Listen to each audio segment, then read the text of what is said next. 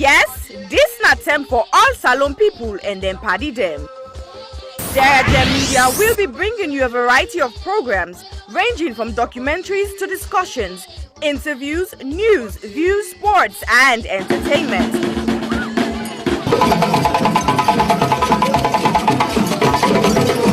Our programs will contain matters on development, governance, the economy, and issues that are of importance to Sierra Leone. So, no left BNO because we get Bebe program then like Salon discussion, meets the ministers, the president's hour and the Gladi program, Look Me, I Look You. All this they start soon na www.sierragemedia.org. Now who's tem these?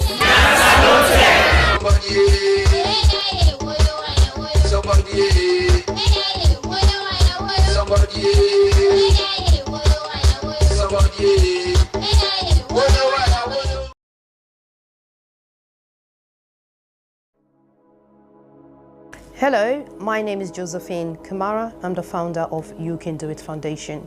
You Can Do It Foundation is a charitable organization based in Sierra Leone, West Africa. You Can Do It Foundation has been in existence for the past 2 years. We have been fighting gender-based violence against women and girls within the community. During the past 2 years, we have been offering psychosocial support, counseling, court fee, medical fee, including school items to the survivors of gender-based violence. However, during the lockdown of COVID-19, report received and confirmed that rape cases among a minor has increased tremendously within our community. Because of this, You Can Do It Foundation has secured the land to build an accommodation for the survivors of rape. However, this may almost become impossible without your generous support. We need your help to build this home for the survivors. Your help could be in cash or in kind. If you wish to join us to make a difference in a child's life, please go to our website, which is www.youcandoitcyf.org, or you can go to our GoFundMe page, which is Home of Hope for the survivors of gender-based. Or you can contact us with the details at the end of this video. We thank you greatly for your generous support, and thank you once more for making a difference in a child's life.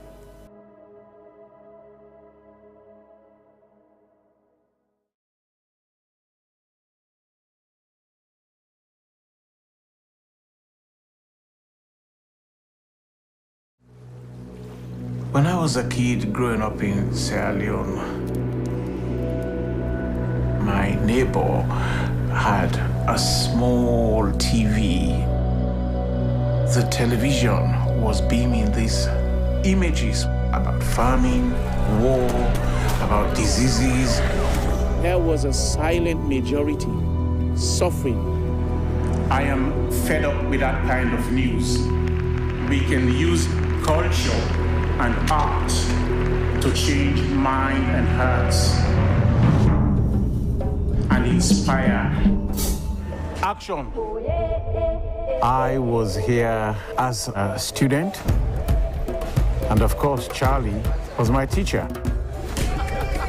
I've asked him to join me on the journey to create a major new play to offer hope to our people. We want to uplift our nation, leave legacy for our children. We are talking about national pride. This is big, man. This has great magnitude. Sometimes I feel afraid. I feel terrified when I think of the project. Tito! What's here this Tito? We are nowhere near waiting one for day. I want this, I want it, I want it. I want this thing for succeed, Koji. This place failed at the die. Is this a curse or what? People like you that makes Sierra Leone the way it is. You cannot give me blow, but you are this way, you cannot give me blow. man just did lie, blame. These are the things that have wrecked this country. We need more business. We're going to need to better.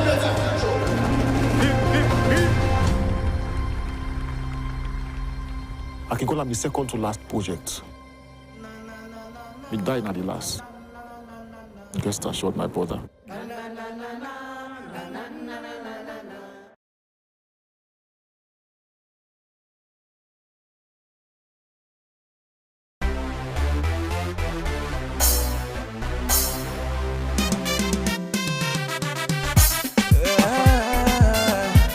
I love my country, baby. It's a long. Now we go with this. Cloud Diamond.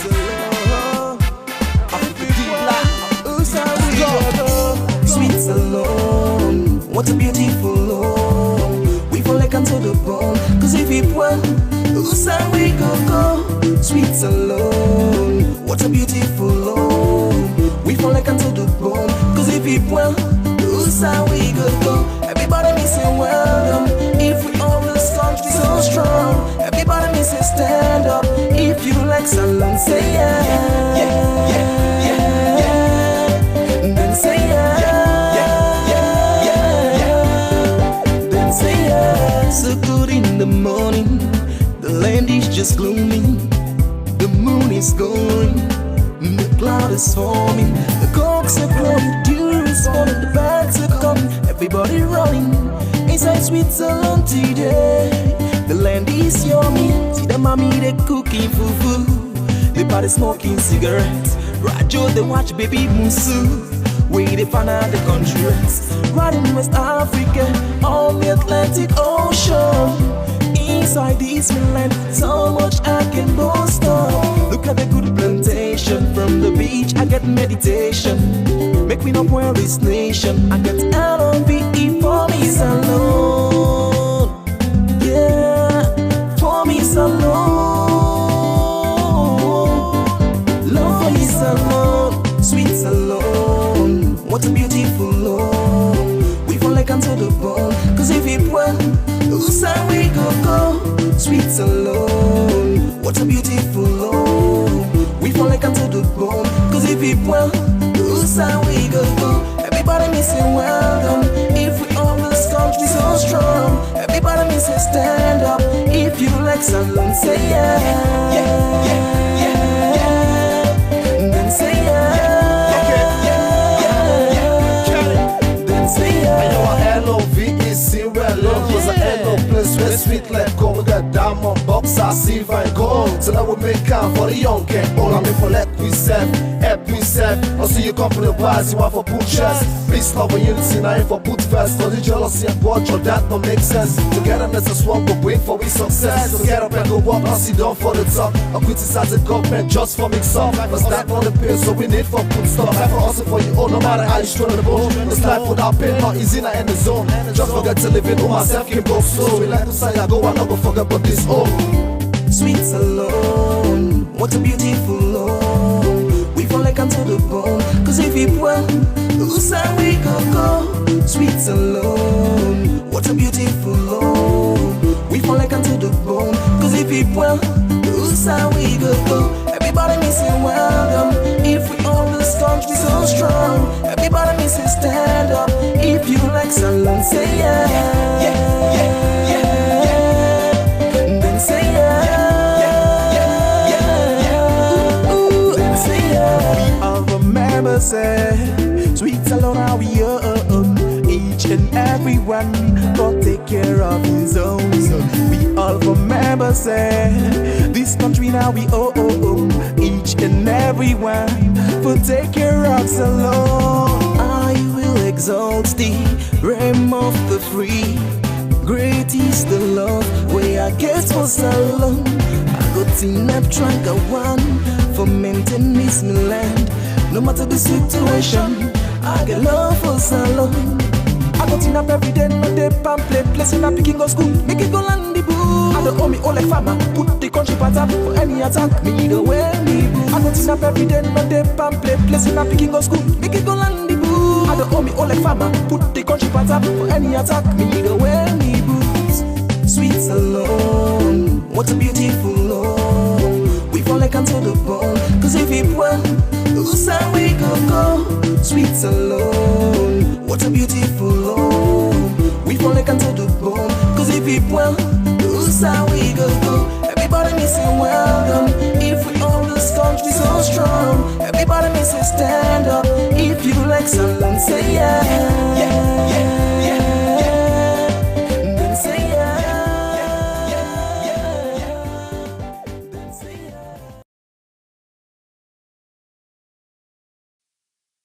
Silverstone Beats.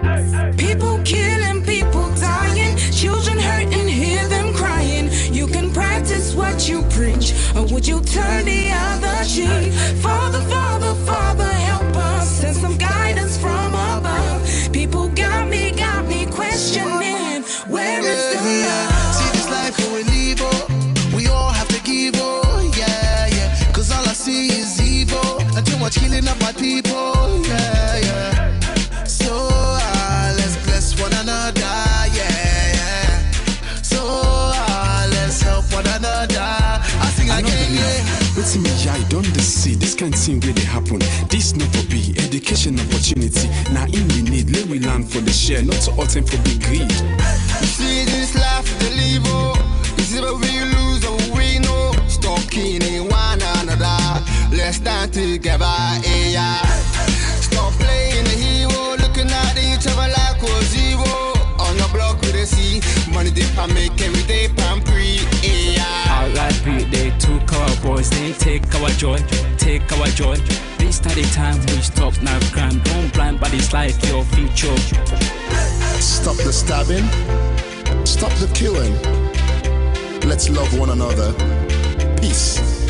Where is the love? I see fighting every day, I see dying every day. Why don't we help each other and pave the way for a better life, a life that we all deserve? Instead of killing each other, why don't we preserve? So you wanna be a bad man, he's gonna be a badder man. You got a big knife, he's gonna get a bigger knife. Our people suffered for years in chains. Now we turn on each other, cut for gains. For the ones that send the youth to kill themselves, you pretend to be a father, figure but only care for yourself.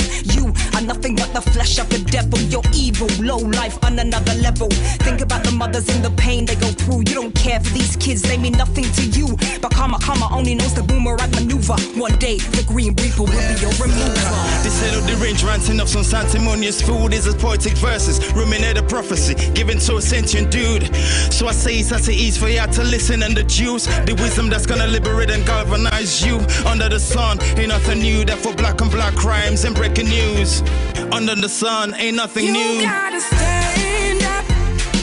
Stand up for what you believe in. Gotta stand up.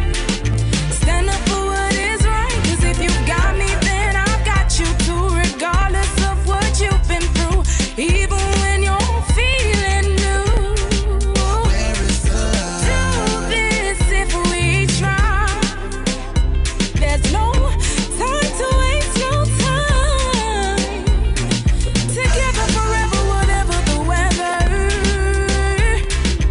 Us as a unit working together. See, I did not love done, but me heart still not tongue.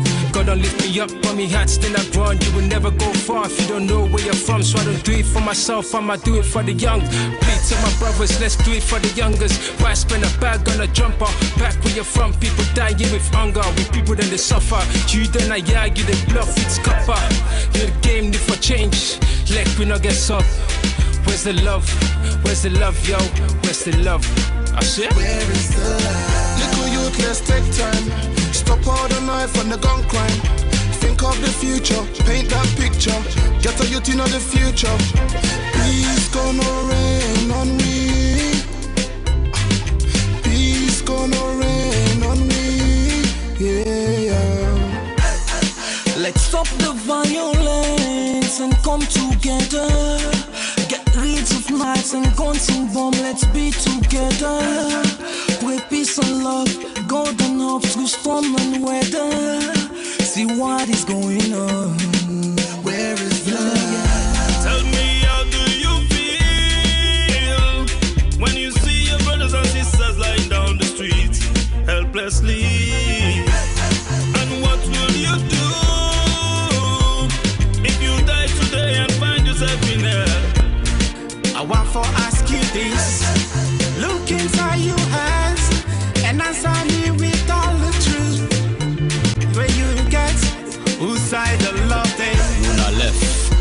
I left. Boku man them get nef. If you live by the nef, you go suffer. You know get sense, you know sabi say nef not for butter. Stabbing guys, yeah that's uncool. When it comes to knives, yeah I'm anti. What happened to fighting guys with your hands, G? When you stab a man, it's not one man you stab. Just remember that you stab a whole family. People killing, people dying, children hurt and hear them crying. You can practice what you preach, or you will turn the other cheek. Father, Father, Father, help us, send some guidance from above. People got me questioning, where is the love? Where is the love? Where is the love? Where is the love? The love, the love. Where is the love? Where is the love? Where is the love? The love, the love.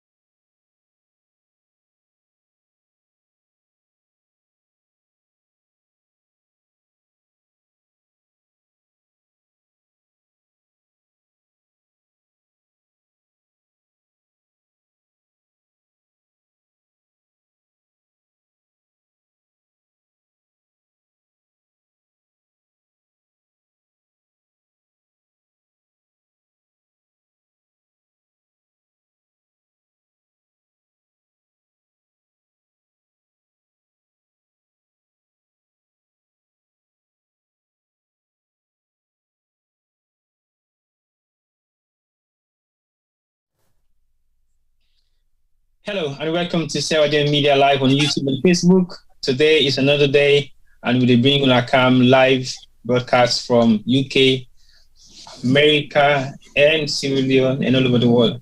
I want to say welcome and welcome to everybody for joining us this evening or tonight.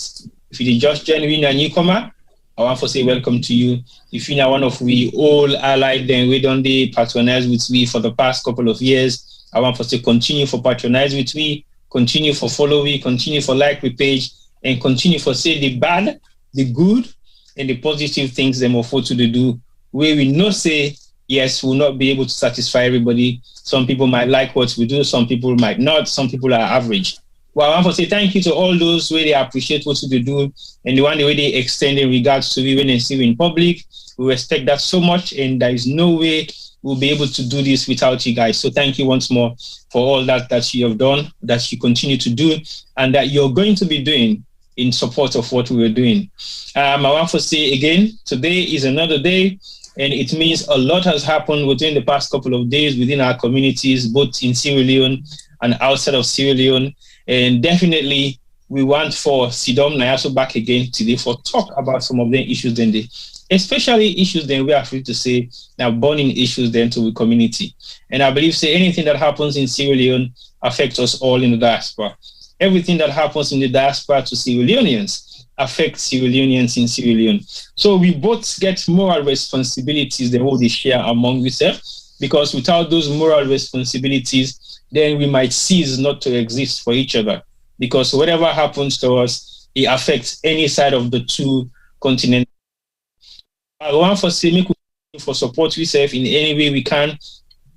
More continue for give yourself each and every one of you where they across those two continents enough support, enough encouragement, enough of everything we feel to say we can able for share amongst ourselves, because that is what makes us Sierra Leoneans. We should be united for the main cause, as in the main cause is what will benefit Sierra Leoneans, both at home and in the diaspora.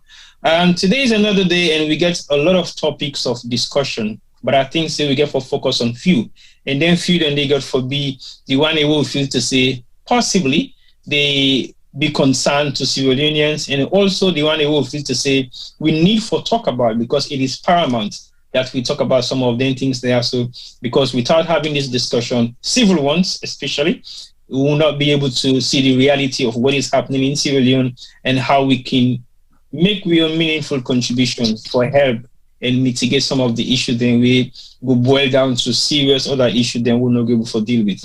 But I left me back to talk, because last week we sent Juma on an assignment to go and attend the UN summit. And it's still not coming. But we get them briefly, all of a sudden, it show up where we not even get authority will show up there, because it's not giving breakdown. But definitely, we dey make sure say it give you some amount of breakdown, and it tell you exactly what's in the mission where we send out from the UN, if you're able to execute their mission in the end, if we go hold on responsible of his spending spree, how he spend the party and work, if he spend them wisely, or he spend them privately, or Usai he spend them.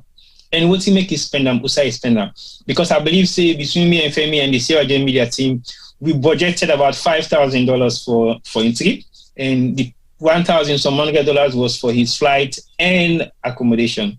The rest, he say he want for Impadium. So you get to tell you how you break that money down, and what's in the balance change we get we left, because we know for sure, even though it's not done yet, but if we get account of some of the money we don't spend so far. So welcome, Juma, to the program. And again, I want to make you tell viewers them how you spend your money, because there are so many questions being asked. People in the way don't see them, they can ask you them question and make you get them full-blown reports. So over to you. Say hello to the viewers them today and tell them what you think about today's program. Before I make the announcement, I know for you get some amount of insight in what we talk about. Over to you. Hello, Fambulem. Good afternoon, good morning, good evening, and good night, depending on who's on day. Welcome. I'm happy to be with you again today, and I miss you all. They uside and send me, but all I remember now the chats, them, the conversations going on here and there. But hey, when they send you on a mission, you get to make sure say you go take the mission accomplished. So no menti boy. I don't give them reports. I give them on, we will retire the receipts even before we return. We need a wait at all. We need a fake receipt. So now they send you the receipt.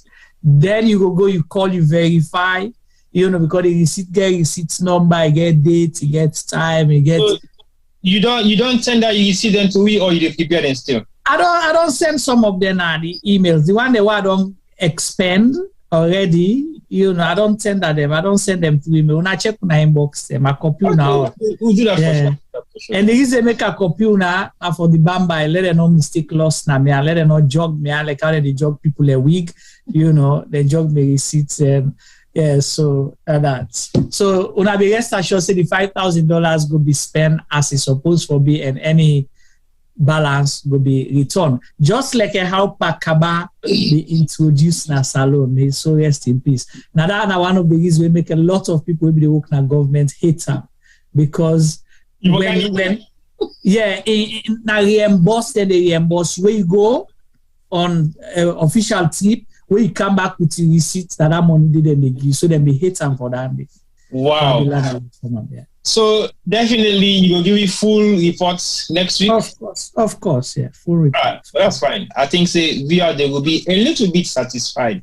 But I will ask them if me go through the emails them and see whether you don't copy report and some of the receipt that we don't forward, so be able to verify them one day and cross check the legalities of the receipt them. Because say in America it's very difficult to falsify documents. But anyway, anything can happen.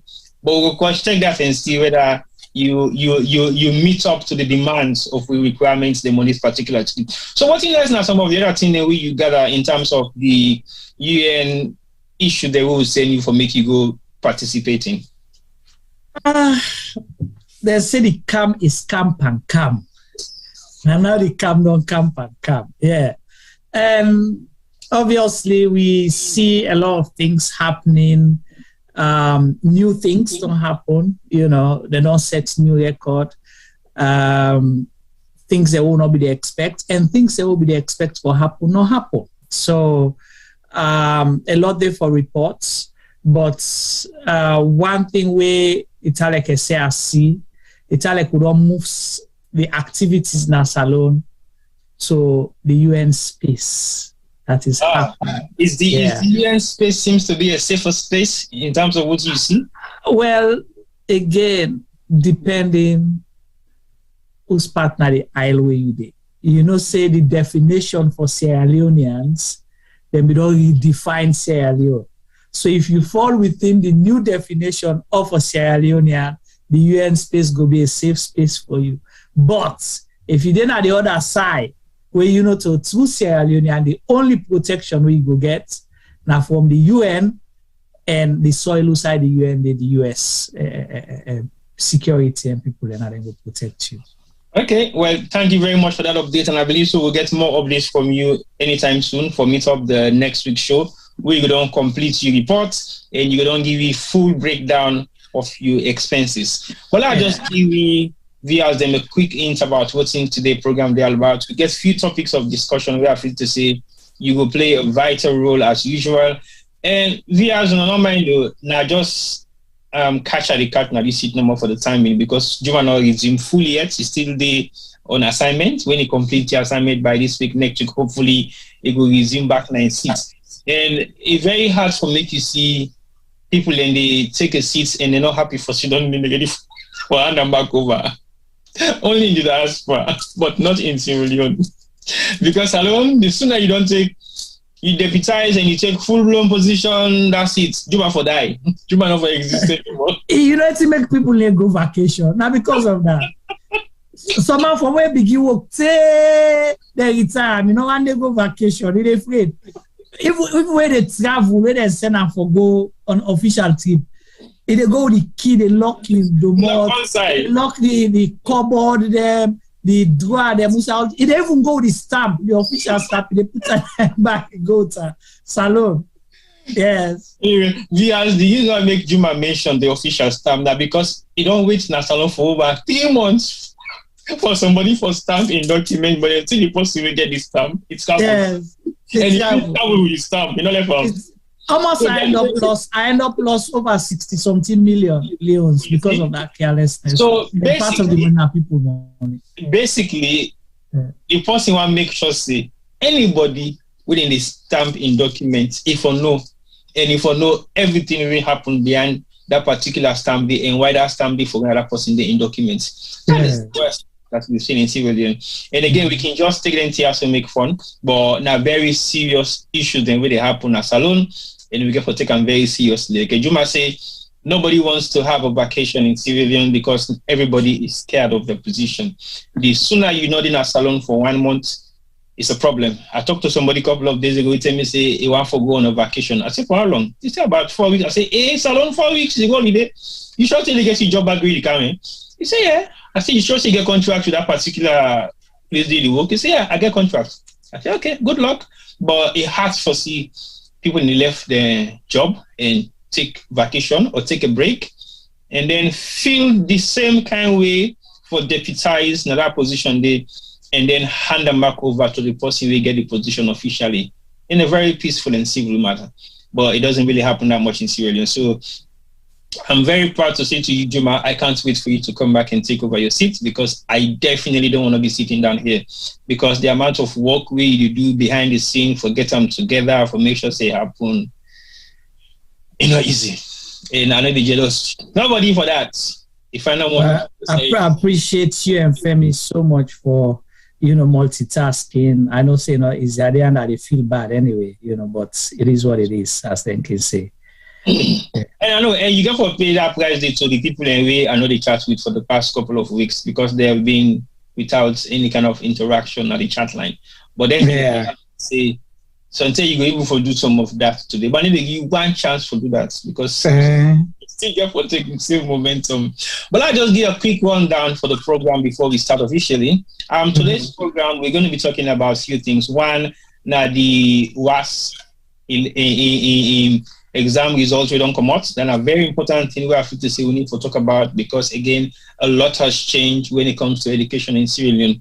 I have so many questions that I don't have answers for. So basically, we can get that discussion today. And the second thing also, we do a continued process on the registration process where they happen as alone, and we see a few things that really happen. We need to say yes, maybe it might still be some bottleneck. We still get problem with new voters then for register. So we get for look into down the back as well, and we get for look at a few more things they will feel to say very important. So we get for begin look at so many things then we regarding the registration process. The other one we get for talk about again, we don't see how we darling Leon Stars don't perform for the past couple of days. 2 games in a row, and we see the results will come out of that particular games, and they were friendlies, but they were FIFA friendlies, which means it will increase in our rankings. It will increase the status of we football all over the world. So it's very important, and we see the performance of the team, and everybody is casting blame on this, on that, on that, on that. We also need to talk a little bit about that and see what's the way forward in terms of we football and how we're able to manage them going forward, because we still not qualify yet for the next AFCON where they happen at Ivory Coast in 2024, I guess, yes. And then we get a few more other qualifiers then with the local clubs then we will still get FC Cologne into one of the games. Then they don't go through the first round. They have now a second leg to play an Egyptian team where they get the first game to be played next month in Liberia. And then we get to look at the participation of how the league they go, and they don't talk about the female league. They don't get a postponement of the female league for the next couple of weeks or months, and then we will see what we'll be able to say more in regards to the administrative structures of the Football Association in Sierra Leone and how it affects the game itself. The other thing, again, we interestingly will get to talk about now the saga of the thing really happen right now between the First Lady in statements we make now an event where SLPP hosts in America, and the response of Umaru Fofana to that particular statement.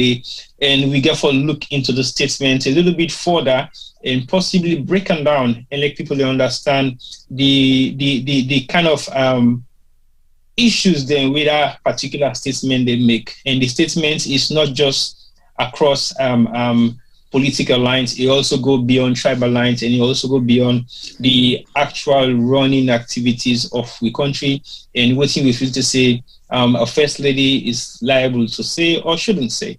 What are some of the implications of her statements, whether they are statements of demoralizing anything we don't get value of, or anything where they give you value as Syrians. But before we start all those topics of discussion, Juma, you get anything for say within those topic of discussions we get for deal with for today before we come to the first bit of them?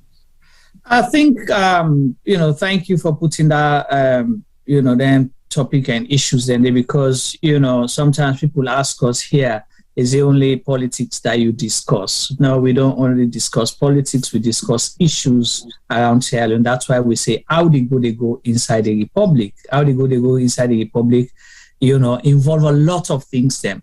But some certain conversation then they can take precedence based on waiting they happen and how that they impact the country.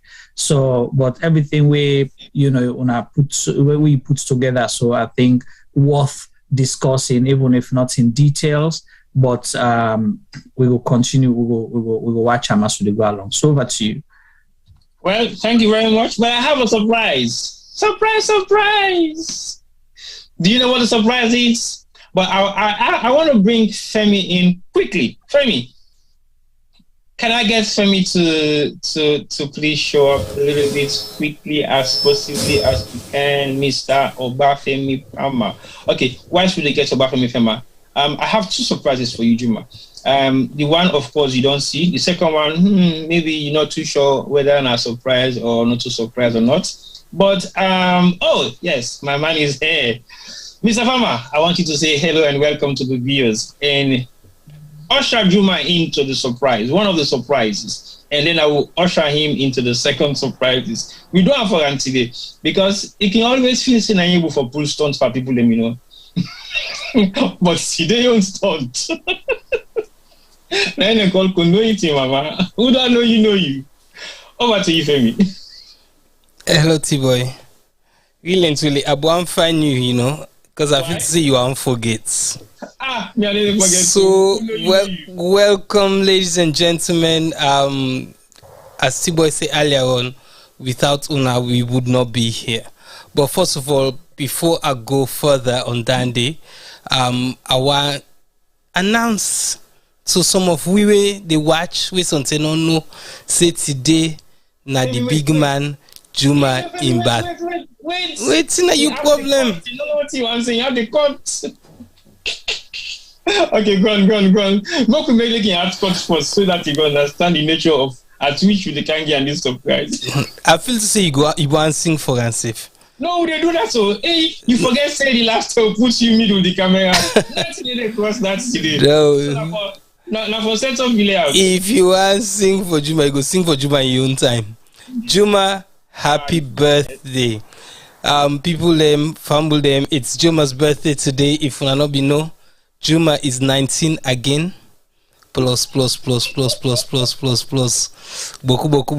plus them.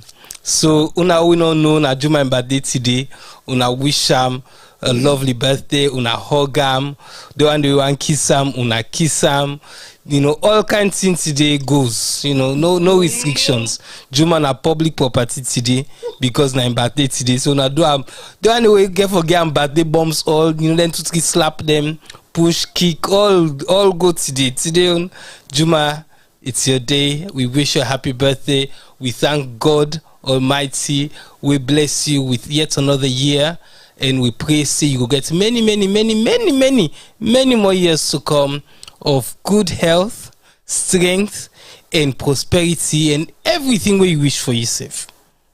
Over to you, T-boy. I go for come back with you, but not left me too long. Right, I didn't left me too long. Well, Juma, I didn't want that. Happy birthday to you. Happy birthday to you. Happy birthday to you, Juma.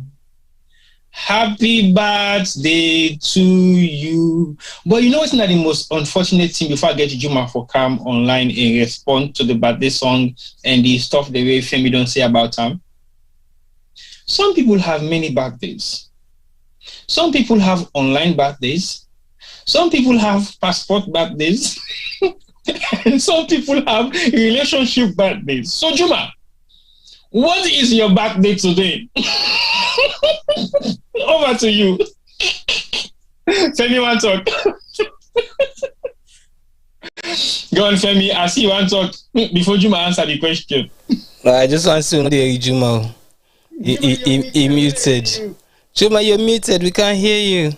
Okay, can you hear me now? Can you hear me? Yes, it's now loud and clear. So, which one of the birthday that you did celebrate today? The online birthday, the passport birthday, or the relationship birthday? So, this birthday now, all in all, you know, everything they inside. This is the PCMH birthday. The one I tell you say, Miss F Wakagona births and death. And go find me immediately after them born you. I go find the book outside and cut the page and give me birth certificate. So now that birthday day, yeah. So now the real birthday now celebrate. So I think Femi will respond to that real birthday day. Femi, over to you. No. I just want, you know, I don't already congratulate the man. You know, it's exciting where they go, you know, and it's sad as well because lately we see, you know, boku of we come with in the past. So, you know, we you know, after a certain age, most of we can say we not celebrate birthdays again. But recently we done the see waiting they happen around the world to selling and the way we grow up with and this and that and you know, go school with family when we age or even younger they pass. they make members say, you know, we for really and truly thank God for every year we get, so for be grateful. So Juma, please not shy away from your birthday today. Today is a day, celebrate them, enjoy them, do anything you're able to do, not think of any negativities. It's all positive, because as I say, we know today, we don't know tomorrow. So let's be thankful for every year we get. In Juma, once again, congratulations.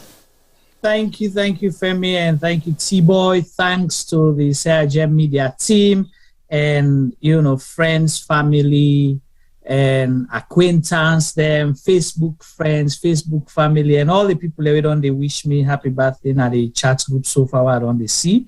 Me usually like how Femi Semino to that birthday person, you know, thankful for every day, but like he stated, you know, now the little things we take for granted, we should cherish those. We don't see people that when our age mates, them people who big pass, somebody will talk to yesterday or a few days, the next thing, either, you know, then they're in a critical condition or they are no more. So we have to be very thankful for that. And I really, really appreciate everything. And I not take my life for granted. I not take everything waiting I don't do for granted in my life. And I'll be very thankful and say I'm lucky, because there are other people who are not fortunate as us for even sit down and also talk and breathe.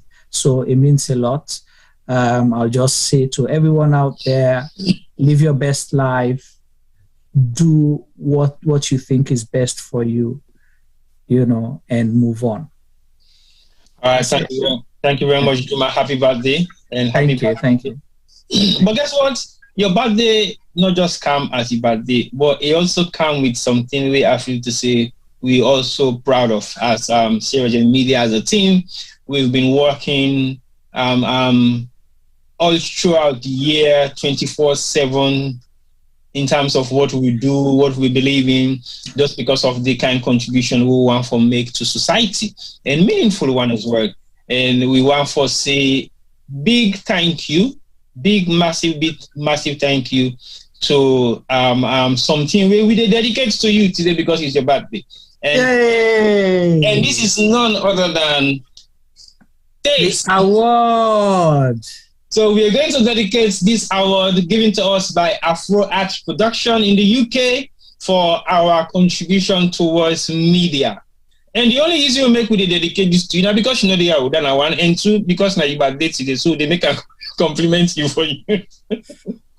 But just a quick one for myself and the entire Sierra Leone Media team. I would like each and every one of us, including you, Juma, and Femi, for a message to the Afro Arts Production in the UK for recognizing us for this massive award we then give to we for the contribution of voting we don't do towards media.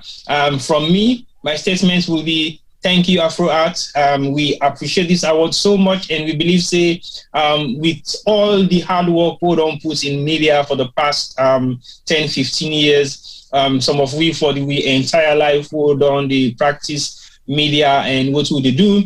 I think is very proud to say thank you for giving us this award, for recognizing that hard work, and for making sure that you award us this particular specific time, because we believe this is the time that is genuinely the time we will feel we deserve an award from you guys, and we appreciate it so much.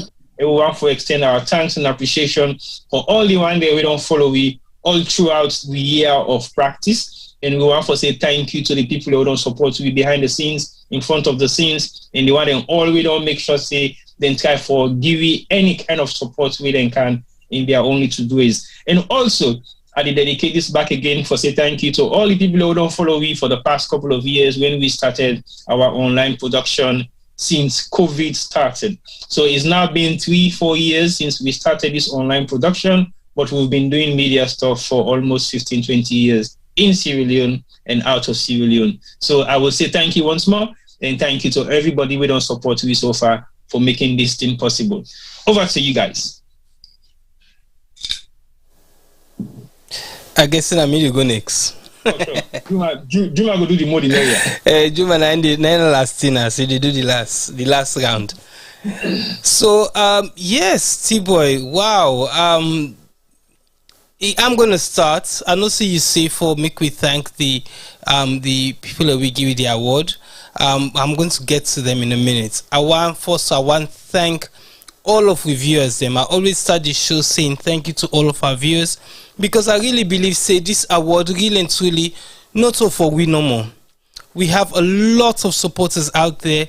Without their encouragement and then push, we're not able to do this here. So since April 2020, we done the broadcast nearly every week. I think so we miss about 2 or 3 weeks, but nearly every week we done the broadcast from April. I think the first show would not be for Independence.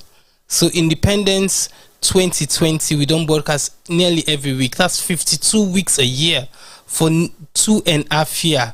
So, really and truly, we don't try. This award is for 2022 though. But 2022 would never have come if we not been get fellow followers them, well wishes them, people that would listen to we, especially Juma and Tiba, we talk for almost hour. You guys give us the encouragement for make we able for the do this year so every week. So really and truly, I believe say this award now the Sarah Gem Fumble Award. Not to just we own, but all una self we the support we out there. Una we the call we for go cover on our businesses them. Una we the call we for do una weddings them, do una funerals them. Sadly, we've supported the community in various different ways them. Really and truly, I feel so bad when I'm able to attend the award show because I was working. They do some media coverage for my old school on Sunday, so I couldn't make. Also on Saturday, so I couldn't make it to the awards. Shame on me. But I can imagine the kind of speech for me for don't deliver, or for don't go up there, for don't wear me till coat and me top cap, all for so I like hats, but I need for don't be special. Some of them top hat they wanna see na the Queen in very safe small. The one for the way for go collect that award. But as I say, I want to thank all the people them with the encourage you and with the send we information every week. Some of the information that we're not able to deliver on a weekly basis. People will send with topics them. As I say again, people will invite we out for go witness the events them. So all them here, so I believe say what don't they do over the years now Afro Arts don't see and mix the nominate we for the award, and people them we vote who that ever mean at the voting panel where votes. We want to thank them and thank Afro Arts for recognizing we and for see something in we way a lot of other people they not necessarily they see, or then they see and then they turn a blind eye. I think say this now we very first media award. I think say World Organization we don't give it an award for if I remember correctly, it was a social media platform or something like that, and which we were grateful for. Again, that was possibly again one of our first awards, but this one recognized we as media practitioners amongst some of the other big dons that we did now we community and to ourselves know, because we in a small cash now we get in our pockets, so man and get deep pockets, and we see them people and they on this occasion they looked at what we did and then think say we will do surpass waiting the one that we get big money they do. So we want to thank them for taking the time for study we for looking to it what they do and for giving the recognition we then think say we deserve. So thank you Afro Arts from the bottom of my heart. I want to thank you. I hope still our production keeps growing and always to una want una able for achieve them in years to come. Over to you, T-Boy. Well, thank you very much, Femi. We can go over to Juma quickly. Juma, over to you. All right, thank you for una two. We they and we represent Sarah Gem Media team, and una not go put them any better than how una put them, so that na Sarah Gem Media Fumble Award, because Sarah Gem Media na family platform. We say family. We mantra say African stories told by Africans. So this now for we all, and this means a lot to we, because they say if us not sell you, it no go buy you. So for let we get, being appreciated by Afro Arts, we na, Sierra Leonean diaspora organization led or founded organization, it means a lot to we. And like I say, there's no Sierra Leone media platform if we not get with viewers, then with followers, then with fans, them and people the way they even critique we. So it's for all of us. And it means a lot again because we always can talk now, so say a quick follow, say, oh, Salon Post is not a supporting company, Salon Man. But this don't prove, say, it's not the case. I saw, footages of the event. I saw they did some different things using technology and this and that. It was beautiful. So to be recognized, now that kind of esteemed crowd means a lot. And to all other media practitioners, out there, we just want to say, keep doing the good work because we all need for do the work, for spread the message, inform people, educate people, and contribute one way for effect change. That is what we are for. And truly, truly appreciate all the people that we vote for we, because may not be even nobodies. I wish until we don't know, until we see how good as a group, until Femi for don't so intel quote as he say there with a Bafana cap for going to the place day. But afterwards, thank you so much. Thank you. We appreciate the honor and the award. And we'll make sure say we're not disappointed now. We're not going to make the award go with aid, or we'll keep doing better and better for make a difference. Thank you. Well, thank you very much, Juma and Femi. Femi, you want to say something? You want to add anything to what Juma don't say? So over the weekend in particular, I go a couple of things. Then we actually meet 3 fans. Them we actually ask me separately, say for mention them. I met a few others. Them someone I don't even know their name. Then come to me and say, "Oh, thank you for what you guys are doing." But 3 in particular meet me, 2 on Friday and 1 on Saturday. Meet me and say, "Wait, next show for mention we all say, we don't meet, blah blah blah." I don't remember the full names, but one was Hawa, one was Mabinti, and one was Julie. So at the Coluna, I don't remember when I saw name them, but Hawa, Mabinti, and Julie are meeting over the weekend. I am truly grateful. One of them, the Hogway give me safe, all man tongue and for watch waiting they happen. She was so excited to finally see one of us in person. And I said I blushed. Not to God where me complexion of the show, but it was good. And I meet the Gamma School events. If I meet another lady, but I don't remember her name.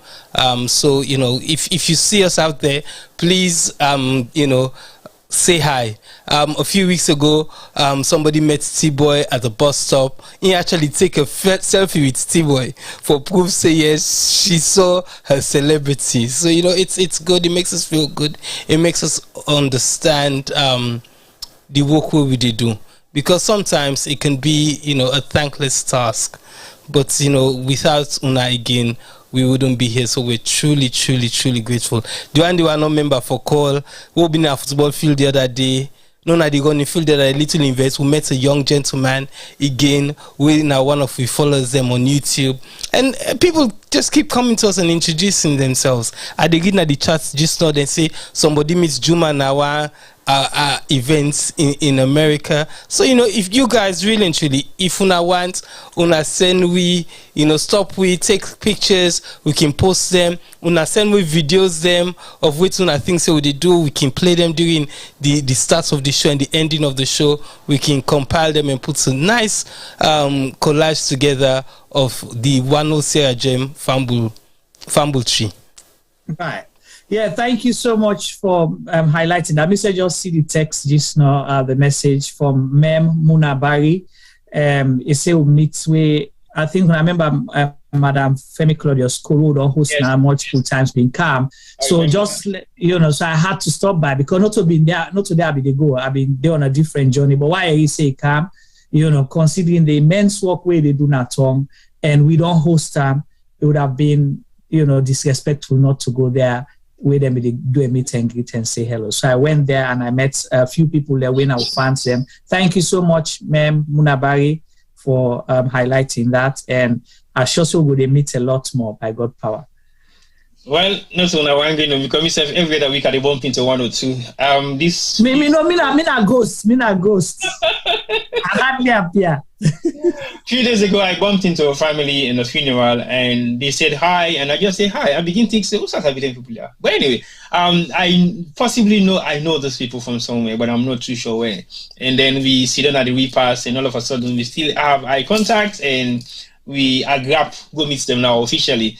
And then the husband said to me, "Oh, hi, are you not the YouTubers?" I'm like, now they tell me mind jiggle, say, "Oh, not about me, And then the husband just said to me, "My wife even watched your program this morning." I'm like, wow. And she watched it all the time. And then with the inside of vehicle, they go to the funeral again.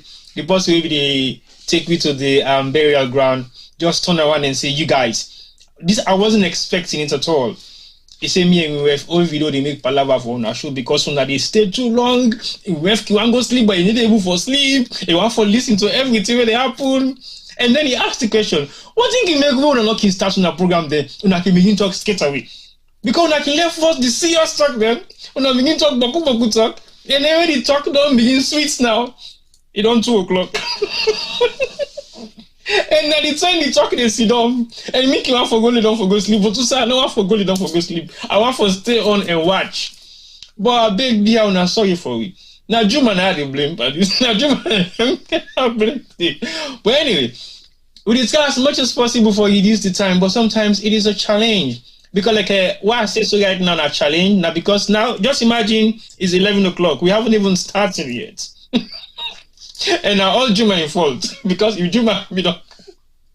Today not so me the moderator. Now you the moderator. Tell me, now you can give me bad name. He said Amiga Boku talk and that's not right. Juma they talk past me. So then they try for compare. Last week's show it finished quick. The other week show it done quick. So now you get the Boku talk. Alright. We'll see. But anyway, we still want to say thank you because without you guys, we won't be able to do what we're doing, and we appreciate on our kind gestures they want to give you every other day on the road at events, activities. Then we something possibly we're not aware that people are out there watching us, and it just shows the amount of respect we'll get for Una, even though we don't know Una officially. But for as soon as we realize that you are one of our fans, we give you guys the same respect we will give to anybody. And sometimes you don't necessarily have to be the fans that support what we're doing. It's a couple of days ago, they sent some hate message for Femi, but I don't have to talk about.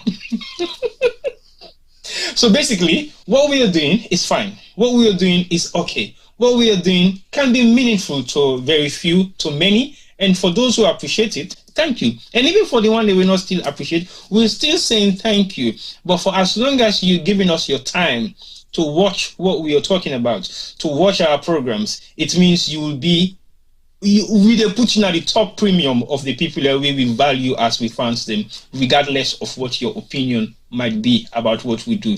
Because for the fact that you're taking that time, we respect you for that. So, let's kick off with the program right now. The first topic of discussion today is now education. We all know the essence of education in Sierra Leone. We've all known what are the priorities that education can bring in terms of development in any nation. Sometimes people trivialize it. Sometimes people take it seriously. Sometimes people are not sure whether it's something that you can believe in or not, because the English saying learning is better than silver and gold. But is it the same concept of what it was like 50 years ago? Is it the same thing today that you might say learning is better than silver and gold? Do you prefer the silver and gold than the learning, or you prefer the learning than the silver and gold? So that's a question that we've been asking ourselves all the time. But we've seen the power of education. We've seen the power of nations that are moving forward because of their might in education. And one of those might in education might reflect down to what we will look at the norms of everyday activities there, of what we do so that now we call technology. And we've seen the leading countries in technology, and if it wasn't for education, they will not be leading nations in technology, because technology is what is driving the world today. And if you don't have that sort of inclined education within the society that you live in, then you will not be in the forefront of what technology can actually bring to your economy. So today, we talk about one of the issues in education, and we don't see over the past 15 years what in education don't bring to Sierra Leone. We don't see the ups and downs of education. And I think going back 50 years, Sierra Leone used to be the anthems of West Africa. And that specific reason there is based on the fact that our educational background was very strong. In that case, we have so many other African countries who were flew all the way from their different parts of the African continent to come to Sierra Leone and gain education. Our neighboring countries, of course, we cannot say much, because places like Gambia, Ghana, Nigeria, Liberia, possibly almost all the the Anglophone African countries were coming to Sierra Leone for education, up to possibly places like South Africa, because then it was not as normal as every other African country for Black people to gain education to the highest level. So we had a mixture of Africans coming to Sierra Leone based on the fact that they want to educate themselves, because we possibly have one of the most renowned educational faculties in West Africa, which was Frabe College then, and we have renowned other institutions when it comes to secondary school education and primary school education, but our institutions were possibly one of the best within South Sahara West Africa region, and also possibly within the continent as a whole. But we've seen a decline in education within the past 30 years, and we've been questioning governments in power, we've been questioning the educational industries, we've been questioning people who run education in Sierra Leone in different ways. And we have seen some amount of improvement and some amount of non-improvement. We've seen some amount of development, and we've also seen a lot of area that needs to be developed. But what we've seen over the past 10 years that has changed the face of education in Sierra Leone is the fact that many schools who were like public-run schools don't end up become like private and public-run schools, meaning they give preference to more private students who possibly make the grades, and they give a little bit of amount of people and we can't make the financial grade, but also can make the educational grade. So they have a balance. So we've seen a lot of that happening within our mainstream secondary schools. Then they exist over the years. We take education as one of their very strong pillars. For example, I will say you have the likes of the grammar school. Academy has followed suit. It was possibly yet still climbing there, and Walsh is another who also is following suit. FSSG is trying as much as possibly as they can, and Convent is also climbing up there. And we have all the other school alma maters who have their alma maters in the diaspora trying very hard to support their schools so that their educational curriculum can be very strong. Their educational facilities can be the one that everybody would like to go to compared to what they used to have back in the days, or even improve on it. So basically, we have seen a lot of contribution from alma maters, from people who have interest in education, in terms of how they can support their schools to possibly have an educational faculty that will be fit for the modern day education. When we talk about modern day education, we're bringing in the essence of the use of technology. We're bringing in the essence of the use of things that are going to be contributing factors. We will make education become easy for make we able for follow through. But we've seen a lot more of other things happening within education within the past 5 years. We've had a new government. We don't come, we say education, their own primary flagship program, waiting the bring come to the country. And we've seen some of the advantage and disadvantages of this particular flagship program. And we've had a lot of questions and A lot of answers has been given. Some of the answers are satisfactory, some are not, some are still questionable. But what we don't see so far within the past couple of years, I would say within the past 2 years specifically, now a drastic change in the momentum of what education stands for in Sierra Leone. And we have a minister of lower education. We put premium on education in terms of raising the standard of the technology implications of education in Sierra Leone. And we ask questions. And the questions that we are asking, are we ready for the change in transition of the education that we're getting now, based on the fact that we are not equipped for it? Or are we ready, wherein we deal with what we have as we're going along and we can fix it whilst we're going along? Or should we say we have made progress from what education was like 10 years ago to what it is currently? So these are all the questions that we might want to ask. And we don't see the massive transition of WASCE results. We happened from last year and we happened to this year and we happened maybe 2 years before. So within the past 3 years, we have monitored the consistency of education, especially when it comes to WASCE results, when the results where you take before you go into university. And we have seen a lot of changes in how the dynamics of that particular sector, they don't change. The first year of the new direction flagship program in education was totally disastrous, meaning nothing has changed. There is a lot of malpractices, then seize results, picking and going to riots, then protests, then arrest some, then release some, then sack some teachers them, then publicly parade teachers them na Sheikh Stephen Street under the cotton tree for malpractices in terms of cheating with the WASCE results, and then they show picking and where they go sit the exam. So there was a lot of controversy within the first year of the implementation of the new directions flagship program in education. And we ask questions still. Is it the right thing to do?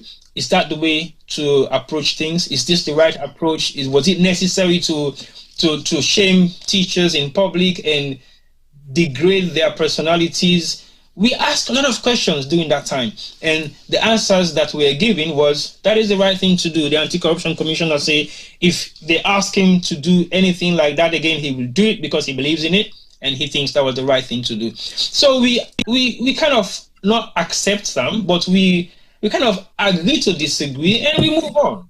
So we now move on to the second year. The second year was another year we bring a lot of other controversy. It means from the downfall of the system to an increase in the percentage gauge at which the beginning perform. So they perform extremely well just within a year after everything collapses. Within that year, the next year, it was a massive improvement. Everything has changed. Freetown became another talking point for the results that we count. We get the best result that we come out from Freetown, but it was circled around private school. And the private schools were the ones who did extremely well, and the government schools were the failing ones.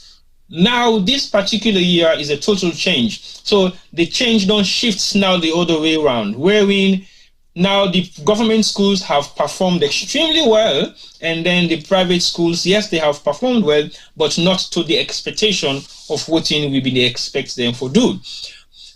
But now here comes the question, and the question to me is simple.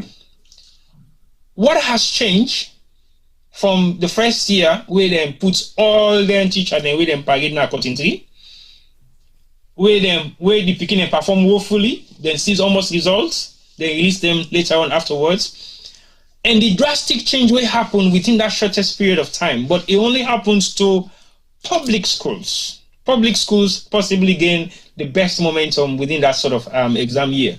And now there is a drastic change, like the flip of the coin to the other side, we're now the opposite. So now the government schools then perform extremely well. And my question, what has enabled that change to be possible within 3 years period? But let me bring in Juma, and I think Sefemi also gets a lot to do in terms of this particular topic, and let's see how we can break it down a little bit with our own different views and perspective of what we think about this particular topic. Juma, I'll bring you first into this and ask you what you feel say don't be the change way drastic from year 1, year 2, and year 3. Whether it is something that should be consistent or a flip of a coin. There will be total controversy in what happens in year 1, year 2, and year 3. Over to you. Well, thank you so much, T-Boy. This issue of education, don't become, central concern for we all in our salon, spanning years and years and years, possibly from the time we go school, we don't raise concerns. However, things we all know say it's a reality that things don't deteriorate a lot when it comes to the educational sector. It is true that a lot of money has been poured into the educational system, but we know the see results where we supposed to foresee. Okay, well, that we will deal with. I will talk about a few things. When I really want to talk about what's the purpose for education in the first place. But before I go there, let me answer a question. People the way they deal with figures, where they deal with data, where they deal with statistics, where they deal with numbers for use for show trends of things. Yeah, you mentioned the technology age, the modern age all day now. Data is everything. Because if you tell me, say, Sierra Leone media, they reach boku people, how would you quantify that? How you measure that? We'll go on Facebook, right? We'll go on the section, we'll go on the give you insights, we do the analytics, we'll show you almost people where they watch in a Freetown, almost people where they watch in a McKinney, almost people they log in na London, na America, the age range, all of those things. It's there. They give you bulk figure, but then it breaks them down for you, to the smallest thing for let you understand, say, okay, with a broadcast between 10 p.m. UK time to 4 p.m., now that time they will get with peak time, or if another day we broadcast during the day, we will forget more people where they watch. So why we look at all those numbers before we settle at something. And then we watch the trends and things can change. Even the tell will not get the viewership we expect now, we'll be able to tell why. Because they do what you call tests, they do certain tests them for sure. If we put this flyer A, and we put this flyer B, who's one they gain more traction. So it's the same with the education. The reason I mention that they're very important because with the government now, they go to them 50 year, don't pass the 4-year mark, they go 50 year. They talked a lot about one, premium. What's in the buzzword? Human capital development. Yeah. And education is the vehicle to that. Okay? That is the primary policy for this government, the agenda for this government. So it is important that let people understand why we discuss this now. So it's just not to just politics, but if government don't take and say, this is our agenda, we want to see results. 1. 2, this government pride themselves say, now a government where they embrace technology and they use technology in everything where they do. And they don't talk a lot about data. Even when you question within government, they do the next way, then they ask you for where the data. We own data, say this. So come back to education. You ask about waiting change. That's not the thing where scary. Anybody where the people where they deal with data, me not sabi. But if they say a trend way too good for be true, then they question them because they want to know how it happened.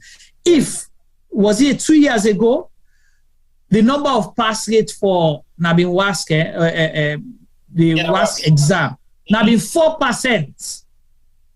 Yep.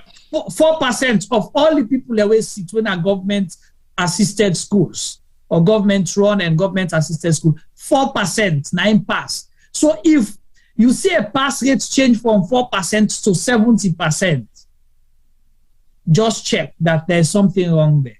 You have to ask yourself a question.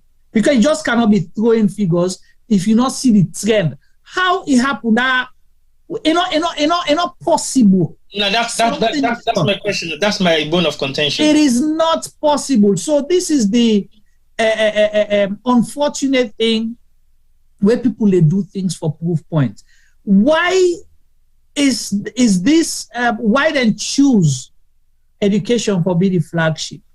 May you know that one, they use it as a campaign promise because we went to different communities where then promise speaking the way they go see Becker and was say if we now vote for we will give you education free.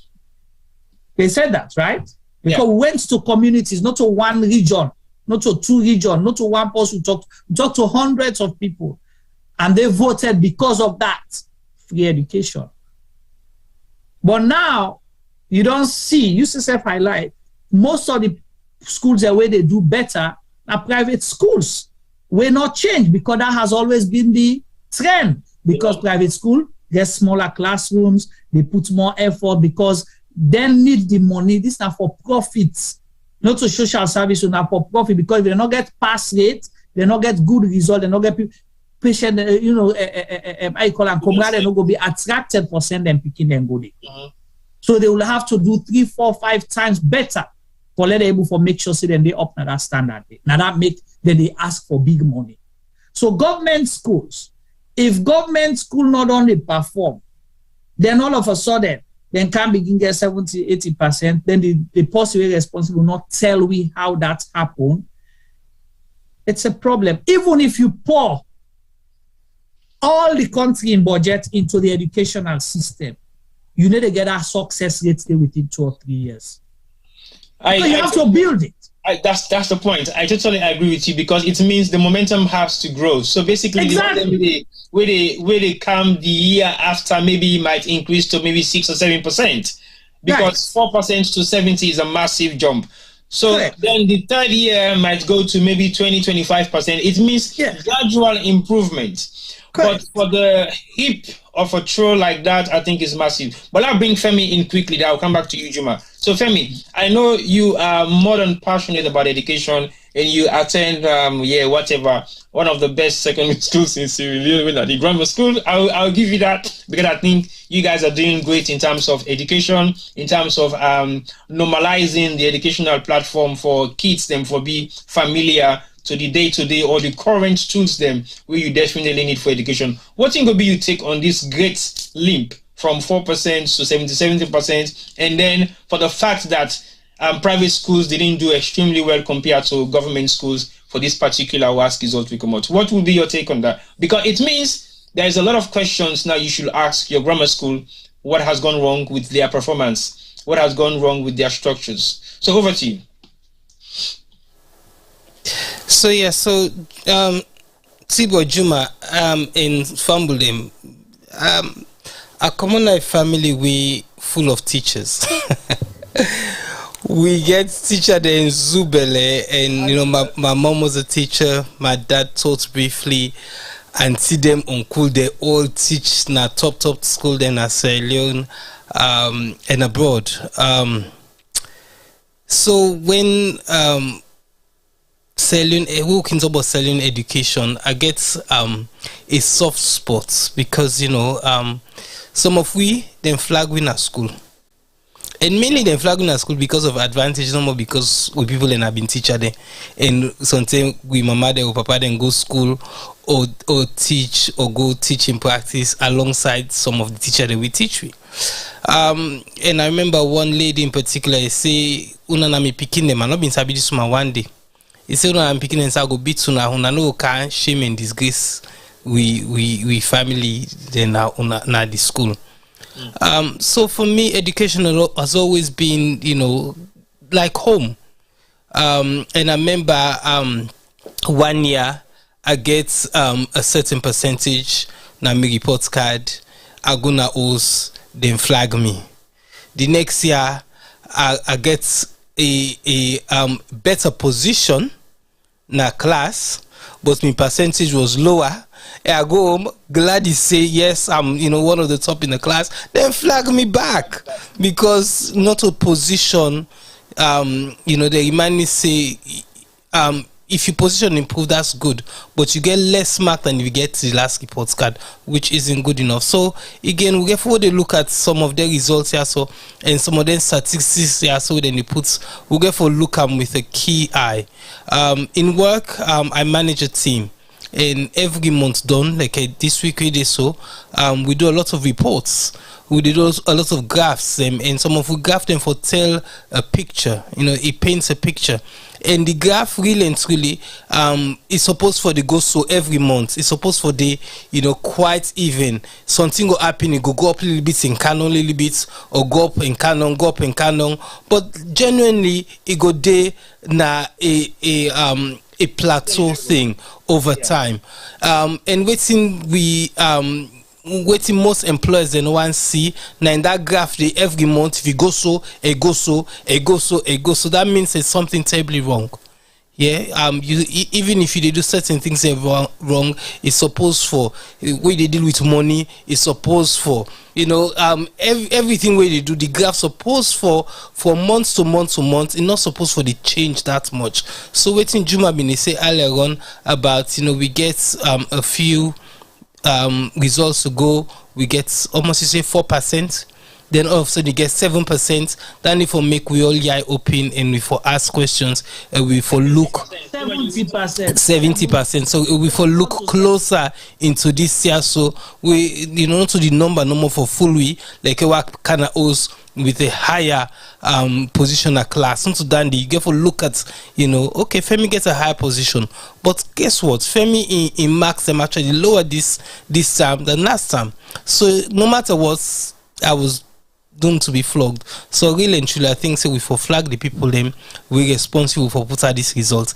And going back to grammar school, T-boy, the first thing I hear about this thing, now somebody posts now we grammar school groups say grammar school not even can inside the top 10 na the results. Then they make all man jump, all man me ask question, what do you mean? What's happening?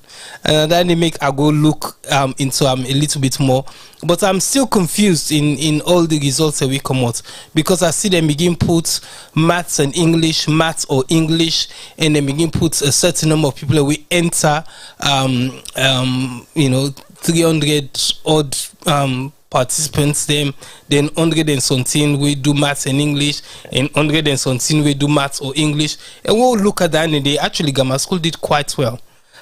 So I don't know how would I ever put out a table and how they do, but I guess it's sometimes the schools that we then say do very well. Sometimes these are schools that we get a lot of people in.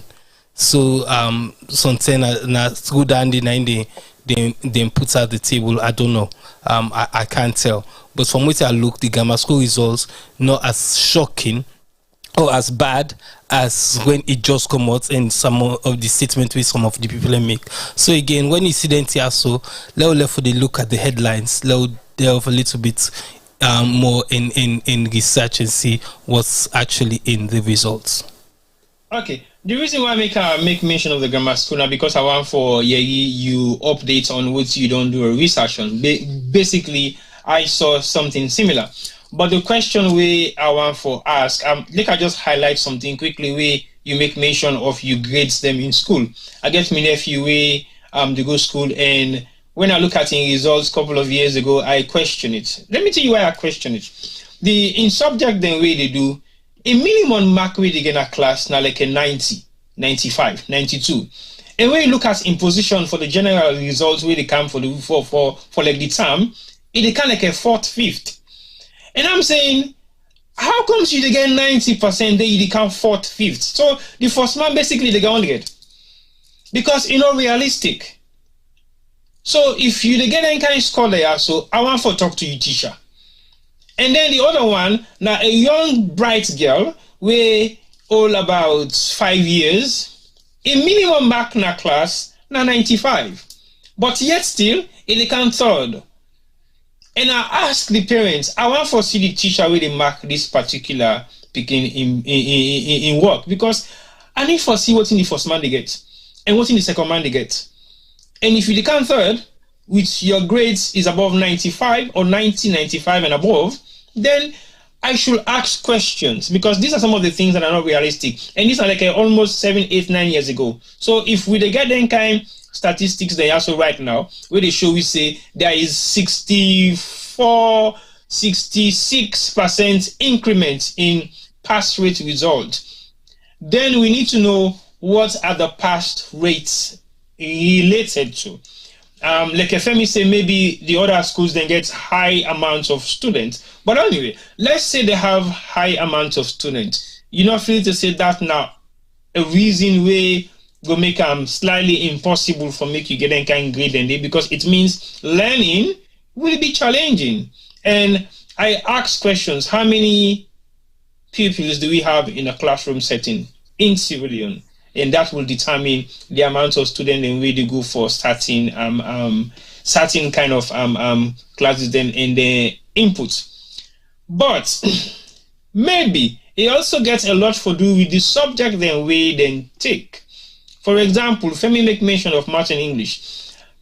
The best results, are they coming from students who are doing things like agriculture, home economics, and maybe something that is more practical than the actual theoretical stuff them of the history, government, and the sciences? We need to look at that as well.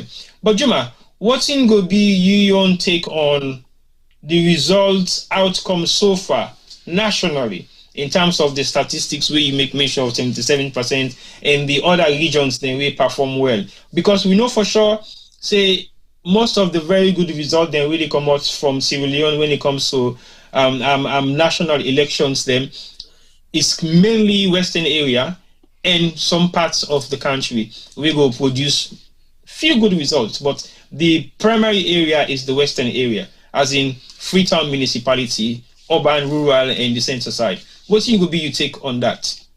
Well, yeah, again, me know how for limit time say, the best result than just for commoner inside and okay, sure. Because again, you get for look at the provinces as well. There's one advantage where a lot of people get, and then one of the other advantage where we suppose forget as alone or growing up now being get where you go school, you're not school picking. You don't have any other job. Would you be helping families and here and there? Definitely. But even the poorest family treasure the way they go school. Yeah. Okay, they want to give them all the support because now there's social security that. Okay. It's the same with the provinces. Then get very little distraction. You understand? The one where they go, we're fortunate for go school. All they do in the go school, the other people in the work for. And so you get more time for study. But for me, T-boy, would I perform, would I pass, the high pass rate is not my problem. That way you don't pass, which you able to do that results. We always see now, so right? There are people, you tell us, let's send simple, okay, let's not go far. Now, the impact, now, I call it voter registration. Okay. And then put somebody for go right? The person also be spell ISA 2. And you want to say, okay, but we don't know. Okay, continue. And I just example I make for show you say, for pass all this pass, you're not doing people any justice. You they use the fictitious figures for disadvantage the people that were already disadvantaged, because you're not preparing them for able for do the things for make law. Say don't pass WASCE now, they go to university. They say one go be lawyer. Right? Enable. Now it's in there for end up spy, bribe, all kinds of things for let pass. So imagine if you don't give fake result, people pass then go. They go be doctor. They therefore can treat you, that minister. That minister. Based on something that you can't treat or your family member, and I therefore can't treat. But you don't forget how you don't create problem from WASCE result for so. You just to take bail like you can go. Then you defeat the purpose for education in the first place. Because you get for prepare the person for able for think, for able for do things, how he will contribute to the economy, he will get job for himself. a lot of people were young, but they are unemployable because they lack the skills. You go come out with a degree, but you not get the skills where you require for come able for do a job for perform. So I rather take the street smart person and teach them all the things the way I need just for able for perform the job. That you can with your degree where they can't waste me time because they can't cack back for me. So for me, it just does not solve the problem, T-boy. And I just see Dr. John Idris live post just now. The reason I make a reference because he's an academic. Okay? He's been a lecturer in Sierra Leone. He don't write books, he don't see. So you can't say this person just talk, belful talk. He said the result, this WASCE result will come out, now campaign results for elections. He says that just shows a push down campaign shove. We saw a school. The teacher go. What TV they do inside it? Now they teach the Pekine or they tell the Pekine say, let them vote for President Madabio. So imagine if their teacher get for conduct exams. What they do? You know, give them Pekine and they 90% or let them go vote. Yeah. This now for proof say free education they work. Our social, what you call it? Human capital development program in the work. Now I make all man don't pass from 4% to 70%. Because we don't put 21% of the country in budget into education. But we always ask the question, the 21% is for what? So basically, they want to justify the fact that there's... This result are like the midterm census. Okay, tell me your take on it. The result is the midterm census. What do you think? Like just like the midterm census. The midterm census. So yeah. It's a fabrication. It is. Fact. Yeah. All right. Tell me your take. So yeah. Salon. So we went to school in the 80s in Sierra Leone. Yeah.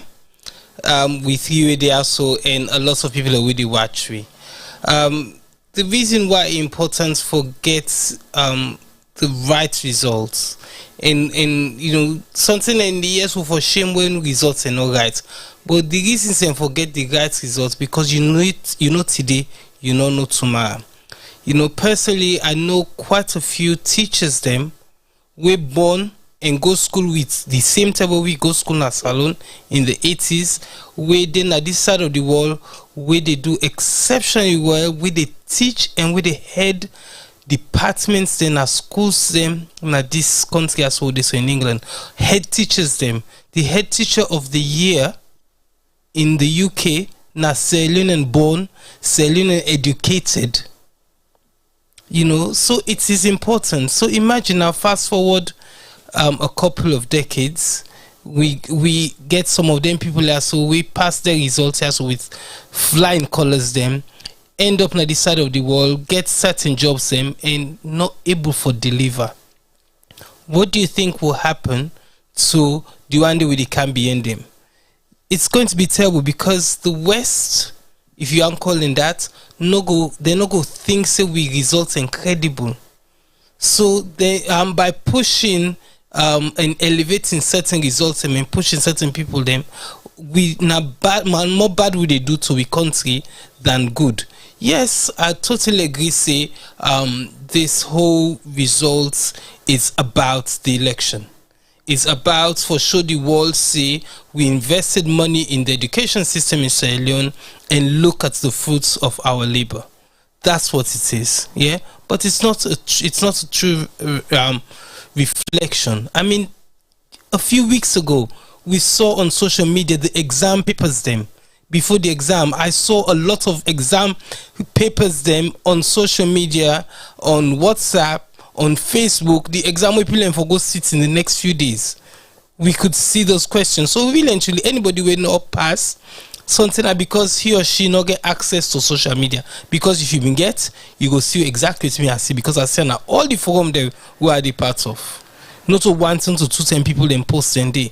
So imagine our kids were going to take them, go take exam where they know the questions so where they come. So what do you expect? Don't you expect high results? You know, there's many questions that we can ask, but you know, really and truly, it's not even worth our while. The paper where them presents to we isn't worth anything, really. Femi, let's just jump in quickly, T-Boy, if you can allow me. You see, we're waiting Femi say so, all right? If you remember, because me, like, I like for look at things, then, because if you like, if you so they forget. Few years ago, a lot of people, their results, then they then seize their results. You remember? Yes, I do remember. Wait till make them seize their results. They say they perform well. They perform extremely well. Too much performance. Yes, the result was too good, where then seize the people their results.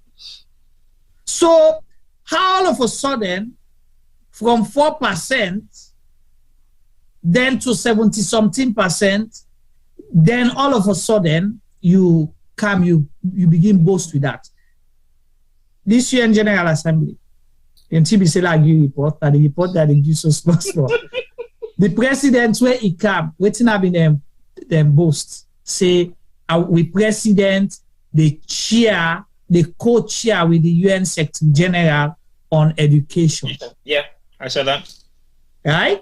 So you don't see, so now this one now for, you know, we would deny, say, then T are not connected. Or say, well, oh, sure, we don't put 21%, maybe government. Remember, the president tell you, say, they don't deliver from A to Z, they even don't pass Z. Yeah. So the education are waiting at the first the flagship. Okay. One question I want to ask. Are we still governed with the same West African Examination Council under WASCE? Yeah, it is, yeah. Okay, I saw the minister making some elaborative statements on the marking scheme that they are trying to, well, that they have applied with the marking scheme that is contrary to what was happening in the past. Does he have the right to do that? So again, this back comes to the same thing. You see, I didn't want to, I'm the type for avoid, say, let it left for politicized education. Okay? You being a minister does not make you an educationist. He's not a professional in that field. He's not. You can get your PhD, get a PhD, specialize with you, get a PhD. You are a minister of education by virtue of political connections and appointment. That does not make you an expert in education. You're not an educationist. Okay. You understand? So, you know, there are lots of things that goes into markings and things like that. Way, you know, just get for come and make. And that's the danger they're doing. Now, the minister, now they announce results. That make I ask the question. Will you announce results? What's the role of the exam board now? Well, now, so you don't use up everything. That's what I'm saying. You don't overtake that institution, that you don't render them useless. Now you they announce, now you they control all things. And you as a politician, if the educationists then see something wrong with the results and they want to take action to correct that, because of you interference, they will be scared to get involved. Because that was the question I wanted. These are the dangers behind some of these things. Okay. Carry on. My second take. We have, like you say, the first year, as in 2 years ago, I think 70 or 80 or 90% of the results were seized because of discrepancies in the results malpractices. Yeah. And now this year, the minister announced, say, 99.7% of the result is credible. Only 3% with discrepancy. What can you use as a milestone for justify that? Well, that's the question we all get. So again, it comes to the same thing. You, a politician, you not an educationist. You're not an expert in education. Then get a lot that goes into it. So for lady, you can't throw away figures there like that. Remember, you highlight certain things, right? If you watch, waiting make this thing they happen. All my way go sit agriculture then pass, then you have to go back and watch. The questions them. The question them been too difficult. Or if all man fail agriculture, you want to go back and go assess. the question and too difficult, I make the people and fail, or the question and too simple, I make them pass boku. So lots of things then the way they go inside, way they use for let you understand, so you go improve the next thing. Not over just the throw away figure on people and face. Now you say 90% don't pass. Okay, they don't pass. No, 90%. And those 90% people, they all go for a big college.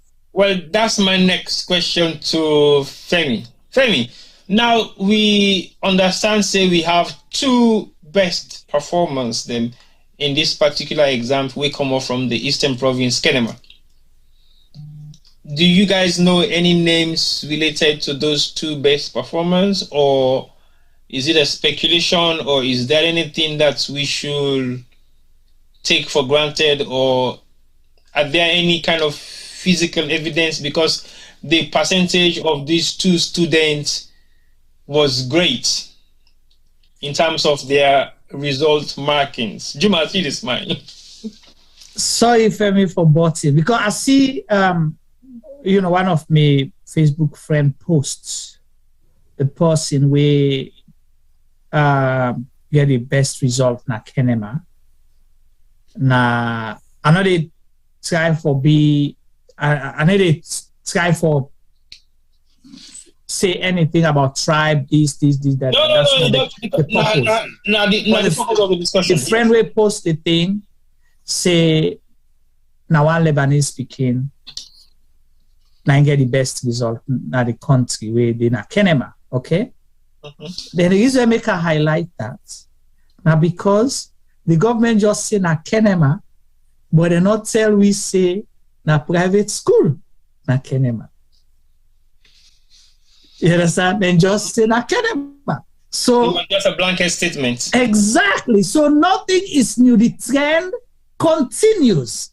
Private school perform well. But because government want for take this thing and run with them, so they know say the focus of people will be because na Kenema.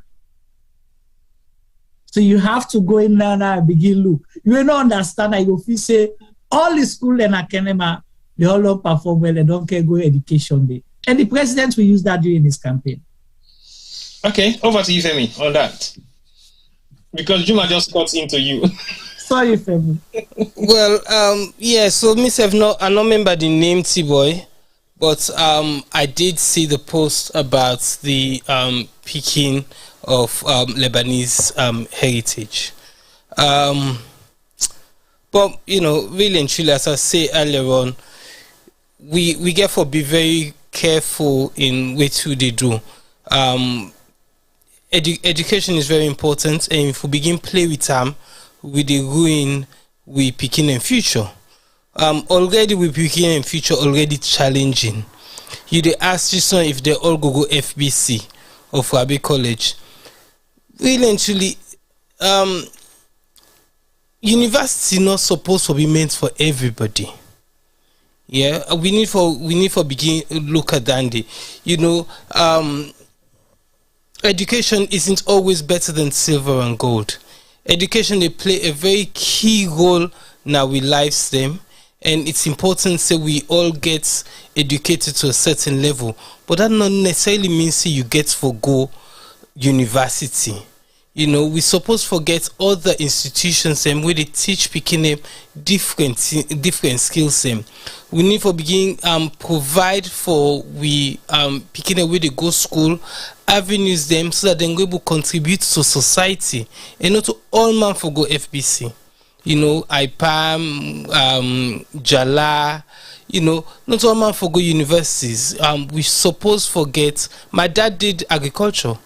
He been supposed to go now agricultural school in the States, but then the school decides say they know they take any more people from Sierra Leone. Instead, then they can open an agricultural school in Sierra Leone. And we then can open my papa na be one of the first people that we then take na that school then. Not to say they no go and take Sierra Leone and Southern country again, but they realize say they will do better if they instead of them give scholarship to 1 to 3 people and for go travel go all the way America for go school. If they open the university they then go able for educate a bigger number of people in the agriculture sector. So something like a dandy, it's what I think that we government is supposed to look at. We're not supposed to look at almost people in the go where they go study maths, where they go study English, where they go study science. I mean, for me anyway, all the people that where they study then causes the like a I go put biology there, but engineering, when they do practical, for me it's ridiculous. You can't study engineering, you're not able to do practical.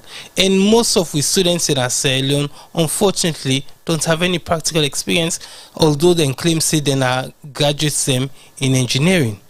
I don't see how that is possible. So when we look at education, we get to look at keenly at if we know say we're not able to get practically in certain subjects, them we for push, especially when they talk say agriculture, we for push picking them for go study agriculture. I'm not talking about artisan farming, but for study about crops, about how you grow them, the crop cycle, there's many things that we can educate to pick in them, where then can go contribute to we country in development. Because at this stage that we're importing rice with staple food, it's just ridiculous. We'll get so much arable lands in Sierra Leone.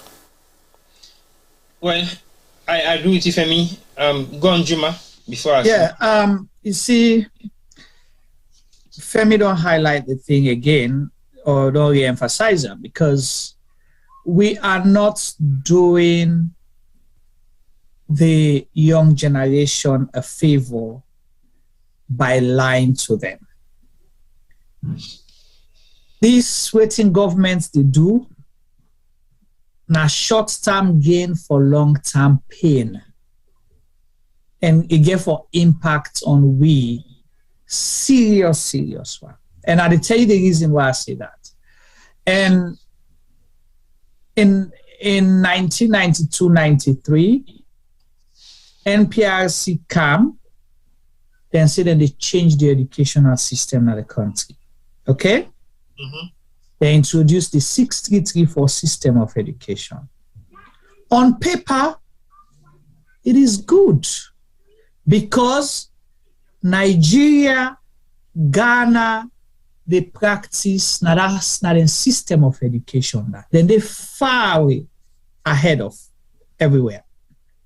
Okay, it works for them because they build small-scale industries, then technical, vocational is at the top. They had a structure ready for that system. They had a structure. Okay. NPRC come within a year, then change them. Nope, they put this go time. All right. What will happen? Now that time the education deteriorates past how it be done ever did in the country. Because what will happen? You always go from 3. Go not don't put the value on the tech voc side of things. We undermine them. Anybody will not go na the academic routes where it go, where they say that they send and go na tech voc, this institution the way they class for saying for tech voc, when na paper and pen and go land them for right back, not to for go make bench, reticle and not sabi old saw, not sabi old nothing, not practical. Yeah. Where they say that they send them there. They know they go because then they laugh them. Now then community. So what do? They drop out of school. Yeah. So then they increase the dropout rate in the country. Okay, that's 1. 2, it begin to push people because they say the 6334 system, for fail. You understand? So you just they go. Whether it's a right name final, it's a spell it's a 2, you go SS1. Take, make, you go for a big college. Or you go to one of the other colleges there. So we begin to get half-baked people there. Where they go to university, come out, they come, and able for deliver because the institutional preparer, right? That's one example where the dangers behind this. Let's come to during the war, because you might think now different things, but they're all connected. And they tell you because a government problem. During the war, when we get the NCDDR and the, NC3RR, they may say what they done, so let we try for train people, let give them skills for let them go back now then communities them and able for go do fend for themselves. What's happen again? Government rush, they begin say that the land people there for sew, tailor, for make carpenter, then kind thing and they back. What end up happen? They not be they go to the institution. So what thing they do? Then they just take the normal color carry to name say, 5,000 people they don't graduate from tailoring. Then give them the money for machine, then shape them, then give them the money. So okay, they now 5 million at the budget. So they give 3 million, they keep 2 million. The person end up go begin do other things. What's here end up happen? We know we miss the opportunity for develop technical people there. What's happen? We get unemployed people there. We sit on our community aimlessly, including ex-combatants. Now they are doing nothing. So we always surprised. We say, hey, the ex-combatants and they ride keke and okada. Hey, now they jump people in back. But we forget say the same way the opportunity been the way them fund heavily for prepare them, for help them, we misuse the opportunity. So it is the same thing with this government now.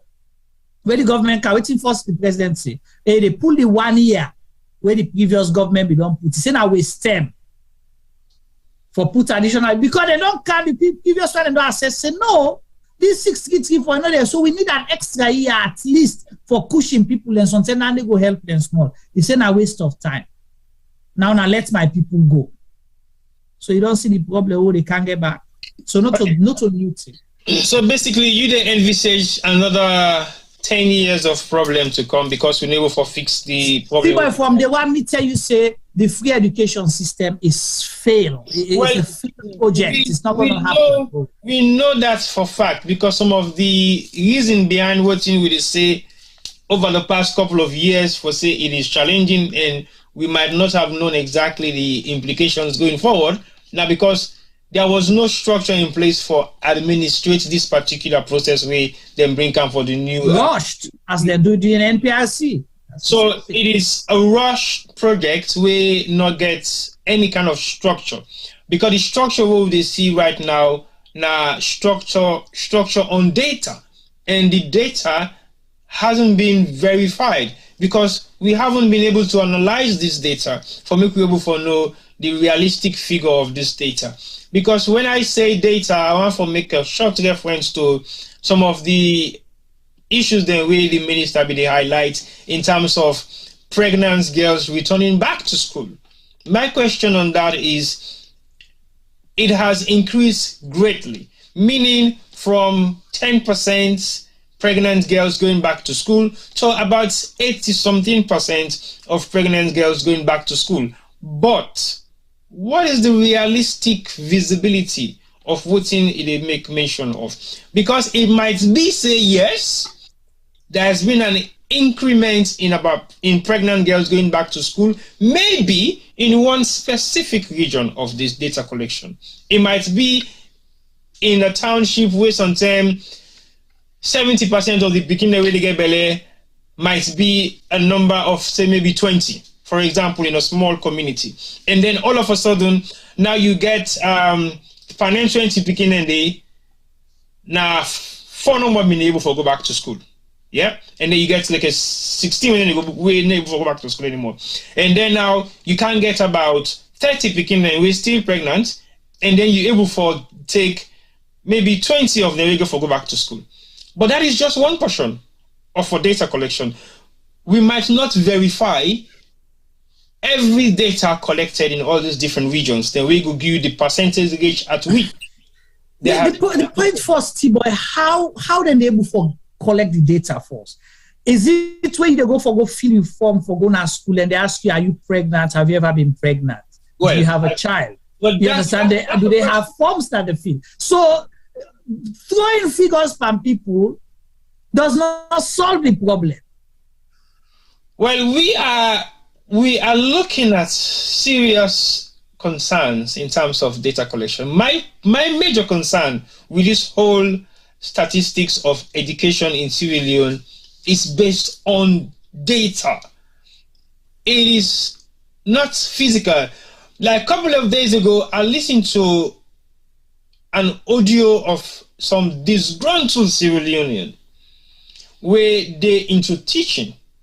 and he make mention of the free education and the WASCE results we come out and the improvement of the results overall. And he was very much upset because he is a teacher. He don't try for bring some kind of projects, flagship project in a specific area where he say he don't approach government ministers, he don't approach institutions, and they're able to do nothing about that particular issue where it is. And then yet still, they're able to boastfully say education has improved. And he was really, really upset to the extent that he's asking for people to give him access to the minister so he can address him publicly. And he wasn't even scared to say his name. He wasn't even scared to say anything other than, I want to speak to him in person and ask him specific questions. Because he's now already a teacher, reading at the field. And then we say improvement has been made in education, but we still get a huge amount of teachers that are going without salary. So how can they be effective if they haven't been paid or paid well? We've seen a decline in teachers' registration. I still have my junior brother where they just give in possibly a couple of months ago, but still not too sure whether he's actively being receiving salary. But that is not a question. My question here is, what is the credibility of the data that this government is putting together when it comes to the actual statistics of what the results stand for, and how will they measure the yardstick of this particular data for these specific results we highlight? And what is the importance of 99.7% of a result that you have verified to be legit? Do you actually bring into play to say you still have 3% that you're still questioning for malpractices? Because you have gone beyond reasonable doubt of facts finding.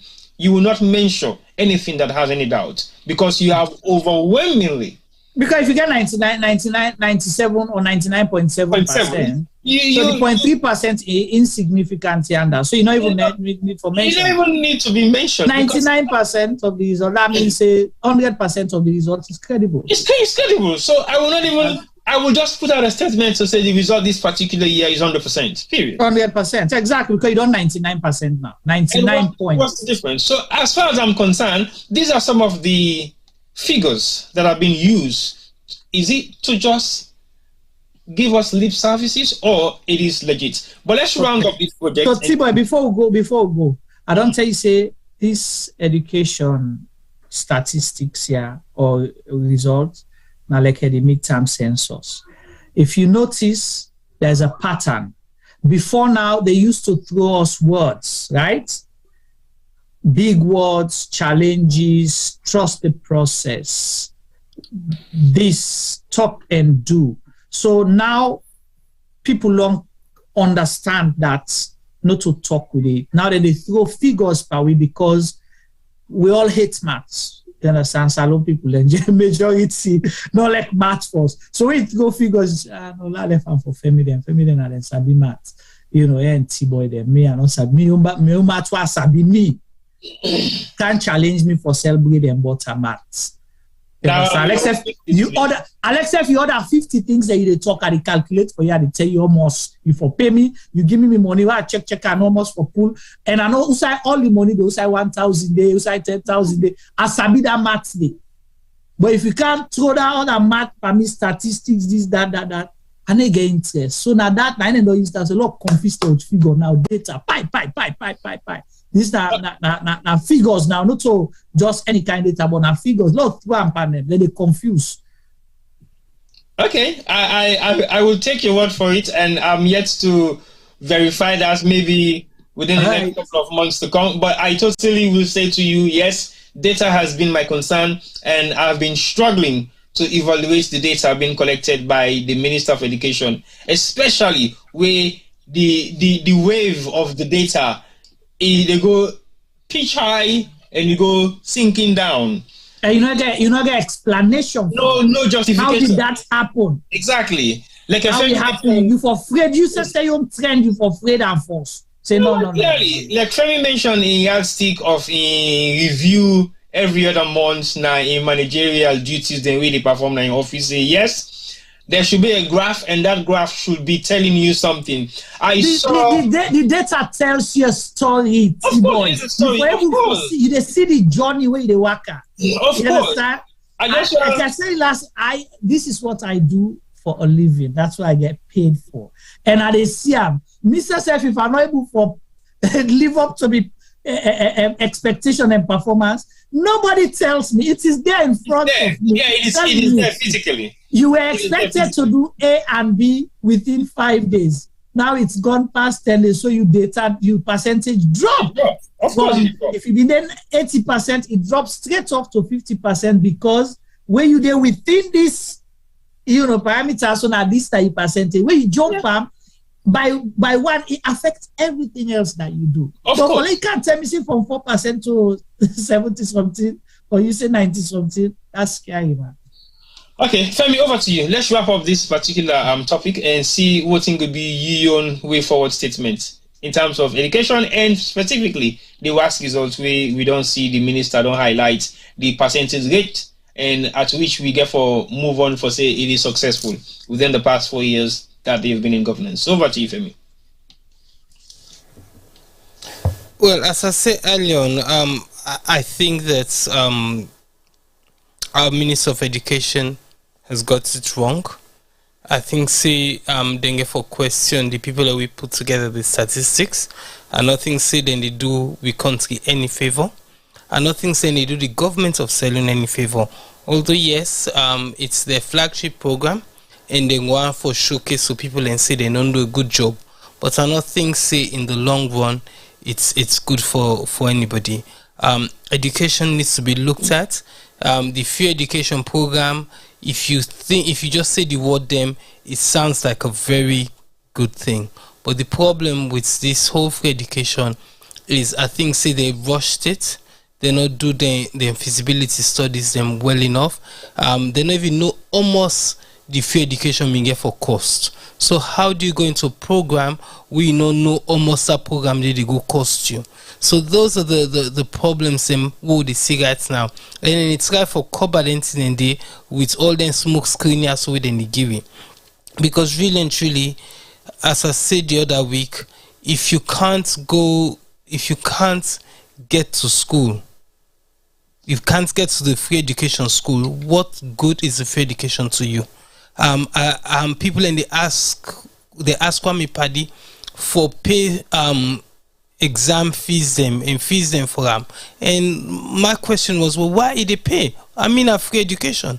He said because the person not able get transport for reach na one pan the school them for the free education. So the school where they near to them na private school. So it's cheaper for that picking they for go private school than for pay transport for go government school. Just the transportation alone, they cost some more than if they pay na private school.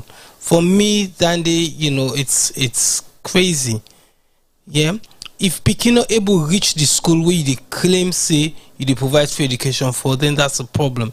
If that Pekin they go school but in mama and papa no get money for lunch, how is he or she going to take advantage of the free education? There's many things around education we will get for look at. It's a big sector, and I think so we current government underestimate the challenge them with the education gets. I'm happy that they're putting money into it, but I think say them for do their homework a little bit better, employ the right people and for can study what is needed for make them picky so able for go to school and learn and get the relevant qualifications them we then go able for add to their life, their family life, and to Sierra Leone in particular. But as things are at the moment, the free education is a failure.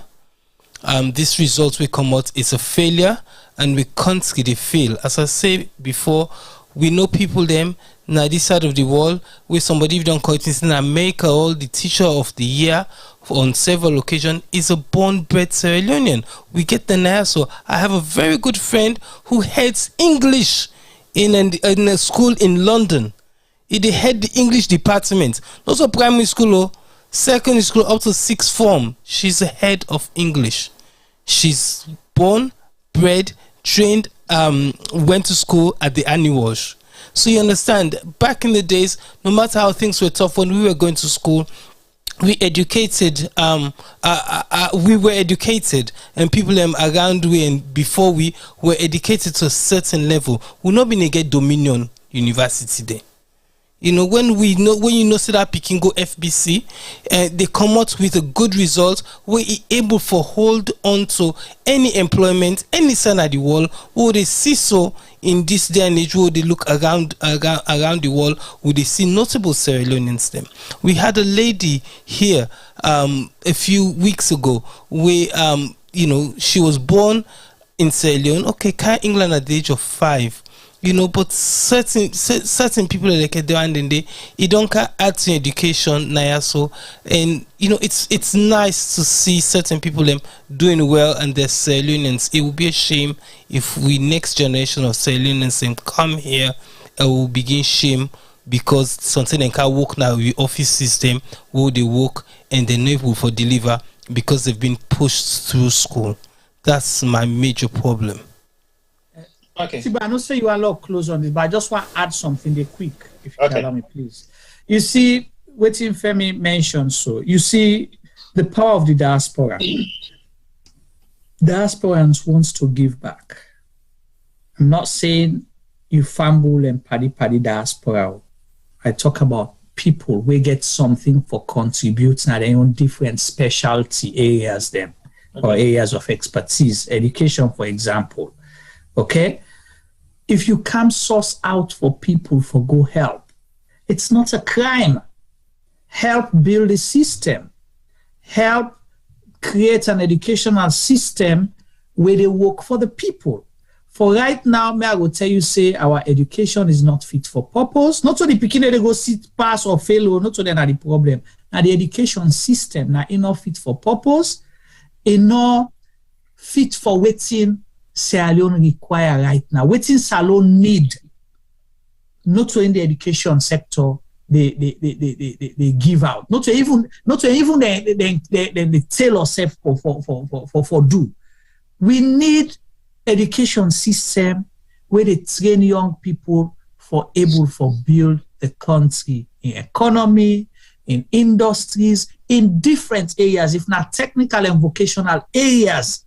We want for specialize on. Let we focus on that. Build the education system around that. But right now, we depend on all things outside. Gambia, the majority of teachers and the institutions and from primary to tertiary level were displaced and refugees from Sierra Leone. Even now, they still have them there. We see the level where they don't go, how they continue to change. You did now get Gambian experts then, where they go to salon for go do certain work there. They're not even trust Sierra Leone, but then they get experts from Gambia. Our days, we used to have what? Ghanaian teachers who become as refugees, and we saw at the time how they help we. There is no harm. You don't, even if you don't need all the Sierra Leoneans, if you don't want to choose Sierra Leonean diasporans, get other people where they can at the education sector, where they can work with you. Don't start throwing figures at us. Now, just that's about add. Okay, go on, Femi. You still want to add something to that? Yeah, a couple of things. And when we been go school, we get teachers that we can do teaching practice from this side of the world back. Yeah. Then when they go Sierra Leone, go spend a few years in Sierra Leone, harnessing skills him. But again, Juma touched on one thing where I think Semise talked about before, about educating our children or our youngsters for serve Sierra Leone. I wonder how many people will go through education system in Sierra Leone will don't actually get degree and they're not able to work. How many degree holders we have in Sierra Leone that are currently on, I don't go say unemployed, are not in the jobs that we then study for. Because really and truly, as I say earlier on, we get for look at we market. we get for look at the 7+ million people them who get. We get for look at the high percentage of them in there. We get for look at what we can use the young skills, the young people and then skills them for. We can't just say all man they go be politician, lawyer, doctor. Well, we'll not even get doctor them. But you know, we have a lot of people in the sky for study law. Then it's because they know say if you be lawyer, you're going to be this and that. But we get other sectors them we very, very important. We know they really train teachers them. They make most of our teachers are just dead no more because other work not do. They not get teaching at heart. You understand? We need for identify certain skills them where we need and train people them towards that. I think those are the things. And sometimes when people are within a salon where they make their decision here, so most probably they haven't got a clue. So as Juma say, make them come. If they spend some of their money then they in bringing the knowledge from other places, them for not for can teach, but for can help them set up the structure. Would take our children a long way. Anymore, Femi. We don't train teachers anymore. Well, I just want to ask whether we still get the Milton Magai Teachers College. We don't train teachers anymore. Now Milton Magai is a university. That one it was a specialized area where teacher come and can teach from TC Force, HTC Force. Say you end up get bachelors in education. You see the level there, teacher certificate, higher teacher certificate.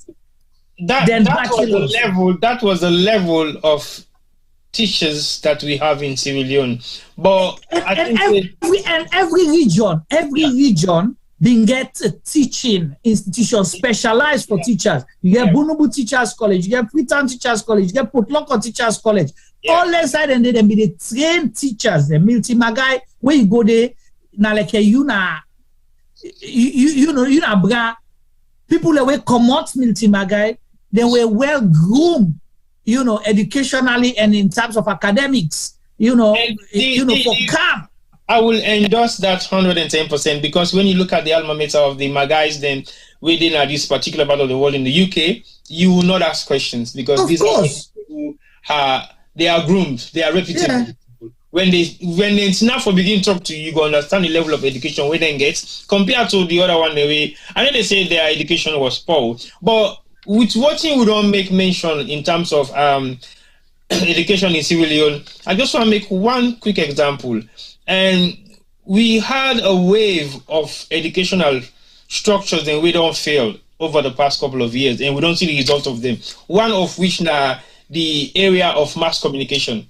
Now with the complaints say all the media people away in a salon are gam. Oh, look at the whole you are.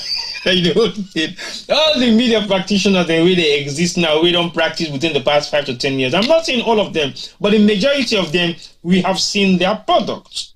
We have seen their end result of what they're capable of doing right now. So, is it successful? The whole mass comm thing? Because the whole mass comm thing was just geared towards one profession.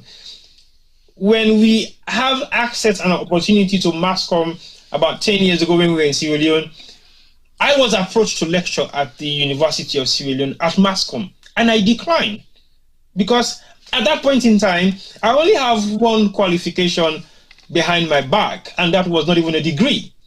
But I have vast experience in what I do, and I declined because this is an institution that I admired most, and you expect me to go back and become a lecturer at that same institution that I admired most, and I don't have any teaching qualification, not even a degree to back that up, I declined. So what I suggested to them is simple. Okay, I will not have the mandate to come and teach here, but what I will provide the faculty is to make sure that we give them an opportunity the practical skills. Let them come to we. Let them come on placement. Yeah, we give them the hands-on skills. Teach them, send them to us for semester. Come, we show now how for use camera, this, that. Then you go continue and finish up. And guess what? A handful of them accept that offer, and the handful of them will accept that offer.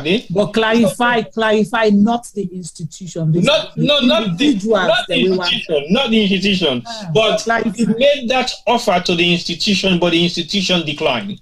But a handful of Sierra Leoneans who were attending MASCOM knew us personally, and they took that offer on board, and then come and we give them enough training exercises where some of them now will be boastfully say they are media practitioners. But that just highlights the concern of the way. Not say they boast, say that then they head the media institutions them.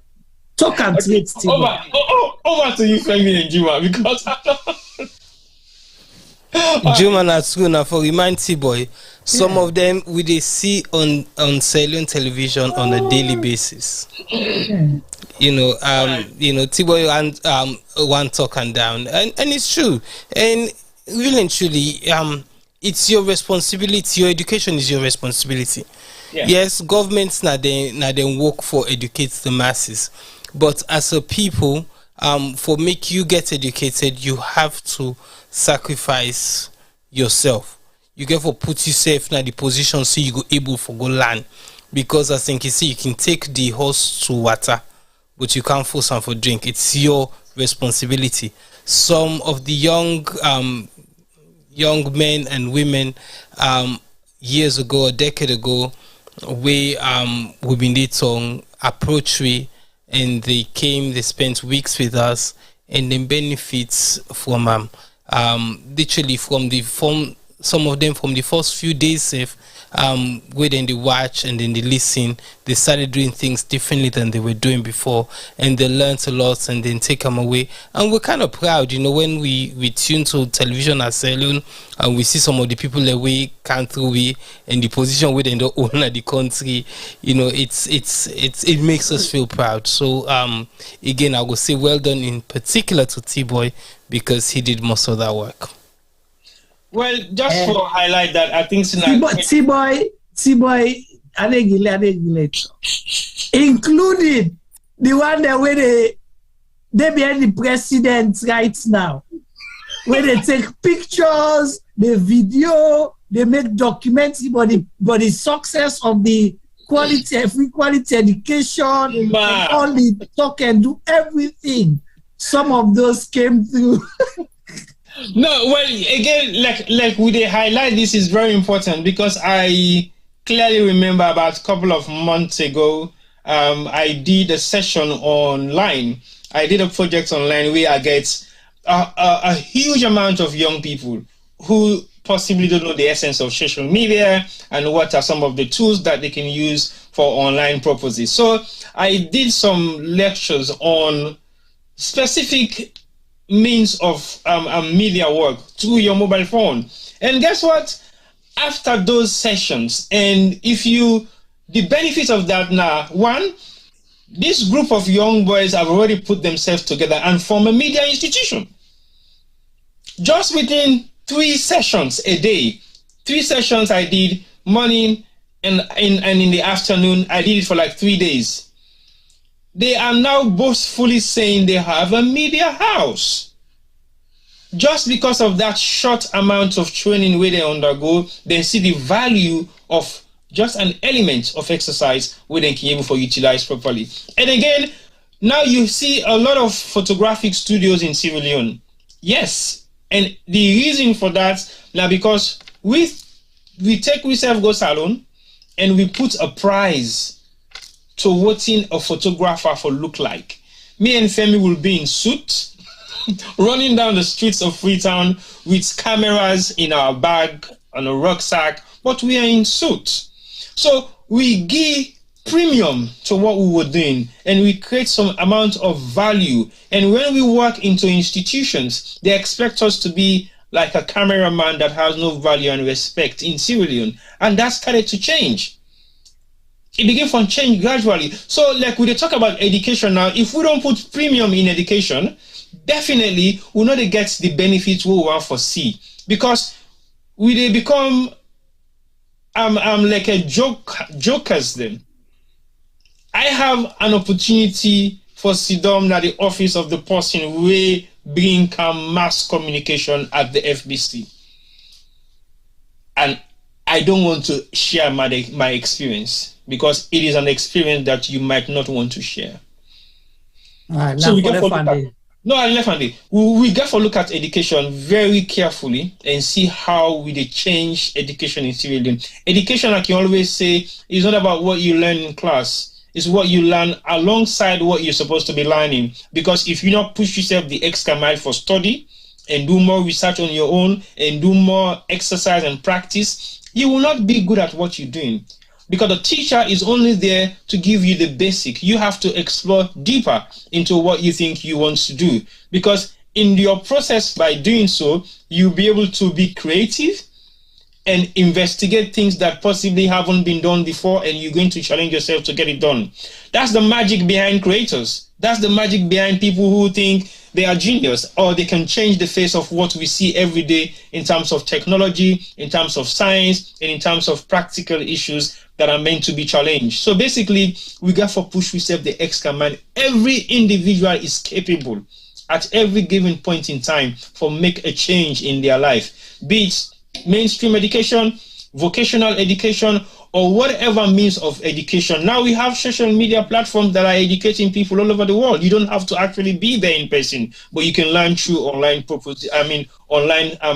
platforms that can still give you the credibility, research material that you need, can still give you the credibility in terms of the lecture that you will be able to get, and gives you also a credible certificate that will stand the times of challenges that you might have in the future to say, yes, you're qualified, you've gone through the process, and you can proudly say you can do this. So let's take education very seriously. We cannot politicize it. We cannot trivialize it. We cannot use this as a benchmark for us to score points when it comes to political debates, and otherwise we are making a big mistake. And we're not going to make any difference in education if we still take it like a tool that we can use for political purpose. So let's move on. We don't come on to a very serious issue, and we get few more other serious issues that we want to talk about. We might not delve into them deeply, but we might talk about them on the surface and then just highlight few of the concerns. Then we feel to say need for be highlighted. And we Leone Star, we come into sport. We Leone Star football team don't participate in 2 friendlies then within the past 10 days, and those friendlies have proven to be disastrous. And we are asking questions. Why? We go down this road. What has changed? What is the difference in the way we look at football? And what are the main issues that are responsible for the failings of our national team? We don't do so well, quote unquote, at the African Nations Cup, and yet still we haven't seen any progress since we last game where we played at the African Nations Cup against Equatorial Guinea, where we lost. Even though we lost that game day, but we did the best we can. Our performance is non-comparable to any performance that we've put up so far within the past couple of games they all don't play. So we first friendly match we will play now being against South Africa, and the reason why South Africa choose for play Sierra Leone now because in their next upcoming AFCON qualifier, then they play Liberia. So the manager realized Liberia, Sierra Leone, they play kind of similar football, and if they play Salone, then go possibly get a feel of how they go for tackle the next match against Liberia. Also, the team not on perform well, but guess what? They lost a couple of matches, and guess who they lost those matches to? Now, credible countries like France and other countries, they really play football at the top of their prime, and they lost to them confidently. So the coach will get a massive stick against him to say, they perform well, they bring come new players, then he gets more body in a team. So in job in there at stake. So it may also need for play couple of countries, then we go get some kind of confidence within the team where for say they might beat them team, then they not go struggle for beat them team. Every other club does that. But again, we get to look at our own country and see what is the importance of us playing those matches. We still haven't been able to win a match yet. After we don't come on AFCON, we don't go we don't lost some. and we still able to win one outrightly yet, apart from the home-based team. The national team haven't done anything spectacular for make them reinforce their status in football as a footballing nation within the Western Sahara. But who is responsible? Now we're raising all those questions, but we still don't have a pivotal point that we can hold responsible for the failures of the national team for perform. You get the coach, you get the FA, you get the National Sports Association, we know the NSA, them column, we know the government hand, and then you get the players. So we have 4 wings of people who should be held responsible. So amongst those 4 people, between Juma and Femi, who are more footballing? Now Femi, I start with Femi. Who do you think should be held responsible? And what thing that you take on the 2 results they will don't get so far? The one against South Africa who lost 4-0, and the one against DR Congo who lost 3-0. Over to you. Okay, so una sabi me and my brother T-Boy, not all would agree on everything. I know. So I attentively listen and follow some of the social media posts them about Sierra Leone football, and honestly, I come from a different mindset.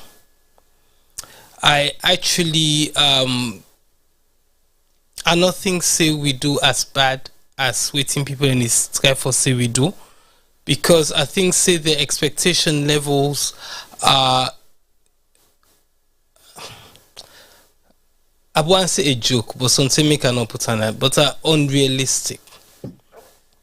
We no longer football on playing our country for almost a year.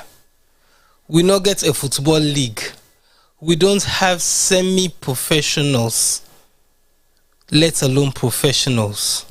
You know, FIFA they give points them for even teams that we they play friendly. So by just turning up on them 2 games and we lost, we don't amount a few points them, we possibly go a little bit further up the football ranking table. For me, I'm not expecting Sierra Leone to win these games. I'm expecting our players to go and get confidence in rub shoulder with other international players them. We have a young team. They left out some of the experienced Sierra Leone players them, then bring in other useful players them. I think so they even changed with captain at some point. So we're building and we're getting them players so a taste of international football. So even the players them what they get, where they playing day in day out in leagues them in this side of the world, inexperienced when it comes by international football. So we're not all the entails not get for fall in place all at once. We'll get for build slowly, forget there. I think say there's a rush because we been get some results them we favor we mask the problem we'll get during AFCON. Yeah, we accidentally qualified for AFCON, and when we reach there, we accidentally draw with a very, very good team. Yeah, but football na biscuits. Yeah, Akrit instantly can beat Manchester United, or can beat Manchester United, can beat Manchester City or Barcelona on a particular day, but not in regular occurrence. It's not possible for make the underdog they win competition. Yeah, you can win one game in particular because Golka you weigh that DJ.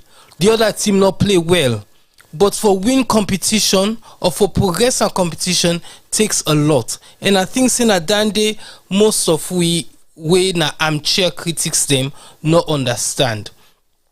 Yes, it's hard when you see them beat you team full note. It's very painful, but we get for look at the benefits them. As I say, we don't amass a few more points them by playing those games, because if we don't been play them, we forget even less points them and all that team them for can pass we, and we for the go down the table. And the young guys would have learned from these games. that full not lost they go make some man and think. Somehow we hold on to the ball too much. Sometimes coach go tell and say, let me come in tell you say we get this ball now for pass and quickly. So when he been in a practice, when they tell and they not be understand, but sometimes after that 4-0 defeats day, he go understand a little bit better. You know, it's the same problem we're having in our football now with the gets now the education system. Yeah, because we had a false dawn, we don't accept that as the norm. So now when reality bites now, we shocked. We're like, what's happening? But it's not what's happening. We haven't had a Sierra Leone football league in God knows how long. A proper football league, working football league. You know, football not play at all in Salon for almost here. So we have to be realistic and say, this now supposed to be a project with something over 10 years or 5 years or whatever, 3 years. Now they begin to see. So we hire a young coach, we get young players them, and we coach them for play together and build something for tomorrow. Now that way we didn't miss him. So for me, all the entire so about the coach is not good enough. I think it's just unrealistic. There might be other coaches out there that are good, but trust me, Elect could get the best coach in the world. Elect then go be Mourinho. We can play 1 striker and 10 defender them or 10 goalkeeper them. We still won't progress because there's certain things that we will not put right in the country. Yeah, we get for mix the international Sierra Leone players them with the homegrown, but unfortunately the homegrown they not even get jobs them because football not they pay them. They not even get jobs them. We go put food on the table. You understand? And those are the problems. If you can't afford for good train and not for good work, you can't play football. If you can't afford for even go work because job not there, how you they get money for buy boots? For go even go begin train? What is happening to our grassroots? There's so much money where FIFA they pour into Sierra Leone, we know they reach side for reach. So there's many issues. And the coach after the first defeat, he actually took you know, he sounded very frustrated. He sounded where people then begin criticize him. They say they make excuses. It's not excuses. He couldn't get his squad when he needed them because of visa issues. You understand? Then they not did down to them. The people that were responsible for football and with the Sierra Leone national team to go play for ensure certain of them are in place already before the team they even reach there. You know, so for me, T-Boy, I'm going to leave it there for now because I will go on and on and on. I think, you know, the boys them did well. I hope they learned from the defeat where they go get. But let's be careful on how we castigate them and the coaches. All right, thank you very much. Your opinion is great, and I think everybody, including myself, will value your opinion on that, and possibly we have different reservations on that, but not disagreeing to what you're saying. But I think I will respond, and when I don't hear you from Juma. Juma, over to you. What will be your take on who is responsible? Again, like, are they similar to what Femi talk about? For me, I'm not too particular about the loss or by how many goals we lost. That's not my concern. The thing where me they say, and they mention I'm say with the liking them to waiting they happen at the educational system and so many other sectors as well. Why make we not they perform well or we not they get the value of what we supposed to forget? The things where they happen behind the scenes, where for prepare everything. Now that's we know they do well. Than a one. 2, we get this habit for politicized sports. In this case, football. We don't politicize them. 3, we don't get for put square pegs in round holes. You expect magic. If you put, first we not get foot for go play ball. They expect for let's score 12. How is that possible? That is what exactly is happening now. One, they don't politicize the whole thing. From that day way, I know say we don't get problem and issues with football, not with today, we don't talk about. But from when we get a president, we say, I mean, get the key, the OP. and be only key. Now I don't care open the month to date. So now guys are wide open. Well, I don't know. So we don't know who's kind of the open because now the interest in football can grow. You are in a star. So the first thing that opening the most for you, look who they get accumulates more goals. Well, accumulate more goals, sleep na airport them. How many times do players and don't sleep na airport? This is not the third time, I think, if I can remember. How many times will players and don't sleep na road on a bus? Remember them, we don't protest even, right? For go outside, give me. They don't be need visa. They don't be need visa. For go give me. Now bus and then sleep. Okay, all right. Yeah. Not hold you that quick. I see Femi want to respond to you. Femi, go on. Yeah. All right. No, just give Femi 1 minute quick. Let me respond to you because I know I'm gonna keep on waiting. No.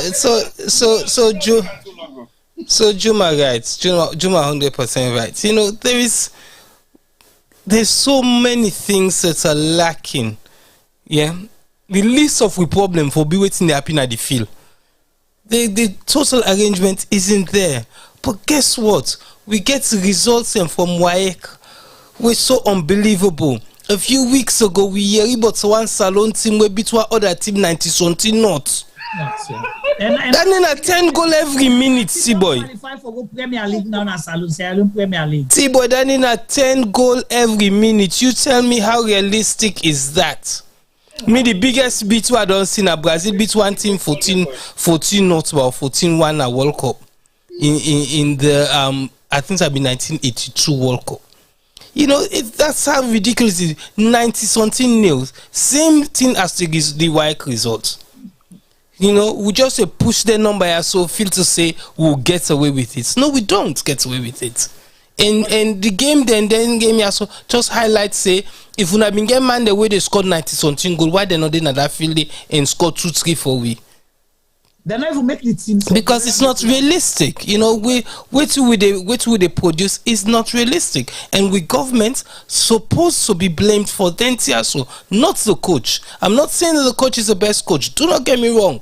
I am saying that there's many things that where they happen around Sierra Leone football where they ensure say we will not get where we want it to be in the next 10 years because we not begin then for dig then go on then it for sow then seed then this. We need to do them and they first before we go able to see progress on the football pitch. We might not draw with Algeria, but guess what? That was a fluke.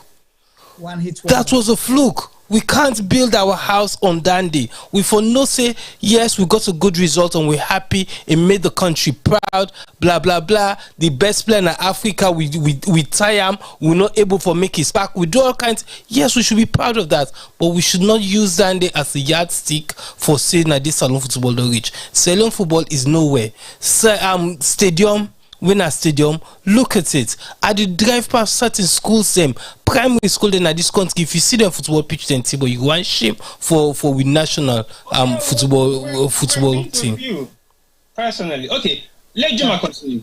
Tell me. Yeah, so as I they say, me not care about what happen at the field, and that the thing that will happen. But I don't highlight some of the big things, them politics, putting people in square peg in round holes. But he said don't begin highlight. If you get a country where they spend $40 million for renovate old stadium where they built in the 70s. How many more stadiums then where you go build with $40 million today? A lot, quality one.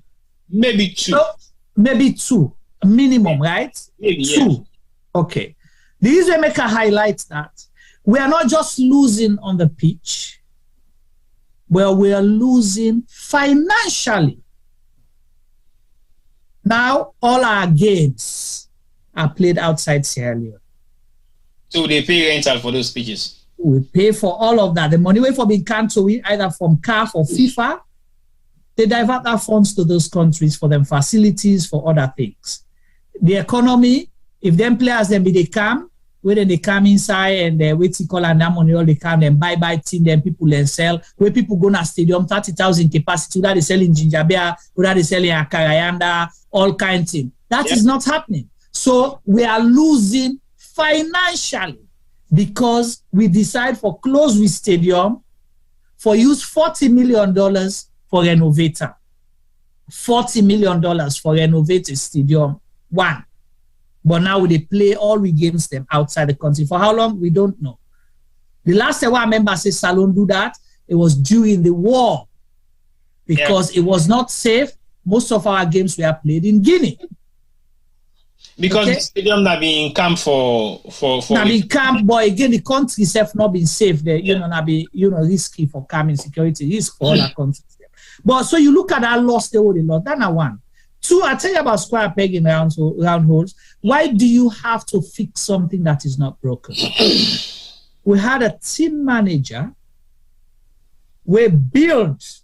We make. Remember, you see how this country they reverse? We make with players them begin wear suits or blazer or jackets. Okay. Or look presentable, barb fine, wear them jackets for going a game, right? Who's team manager you talk about, sir? Christian. Okay, Christian Dauda. Christian Dauda. Okay. Right? When he come in, what's he make? Now, I tell you about putting square peg in round holes. Because Christian Dauda get management skills, he get organizational skills, he get leadership skills, he get the business, the corporate kind idea for know about branding, what it mean, even to the player, your moral, self, how he go sleep quick, he make sure say he gets in 3 course meal a day, where then they prepare, say where then they together, then bond as a team, then they go sleep at the best hotel, the team manager, either him or he don't send advanced parties them for go prepare for the players then. But now what happens? Now we have Now we get the millionaire, the timber mogul, now in the day. And we see what's happening. From that time, when I last time you see the blazer with the player there.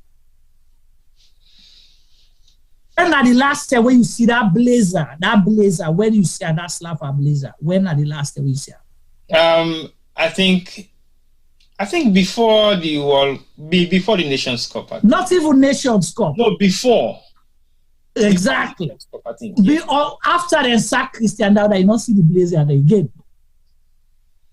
Now green, normally they wear green polo, they wear Sasco, all they wear the t-shirts now, they wear color. You understand? So you look at that kind of thing, they then lost them day, and you feel so we'll go do better on the pitch. Well, come on.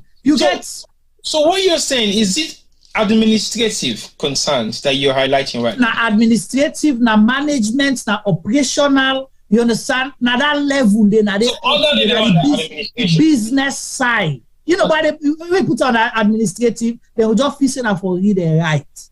Okay. You understand? There's a lot more.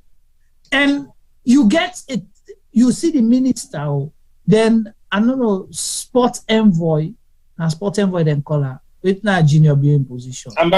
Sports ambassador, the minister, the director, they all stuck in Ghana airport. Then say the excuse, then say they be supposed to go for visa, or the South African people they don't tell and say una come no on a holiday will go open just for una, but wait and go there and call them, they not pick up. That's a lie. No, there was a document that somebody sent to me. We verify and clarify. Say you can apply for South African visas. Now they come to South Africa in Freetown. They have they say for being take time because there was some kind of holiday being in Ghana. If we play them in Sidom, so now that make them go Ghana in Sierra Leone. Wait, T-boy, wait. Now they tell you now waiting the report and slap. And I make I tell you say they go lie pan and safe. You understand? You get the homeless players that we don't choose. One person will take them, passports them, and go with them, visa them, and come. They all don't need to be there. Even when they Ghana, they're not all they go to the embassy. Now one person, now they go with all the information, they may wait to call and then go visit them. So what these people are focused on is the per diem. Okay. If they spend 5 days in Ghana partying, it's paid for. So are you saying? Yes, man. Are you saying the coach John Kister have the right to make certain concerns about saying, what do you expect us to John do? Kister don't suffer this before now. Remember from before we go Nations Cup, and it got worse when doing the Nations Cup, because when you politicize the game, that's the problem. The people that make the decision, not to the one that we're supposed to make up. So the sports, the part when they sabi, even if John Kister rank out other people that we go help them, they will not succeed, as Femi say, because the wrong people then, and then they make the decision. Babadi is a politician. Babadi is connected to politics. Babadi get money outside the country, you know, inside the country, where they deal directly with politicians. So the John Kister just did it. He go try. The only time he go see away for give bad name. When Leon Stars draw, was John Kister praised? No. When Salon lose, now that them blame. They say the coach get bad out for the player. They not so. Okay. Now let me twist it a little bit. In the scenario where you just highlighted, it's based on administrative structures, running affairs, and the planning of everything. I agree. But now let's take it now to the responsibility of the coach and the players. What do they expect from their performances? I remember Femi make mention, say, the team is young, you have to give them time to grow. You don't have to worry about the scores because we are developing a brand that hasn't been in existence for a couple of years. But my concern is, one, do you agree with the performance of the team regardless the state at which they were supposed to be playing at in terms of their preparation? Are you happy with the performance of the team? Because that is my concern. No, I would say yes. Again, for the same thing way Femi mentioned, these are friendly matches then. Sierra Leone is still growing. We have a long way to go.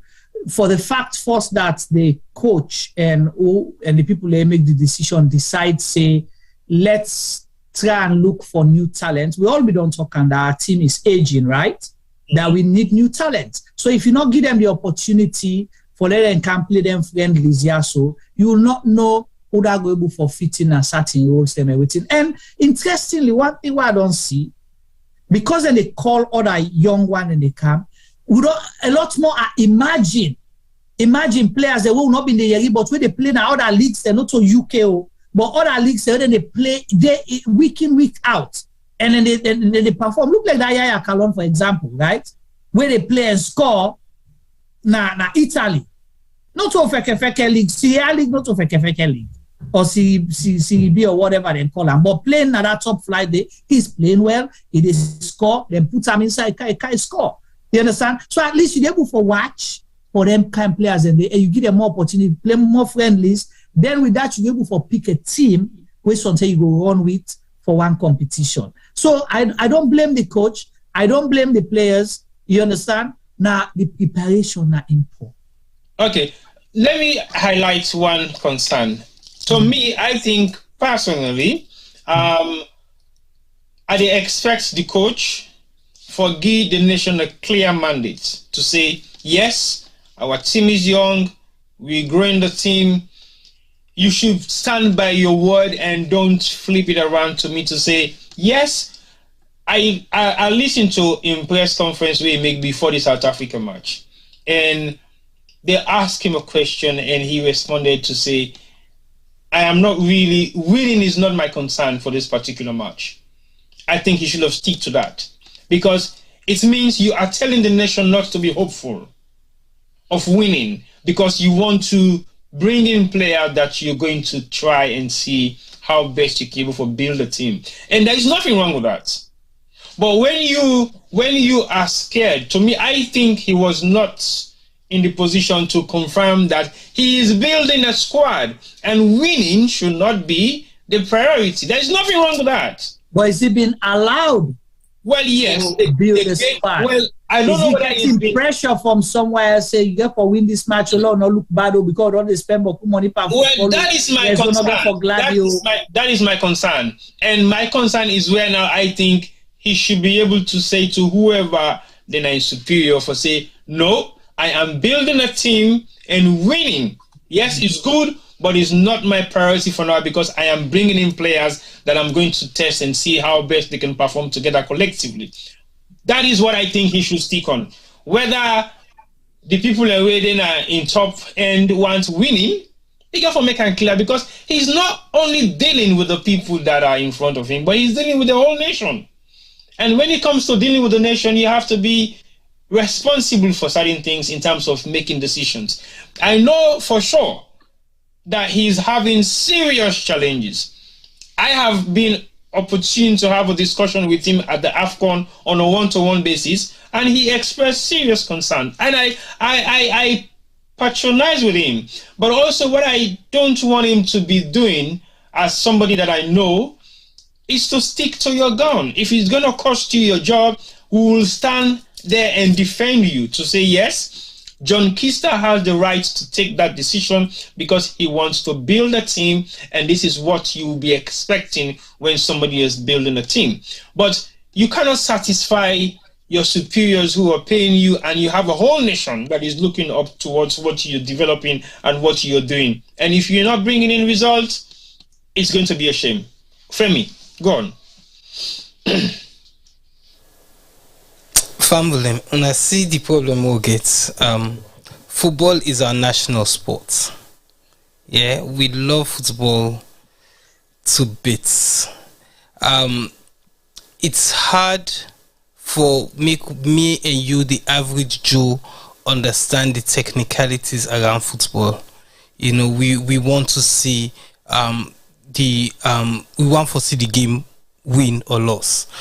I remember we filmed one of the young Sierra Leonean football matches them recently, and one of the Coach Charles, actually not being Coach Charles, now being Coach T-Boy, actually say, you know, when you lose a game or you win a game, it's not necessarily about the players.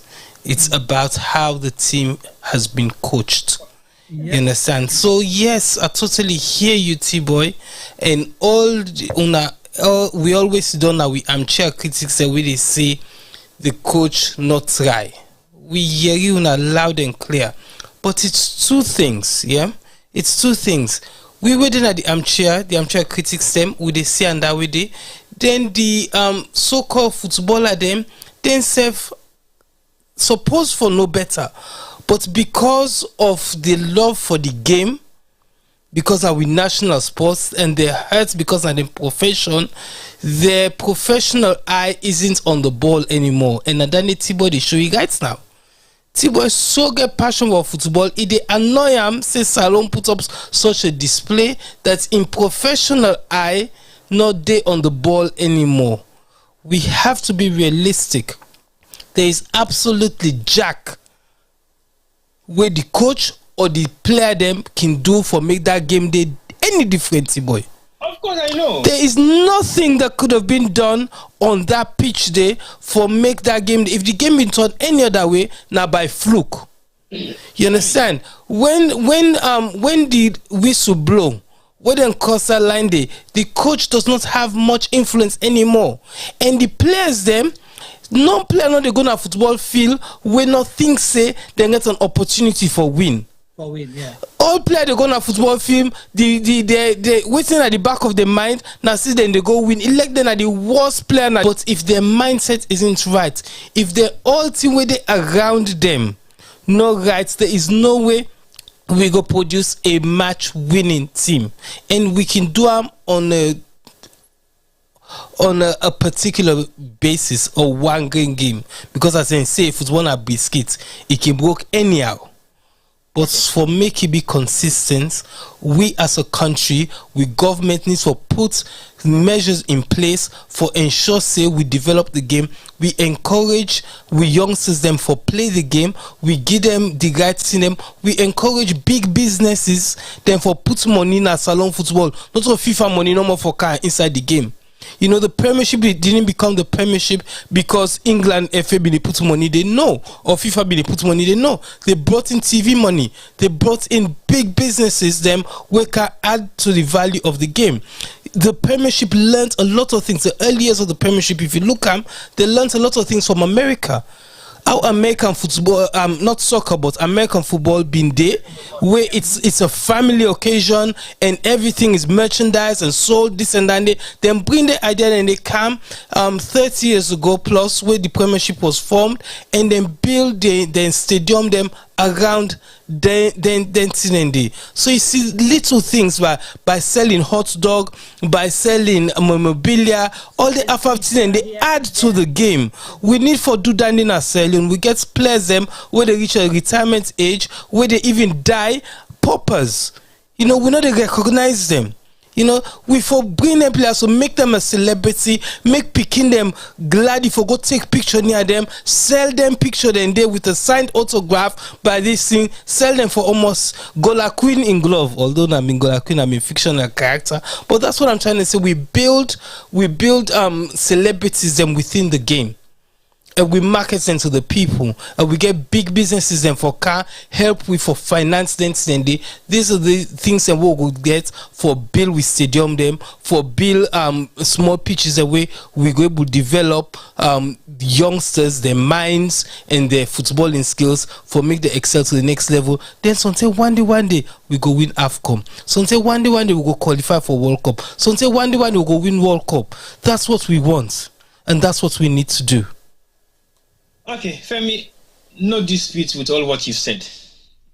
Over to you, Juma. I come back to Femi. Yeah, T-Boy, the things that Femi mentioned so about the coach and the team.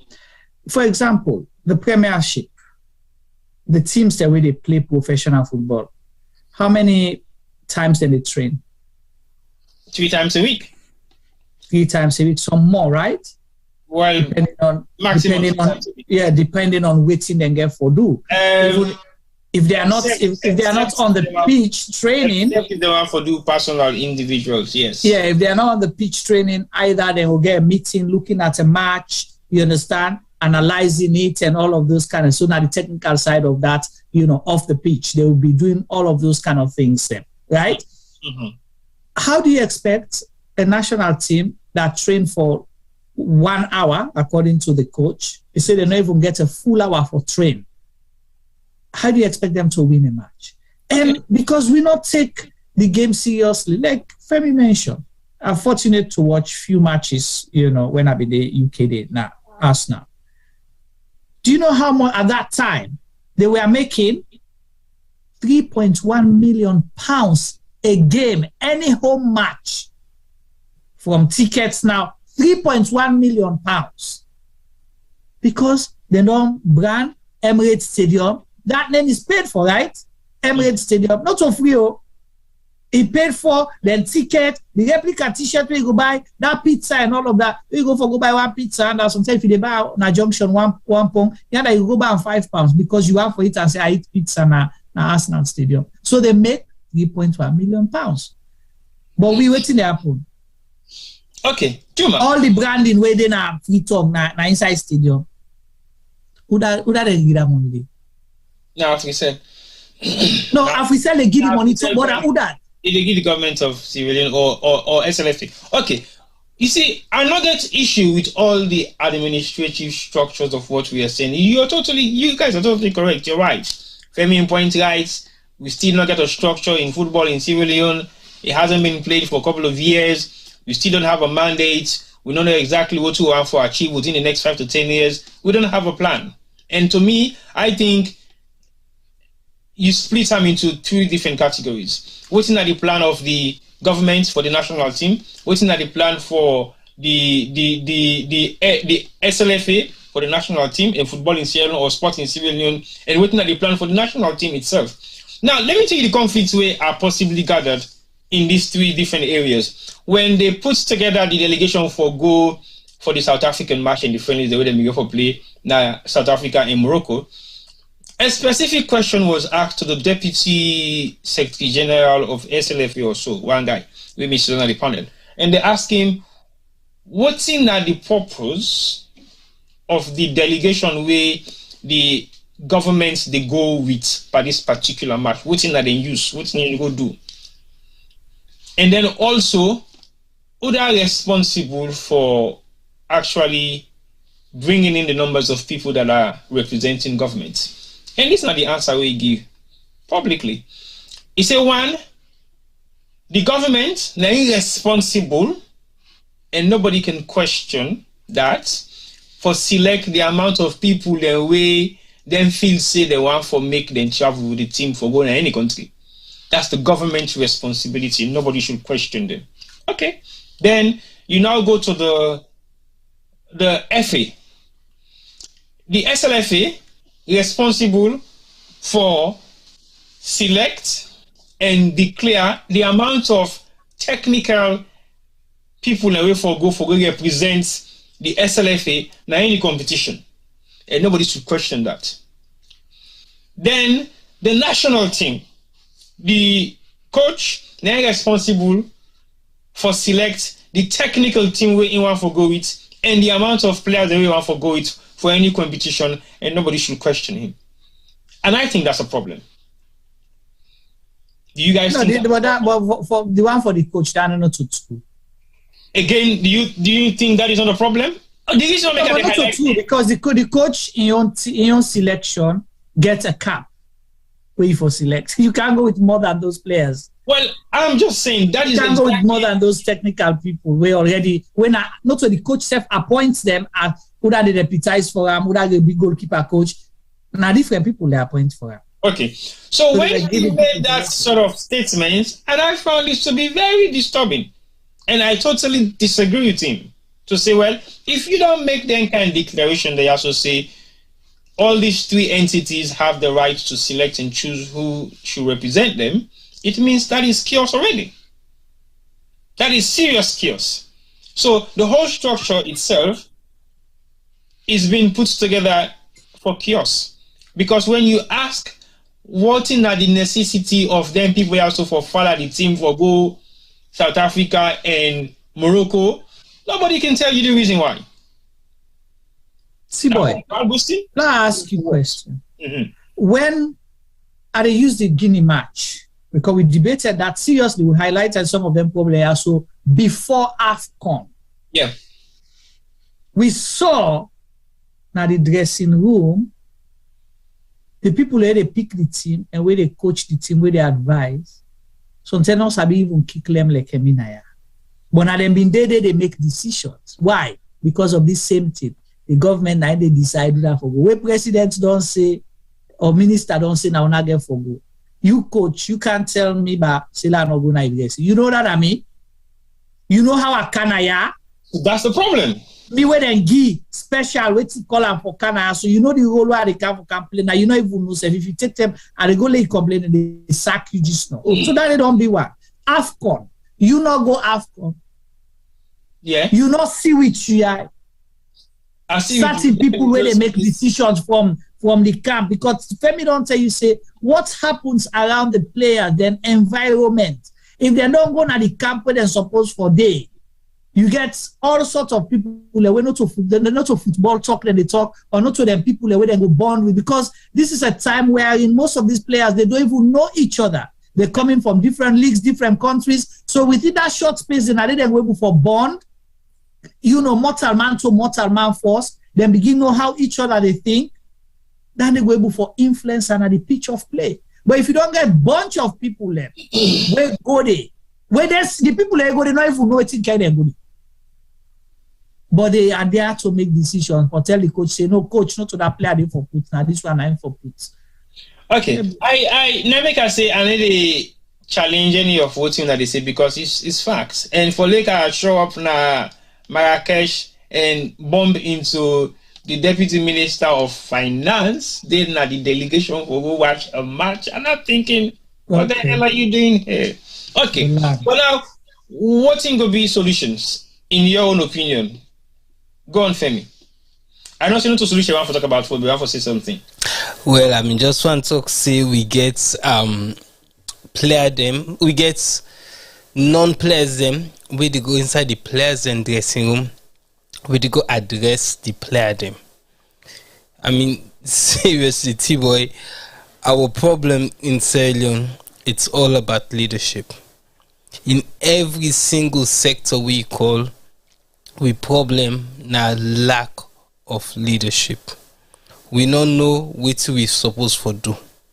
We spend all them boku money also in the wrong places them, as una say, square pegs in round holes. We get for really and truly peel back and look at things them from the basic level who don't they get wrong, because that's the problem. You can talk about education, you talk about health, you talk about sanitation, you talk about football. No matter what you talk about, if you not get your basics right, you're going to fail. I mean, no matter, I don't even want to encourage this talk about sacking the coach. Because you can replace her with the best coach and no results will be different.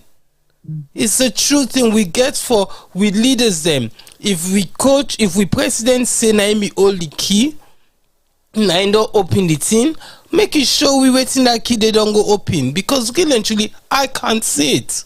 I can't expect Leon Stars for perform with waiting with the resources that were there on the table. It's not possible. Many different ways, as I say. How the hell are you going into? People are going into the changing room, the player and the coach and the technical staff for your ministers, your people of government. You're addressing the players, telling the players they're waiting for go do a pitch. You will not qualify for the position where you are go. I don't know who see a lash you kick a lamb before I say ball. You are go advise players them on waiting for doing at the pitch. Those are the things that are wrong. Yeah, as Chuma say, you don't need everybody for go take visa. I don't do where they travel in groups of picking the way picking and travel in groups. You know what they do? Then they get all them passports them. Now one person and they go give. I don't even see when footballer then they travel. I don't even see when dance troupe them they travel. Now one person and they carry all the documentation, they handle all the documentation. The other and just then a back half no more. You know, really and truly, most of our so-called leaders them train abroad, train na countries them, developed countries them, where structures are in place. It's ridiculous that they're not able for thief or for learn some of their structure they also for go implement our country. Implementation is our problem in Sierra Leone in every single sector. Okay, wrapping up on football. So what would be your take, Juma? So I would say allow the game for play, depoliticize the sports, try for learn best practices from other countries. If you think, say, the administrative side they will get problem, write to FIFA and CAF. Let them give it technical people then for can help you for structure how to manage football. When you learn for manage that, then you can still get your election for the people that we want for make data for political reasons. But the administrative side, the operational side of the sport, leave it with people that we get the skills at the different areas, and then they go help with a little bit. That's one. Two, allow the coach, not get the cow, you hold the rope. Give them a free hold, you give them expectations for say, when you come for big coach, what is your target? Tell me, what do you want to? We all do perform. We all they do. What you call them? We put in. We have aims, we objectives and goals we want to achieve at the end of the year. At the end of the day, you can't see they get you 1-to-1 performance rating. They ask you, say, you will put this, and at this Nabi who say, you don't achieve all of this, yes. Who say you feel, say you for improve? They tell her, okay, they expect, say, if na money they bring come, if we improve by 5% or 10% every year, for example. It's the same with the player, the coach. My goal is to make sure that we qualify for African Nations Cup. We forgo past the group stage for World Cup. So you don't set targets them for you. So now that one day you they measure and buy.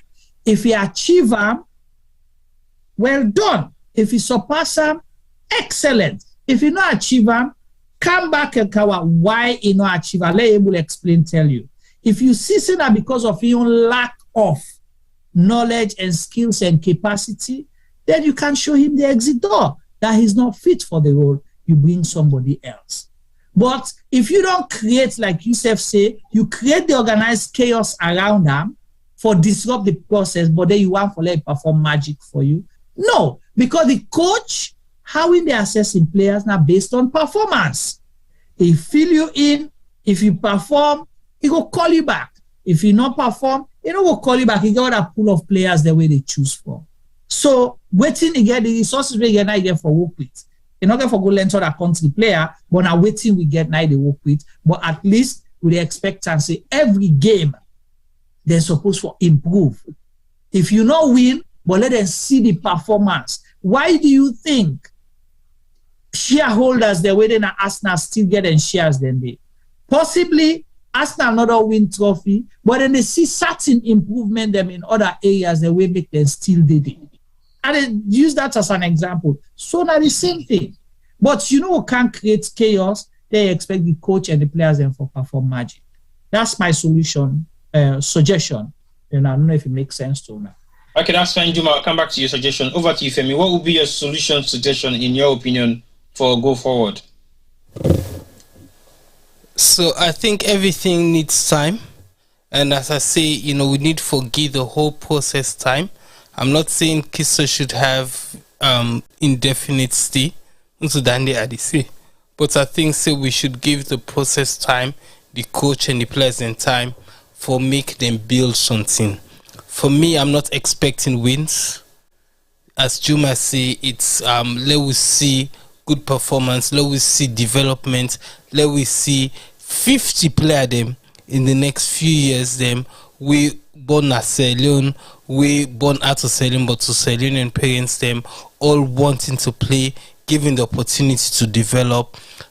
Because when then thing they happen, we go gladly. It lets them beat we why not. We know say we play well. We know say there's challenges them where we country get, where the football association gets. So we're not expecting miracles. We just want to see progression.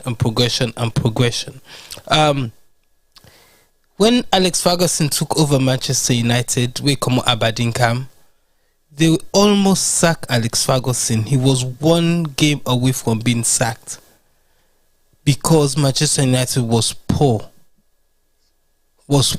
that season, but they kept hold of him, and right now he's been hailed as possibly the best football manager with the world will ever see. I mean, it's not Liverpool man they talk.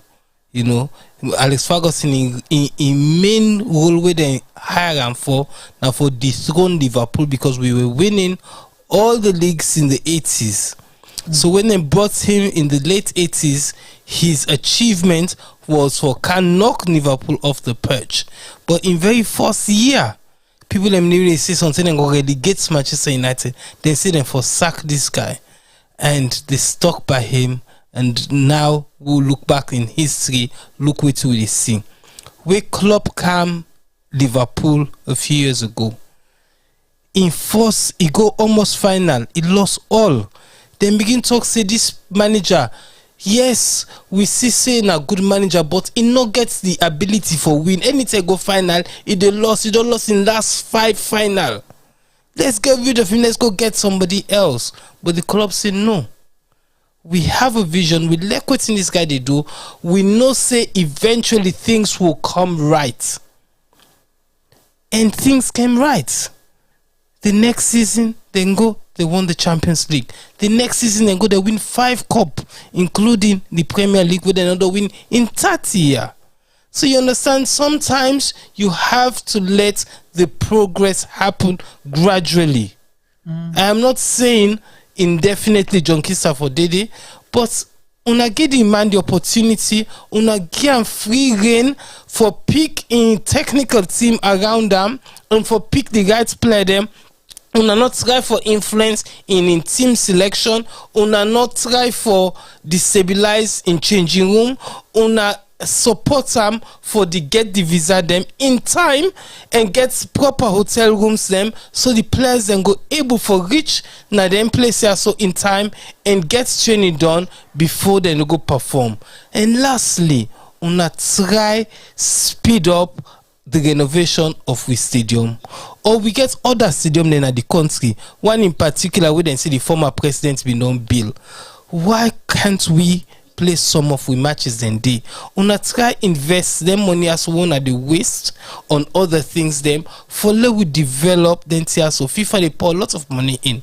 Let's look at corporate responsibility for some of them multinationals and where they make billions of dollars in our country. Instead of them starting people and putting money in our pockets, let's invest these monies into building infrastructures them and structures them. We go make we country develop in many areas, including football. That will be my last word for this football section. All right, thank you very much, guys. I think most of what has been said by both of you makes so much sense, and I think if the people that were responsible for sports or football that salon they watch, then able for learn from voting on all to don't say, and it will be a meaningful contribution for change the game overall. One thing we want for emphasize on what Femi make mention on right now, the fact say why can't we use the stadium we'll get now salon when at the Bow Ranger, when at the Bow Stadium, the stadium within a Bow town, and it is not a FIFA approved stadium, and then get a regulatory mandate now for all FIFA approved stadium. We forget an updated media platform. We deal with everything we governs the game. So if you not get the right credentials for make you stadium pass the test for make it be a FIFA approved or CAF approved stadium, then it will not be utilized for that particular purpose. I think Guinea itself gets similar kind of problem. I make the games and don't move to Liberia because Guinea be also there on a final stage of making their own grants CAF or FIFA approved. That is why the games have moved from Guinea now to Liberia and Morocco. Over to you, you want to add something? Yeah, I mean, just one touch on that. So really and truly, we stadium na big stadium. Yeah, for go innovate them from bottom to top, it's going to take a while. Yeah. So why if you're saying that one of the key reasons them that the media area we're not doing at the Bow Stadium, why couldn't we have invested that money and change Dande, because that's is a slightly newer stadium than Chaka Stevens Stadium or National Stadium. Yeah, so I'm not saying a small money, it must still be boku money for fix that Dande and then renovate the Salon Stadium. So we had an option. What this guy for says, I think our so-called people where they make their decision as not quite understand what in they do wrong. You know, it would have been easier for revamp a newer stadium than Chaka Stevens Stadium, where possibly, really and truly, we for break and can down and rebuild them. That in my opinion, but that will take longer term. So before we do look at now, we go patch them. Why couldn't we have used that stadium day in the certain districts? Them we're close to the administration in power. Why couldn't they just add to that stadium day? But I guess they don't want to do so because of Udabilli Stadium. Then I know that topic for another day. Tiboy, let me just ask you a question. Good. How much it take for renovate or for build the media AIT system at Parliament, the Parliament of Sierra Leone? Parliament? You mean in terms of finance cost? Yeah. It depends on what's in the logistics. How much it take for renovate State House, the president's office, he puts the green, white, and blue coat of arms na ground, change the window cuts in them, put bulletproof, all of those things. The reason I make I ask you this is this. That is fast tracked because it's serve waiting certain people and interest and for them comfort, right? Parliament, then everything now they get computer way they make it up. Hello, speaker, you catch me eye, took me eye. To State House, they renovate. You understand? Quick. Then do all that. Almost millions. Certain people then they enjoy that. So you want to tell me, say if they spend $2 million, last stretch them a little bit, they're not able to make the Bow Stadium, get the media things the way it need for meeting international standard. Now just minimum no more. Go on, yes. Juma, it go past 2 million. Anyway, I don't know what thing guys so here for do. I just put figure. But don't forget, this is my area of expertise. I understand it costs more, but I want to let you go watch how much money they use for renovate Parliament and State House. Yeah, they're not gonna tell we. But a few years back, where they actually work on the on renovating Parliament, I actually got a call and they asked me about. They actually picked my brain. They asked me about push to talk microphones. That's what they name. That way they push, they talk. Mm-hmm. So they asked me about Dandy. They asked me waiting at me thoughts and recommendation, and it came through an acquaintance. So I gave my knowledge freely, and but these things don't come cheap. Yeah, for do the entire so properly. A small studio, if you're Ambilam, you're talking about hundreds and hundreds of thousands of pounds. We cannot even say dollars. Although the dollar and the pound almost reach the same recently. But honestly, Juma, if you want to build a state-of-the-art communication area in a stadium, I believe you'll be spending around 5 million. Well, again, I agree with you, but you go and tell me for say then spend less than 5 million for renovate how many to church now, how many microphones they need? About 200. You can never tell with these people, Juma. So exactly. if we begin guess waiting and spend, we go there tomorrow. They put screen, iPad screen. So you want to tell me say for that 40 million at stadium, they able for pull 5 million for renovate and they will serve not just the immediate but long-term purpose. Juma, maybe you have answered the question. No, I think you don't. I think I me answer the question. Say maybe that's going to be a discussion for another day. Now because of the person will be last stadium day, that will be another. But I think yes, it will be possible for me to upscale the Bow Stadium because the structure is already there, and I think like Femi clearly say maybe it might cost 5 million or more. Because this Bow Stadium is not as massive as you might think, and for run network cable them is a whole infrastructural development we get for put in place for make sure say you get a whole media structure.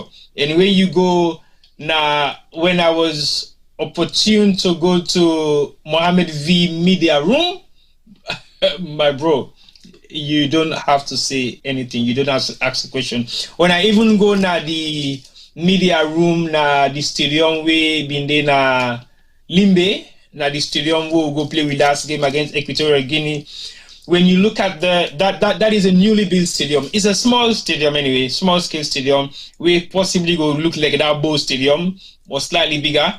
But when you go into the media room and where you look at the network, you see when you have an opportunity to be on the pitch side of the stadium there, so you just see the level of media input with it.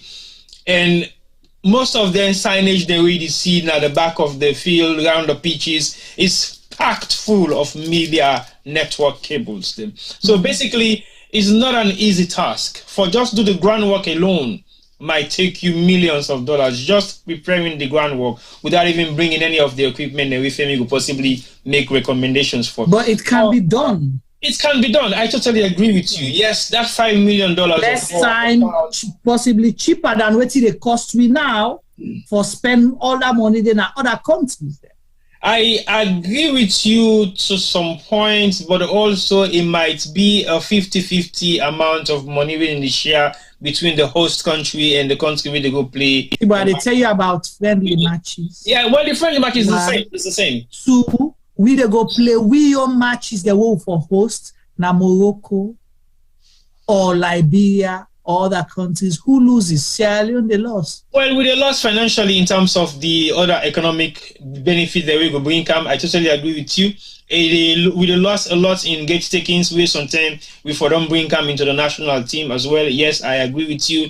But in terms of the rental of the stadium itself, I think it's something that will be split into two halves, because the country where they go rent also get for keep some amount of that funding. But over to you, Femi, quickly before we wrap up the football side. Okay, so T-Boy, Juma, last week we see the Queen funeral. Yeah, this event has been planned for possibly 20 years. Yeah, they don't see the Mamid on the Ool. They know the BBC were in charge of this event. So for 20 years, they don't plan for this day. They don't, every year then they tweak a little bit, technology they improve, so then they change this and that. But the structure was there. And from when we look at, I should say most of we go agree, say a lot of the things them were right, if not 99.9% of what they do was right. As a production person, standing a production nightmare for put on such a thing. How many cameras? Yeah, how many? Everything was on point. You know, when they cut to the guy where they play the bagpipe, the camera was there already waiting. The director where they cut it in, it cut at the right time to Dandy. You know, everything was like clockwork. Juma, T-Boy, that event day cost the BBC most probably millions upon millions upon millions of pounds. But it's forward thinking. Yeah. Right. Now think. Then say billions of people watch that in their life. So think about that in the T-Boy Juma. How much BBC go don't charge them foreign companies them where one televisor in their life. Live content costs money. Yeah. So imagine now almost money where BBC make because of them billions of viewers that we then get we watch our live. Standing on terrestrial TV, we know they talk about all them streaming companies them we actually stream. So think about how much money BBC make on that DD. When they were planning this thing 20 years ago, they invested possibly not even a tenth of that money they make. But that tenth then have been boku millions.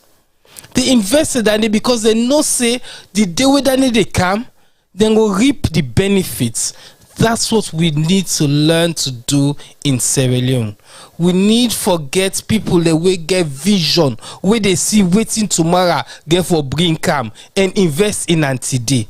That's the problems we have in Sierra Leone. In every sector, if we invest in Sierra Leone football now properly, we will see the benefits them in 20 years time, just like how BBC right now are laughing because they had such good feedback for the event where they produce, but they make serious amounts of money because of royalties the way they sell for people and for watch that thing where they don't plan 20 years ago and invest in them 20 years ago. Now last week, now they see the benefits.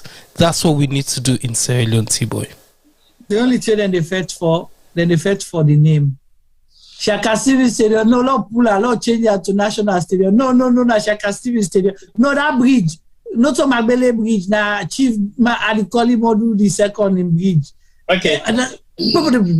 Forfeit for it. I think we go end all Sunday with forward thinking. And if you don't have that at the back of your mind, definitely you're not looking forward to achieve anything that will be of economic importance to your country. So we therefore begin think forward. And we therefore begin look at how will they change the game, how will they add more value to the game, how will they invest in the game. Like we all don't say earlier on, football should not just be a game, it should be a business, because we don't see so many different entities, them, industries, them, businesses, them, private, public, and government institutions, they really invest in some of them things there. So we I feel to say it's of great benefits to the institutions, the way they invest and what's in the benefit out of them. I remember back in the days, Ports Authority was owned by Ports Wataki, and we see the great improvements way that bring come to the institution itself and the club.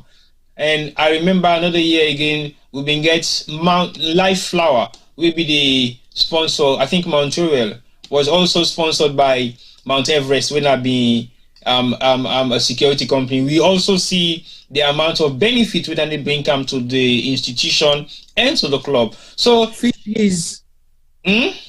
Yes, yeah, fisheries again was sponsored by the fisheries, and Real Republicans and Olympic were sponsored by the police force, and you get Mighty Blackpool when part of the military and few more other entities. Of course, Eastern Lions was primarily business owned by various different businesses and entities where they deal with the day-to-day running of the club. So we see what's not been the benefit of all them various different institutions they are. So the game itself. So each and every club in Sierra Leone, what we possibly didn't have is a built stadium, but because nobody was thinking forward, nobody was thinking of how we can generate merchandising stuff from actually progressing in the game.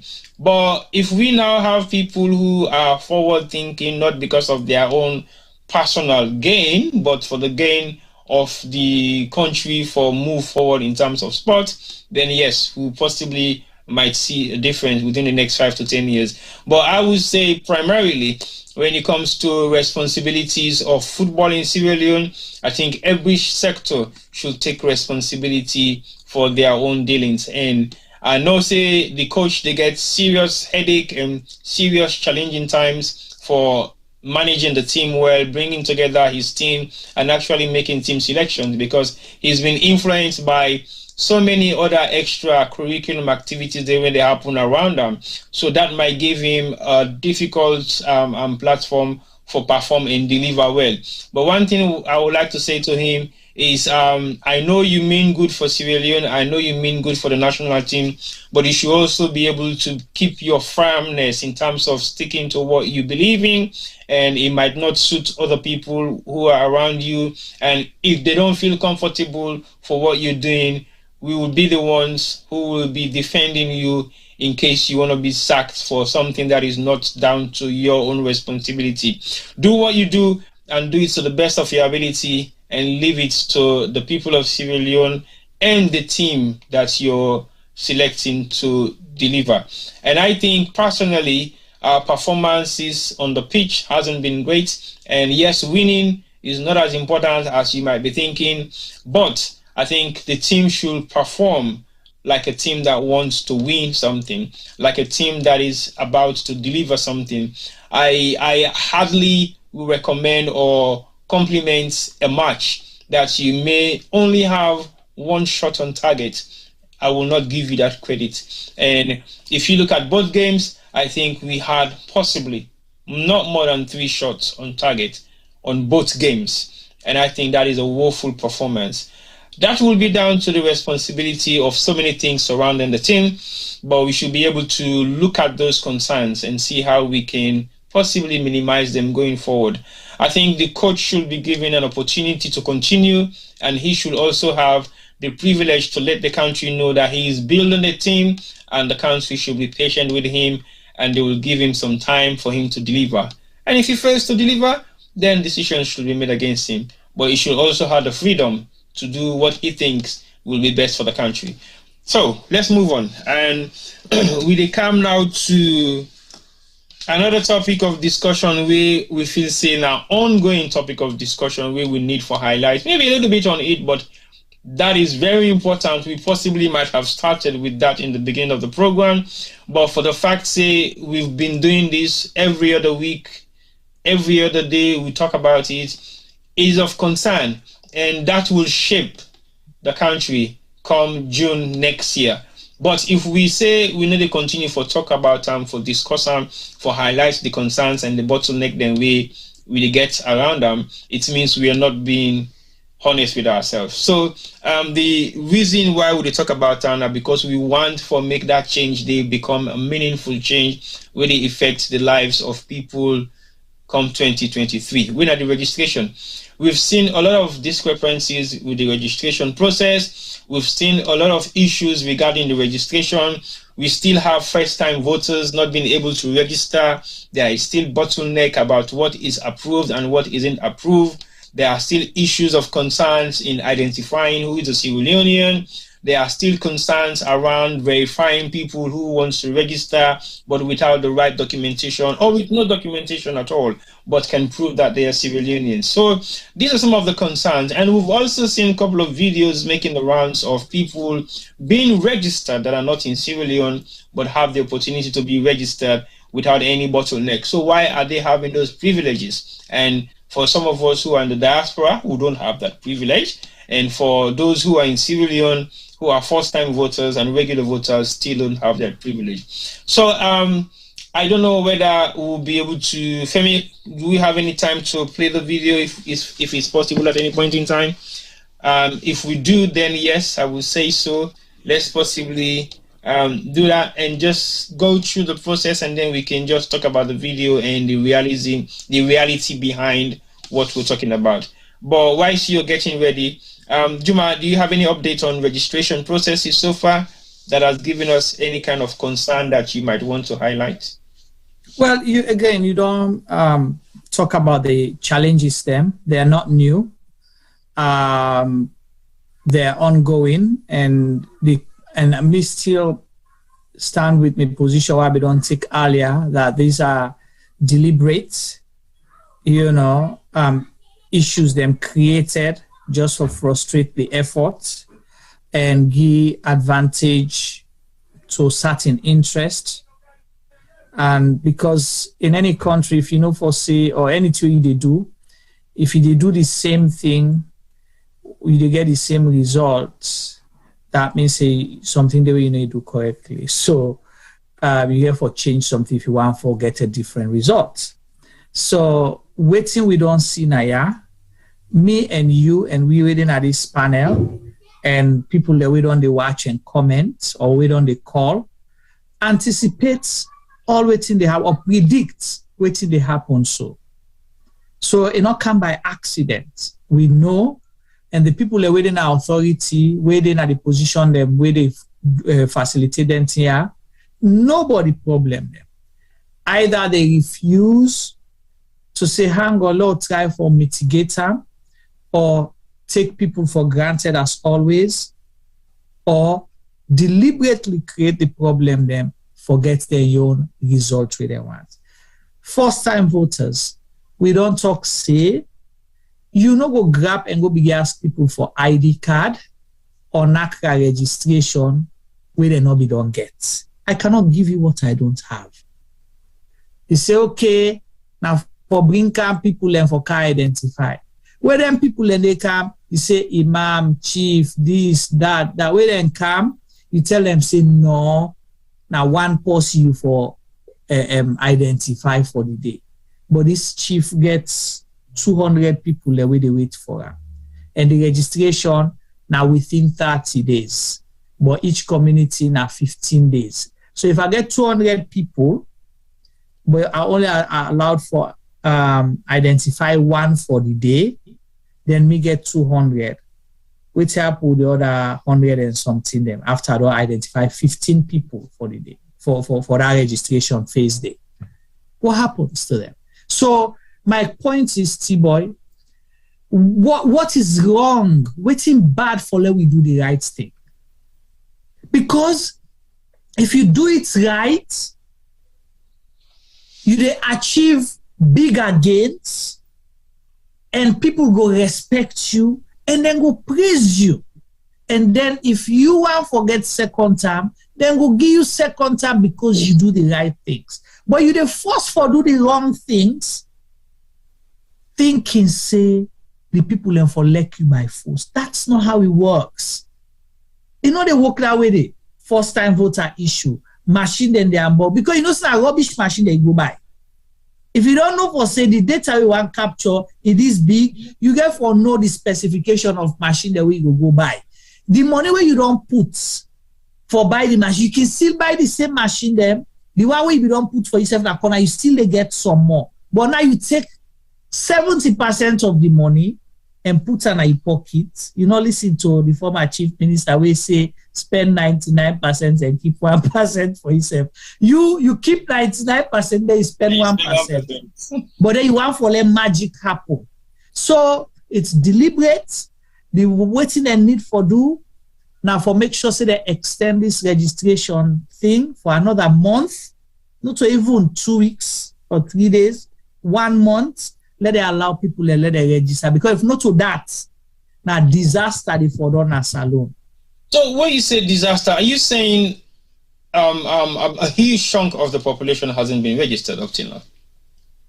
Well, the people that were eligible for register, but could not register it because of the problem that we then create for people. What you say, but we got the statistics of the registration process of the people and where the neck guy don't announce, they don't register. Do you think that is sufficient enough? So even at that, there's a problem again. You see, what is wrong for do the right thing? Why do you have to say 80% or 98%? What about the other percentage, the other 20%? Or why you they keep the figure down at 1? 2, the thing say where you they announce this, they get for break and down by areas, by places them. Almost people register na Camberwell, almost register na Peckham, almost register na Blackfriars. You get for explainer. But you can't tell people and say 1 million some hundred or register. 500,000 abo 700,000 Kenema. Break and down for people and let them see. Like how we break down the census result we show we say na 600,000 people na in a free tongue. Okay, Femi, you got anything for say on this? Any of your take on the registration process? Yeah, one defeats Juma and talk just now. We see the people then go buy computer. Wait, you say computer we not fit for purpose. We're not fit for purpose. Yeah. May I remind you that say in the 60s, I think say 1968, man landed on the moon. The computer they will then take for send man go into space. We go land at the moon. Not get half the ability with majority of computer them, even the poor computer they where they around the world gets. Right now. So let for blame the machine. Let for blame the computer them. The reason why Sierra Leone in registration process is so poor, not so because they go buy substandard equipment, now because they not train the people them we supposed for use their equipment so properly.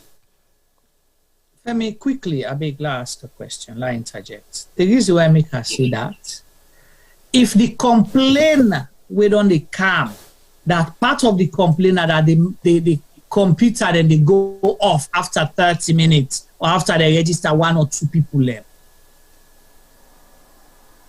Is that normal? A computer for they go off every 30 minutes, T-boy? So that is why I'm saying a substandard then go by. No, because it only normal if you don't put them to sleep for like you remotely go into sleep for 30 minutes. Yes, it will happen. Not to go to sleep and go off completely. Now, 2 different. You cannot program your computer. You can. You can program it to go to sleep, but not to go off when not able to start. Whether they say the battery not charge. So Juma, the answer there again, it is not the computer. If you go buy faulty equipment, Yeah. Well, that's what I'm saying. No. You get to know. You say I'm wrong. You say now the kind of computer we then go buy. If you go buy, no, hold on, Juma. If you go buy faulty equipment, you can buy the best computer in the world. Yeah, if the battery not good na the computer, if you go buy where the battery don't die, that means to say the moment you pull your power supply, the thing they go off. Then not to the computer in fault. Again, it's human error. So yeah, it's the computer the components. So when I say substandard meaning say the standard now forget a functioning computer where in battery life they run for certain hours. Yeah, so Juma, you need to agree with me, say there is a human problem here. So if you know see they can do something so important, you do go buy computer where in battery no good, then that's the problem. We're saying the same thing. No, yeah, we're saying the same thing, but me they emphasize more say it's a human factor. If you check, then they tell you every time you go, computers are not the problem. The problem are the people that where they actually program the computer because they not program them well, or the people that where they did it for tech the computer. So when you can vote, then suppose for every day, then suppose for get somebody who they check the equipment same before I begin the voter registration. And then when I done, then check them back and then pack them into storage. So that is the problem. Saying that the problem was deliberate. It was created. Oh yes, and I agree.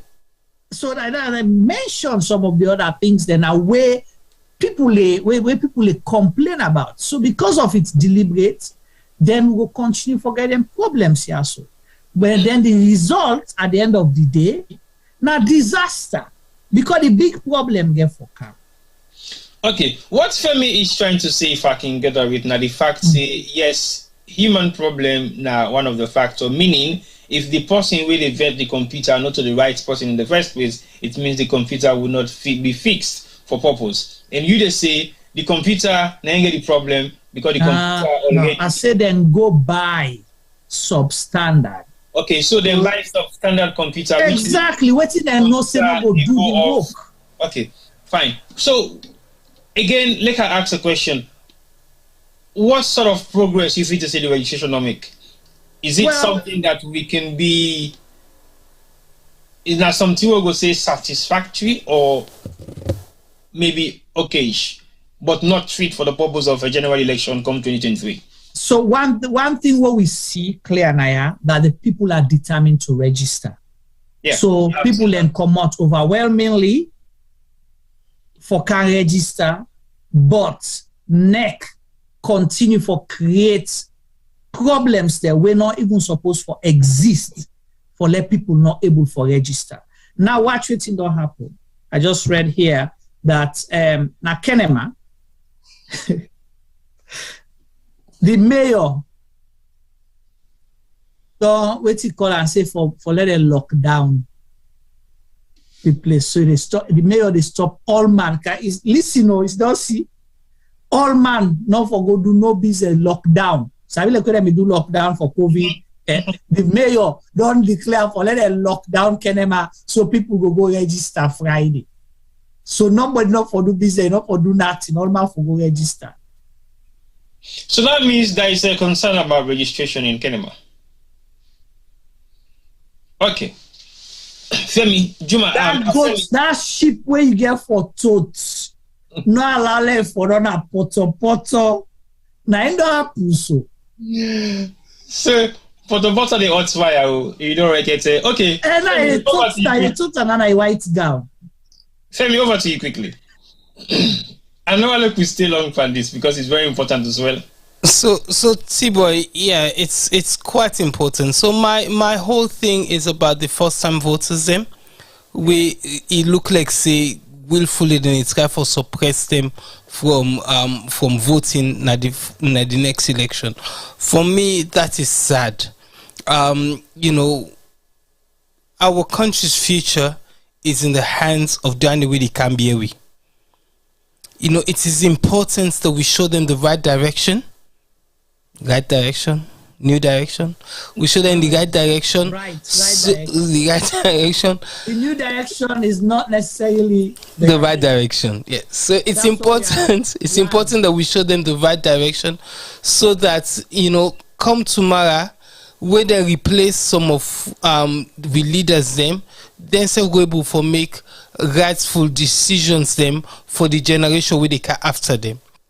So we for always want for left also we day in a better place, so that the one way they can be we go able for reach we level and surpass we level. Alternately say yes to the better past today. We need to try and change that narrative. We get the opportunity now for register a bunch of young people, and we don't come out say they want to register for votes, but yes, we put stumbling blocks in their way for not for allow them for votes. For me, that is a travesty. They are our future. The pensioners, them, yes, they're important. Do not get me wrong, but guess what? Now we picking them. Now then get for add to the purses of Sierra Leone. Yeah, they not to just the brain power where they would in later in life, but then strength, then taxes them. The pensioner not they pay that much taxes again, because it don't come to a time in life where you just enjoy in retirement, where you don't struggle for all these years, But the youngsters then go invest. Now then go they build new hostel. Now then go they build new factories them, new shops them. Now then go they carry with innovation.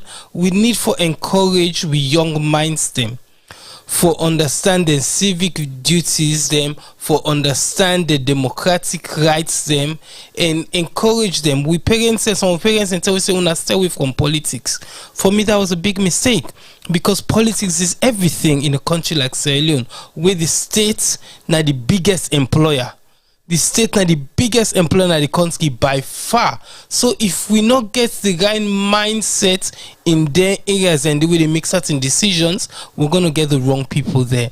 And when we get the wrong people there, they will complain, say, then they make wrong decisions. So let's try for addressing things now. Let me encourage every single Sierra Leonean for be active in politics. Not necessarily say you for go be politician, but be active in politics. And if it means you vote right, now day if for start. And for make you vote, you get for register. Because if you not register, you're not able for vote.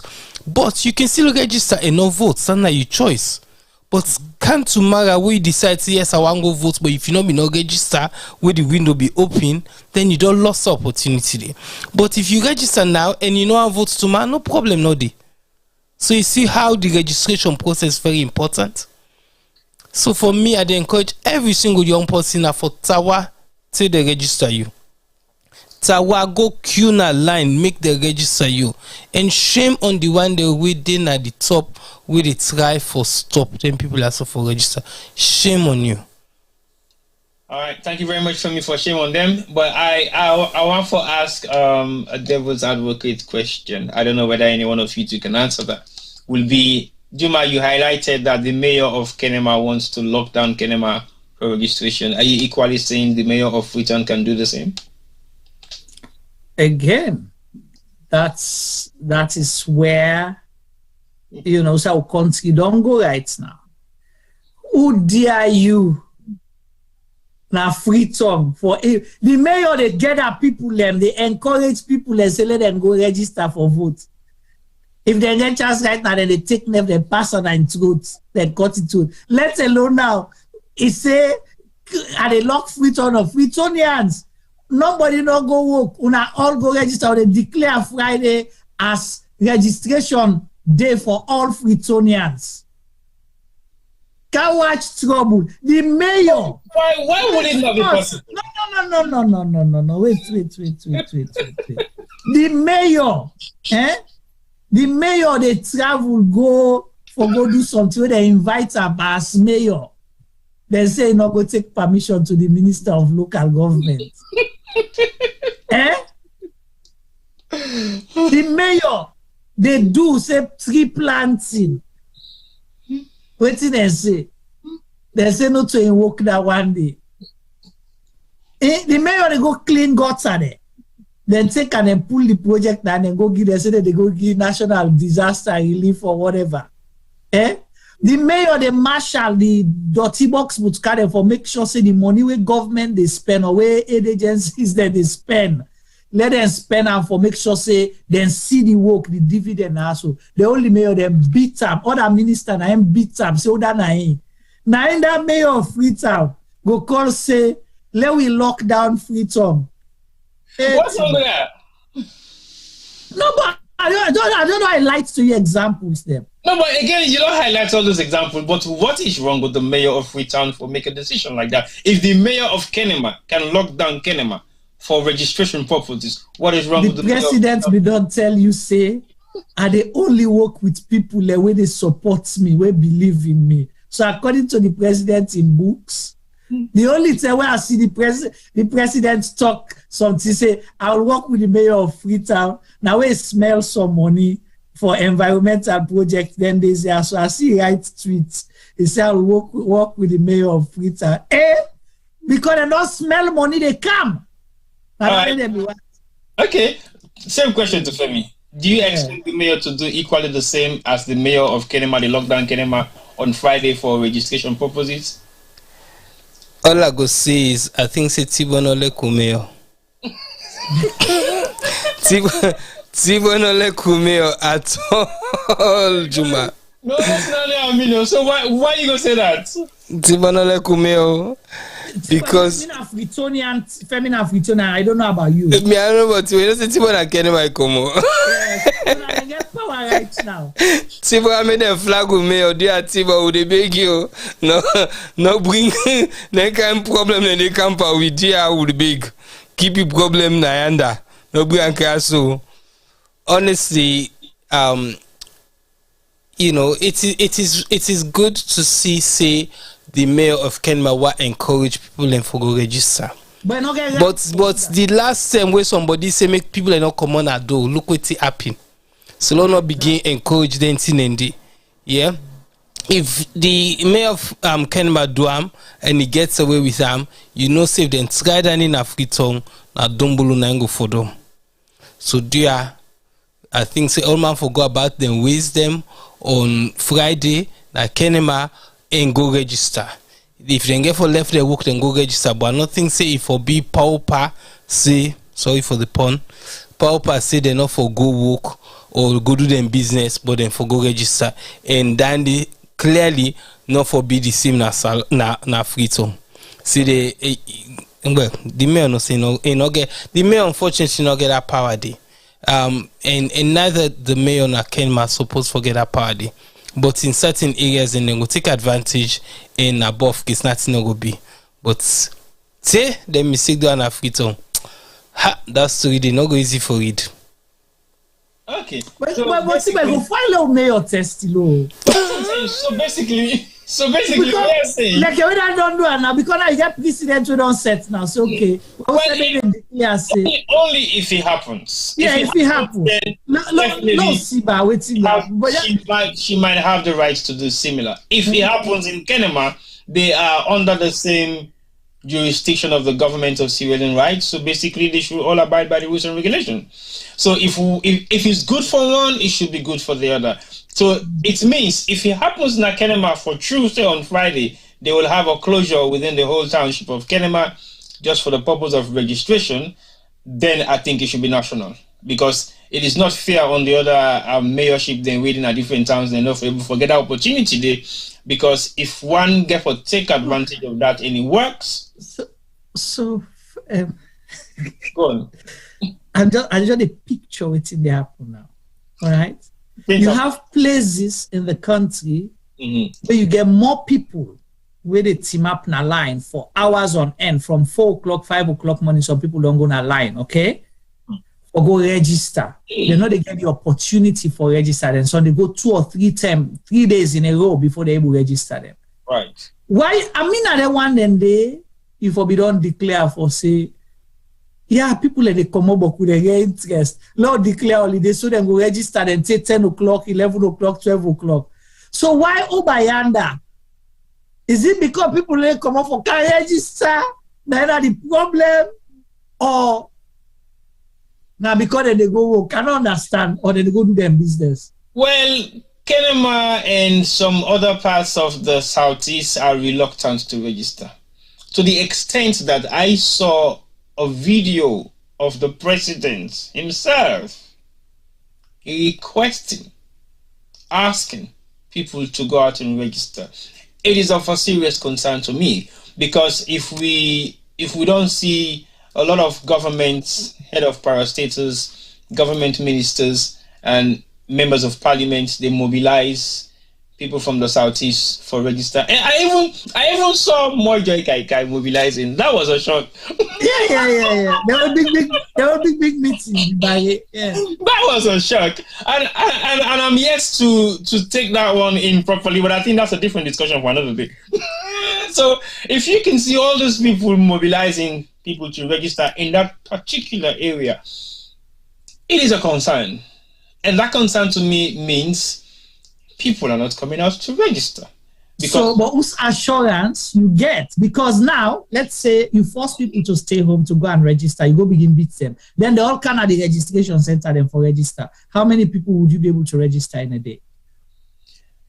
Again, it depends on the process of what they have. With the existing process. Well, most of the complaints they don't get for the registration processes are primarily within Freetown and the northeast of Sierra Leone or the north of Sierra Leone. So the answer to that, because people are not being accommodate for register, they're not being care, so there's no complaint coming from there. But now we see that they will tote machine and go to people else there for go register there. Yeah. Then they cross border for go register people there. Yeah. Then they go get a school picking them, a whole school underage, then go put them say for car register there.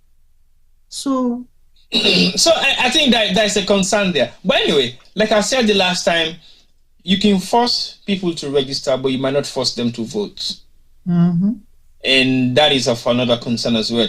But what's in going to be your own final take on the registration process of what we don't see so far, and how you feel to say the process they go? Is it something that will be meaningful for elections 2023? Right now, it's questionable. T-Boy, realistically, and it's not good for our country, both image-wise, credibility.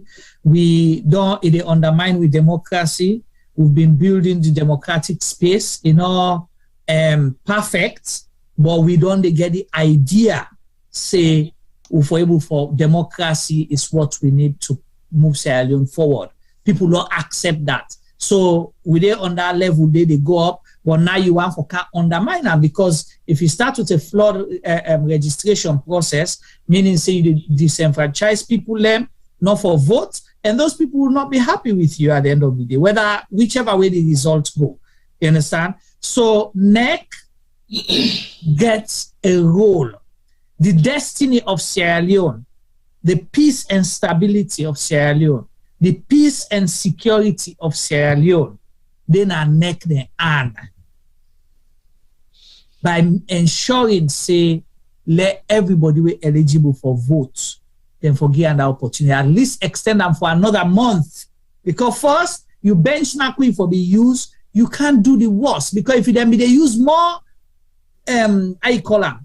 computers at the time, more equipment at the time, they get more, then they open more centers, they're still able to register all the people, and then still extend that, right?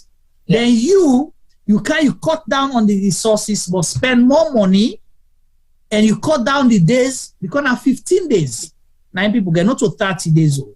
Now 15 days. Then you're not able to register the people, and then you still not want to extend them. That means say now a recipe for disaster and chaos. So we are basically on the final phase of this. Yeah.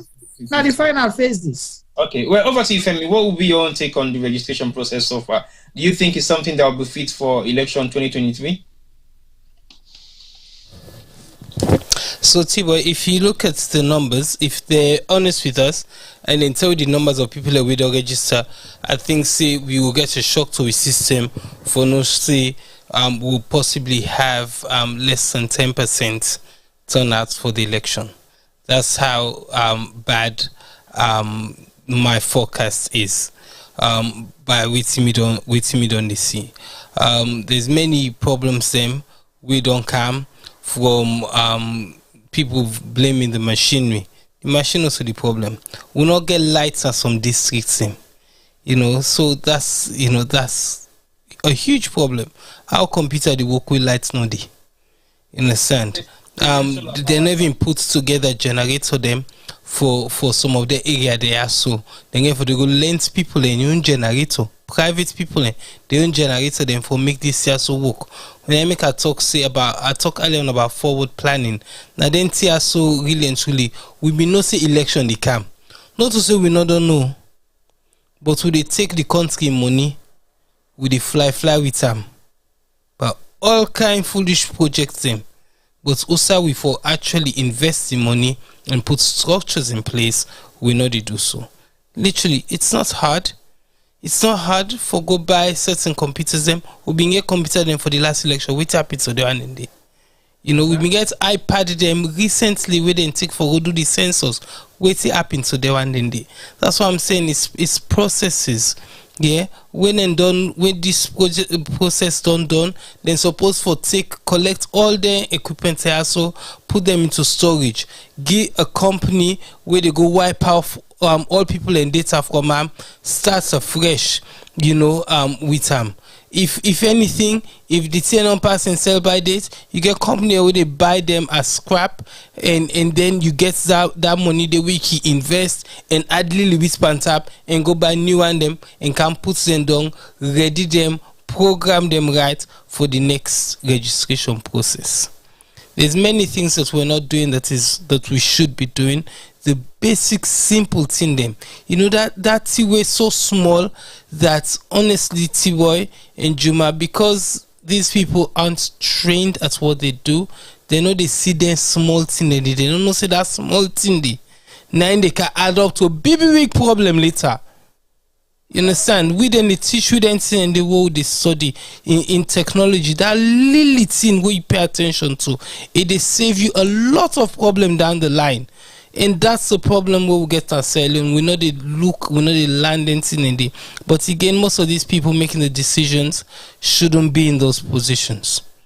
That they force we they get our wrong by appointing people them we know suits the work that we then get in our government and our country. I need to talk about the ministers.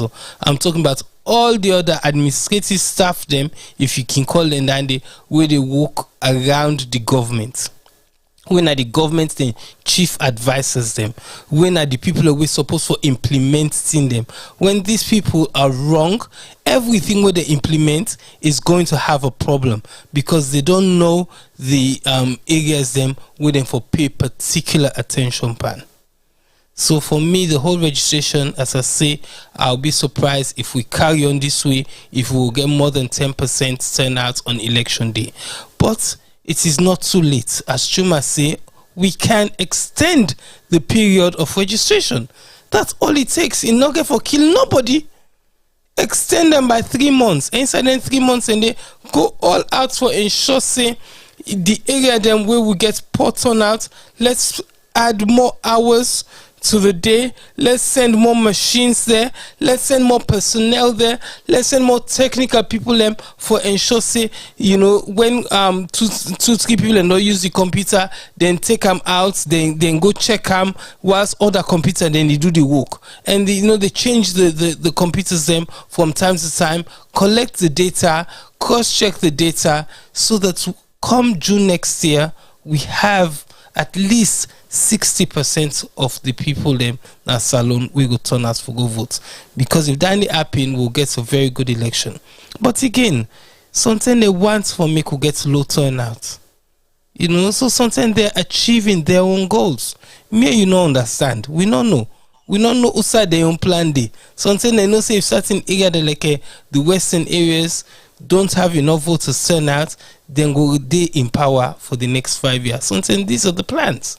So let the wait and see no more. If they not extend them and the thing done now this October night, they don't know so Juma?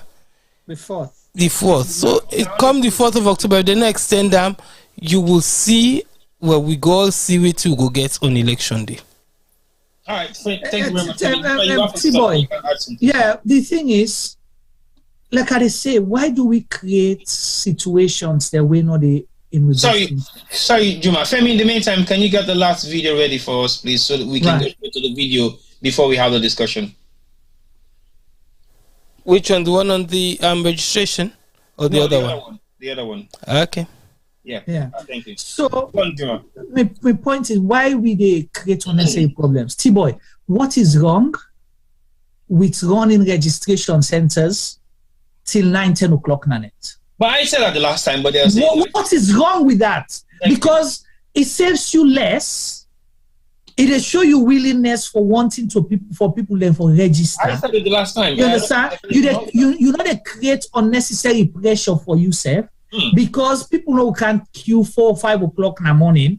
By the time they can open the center at 7 o'clock, they're already frustrated. Then at that time they go they can jam you chingom for or you didn't have phone. Hello?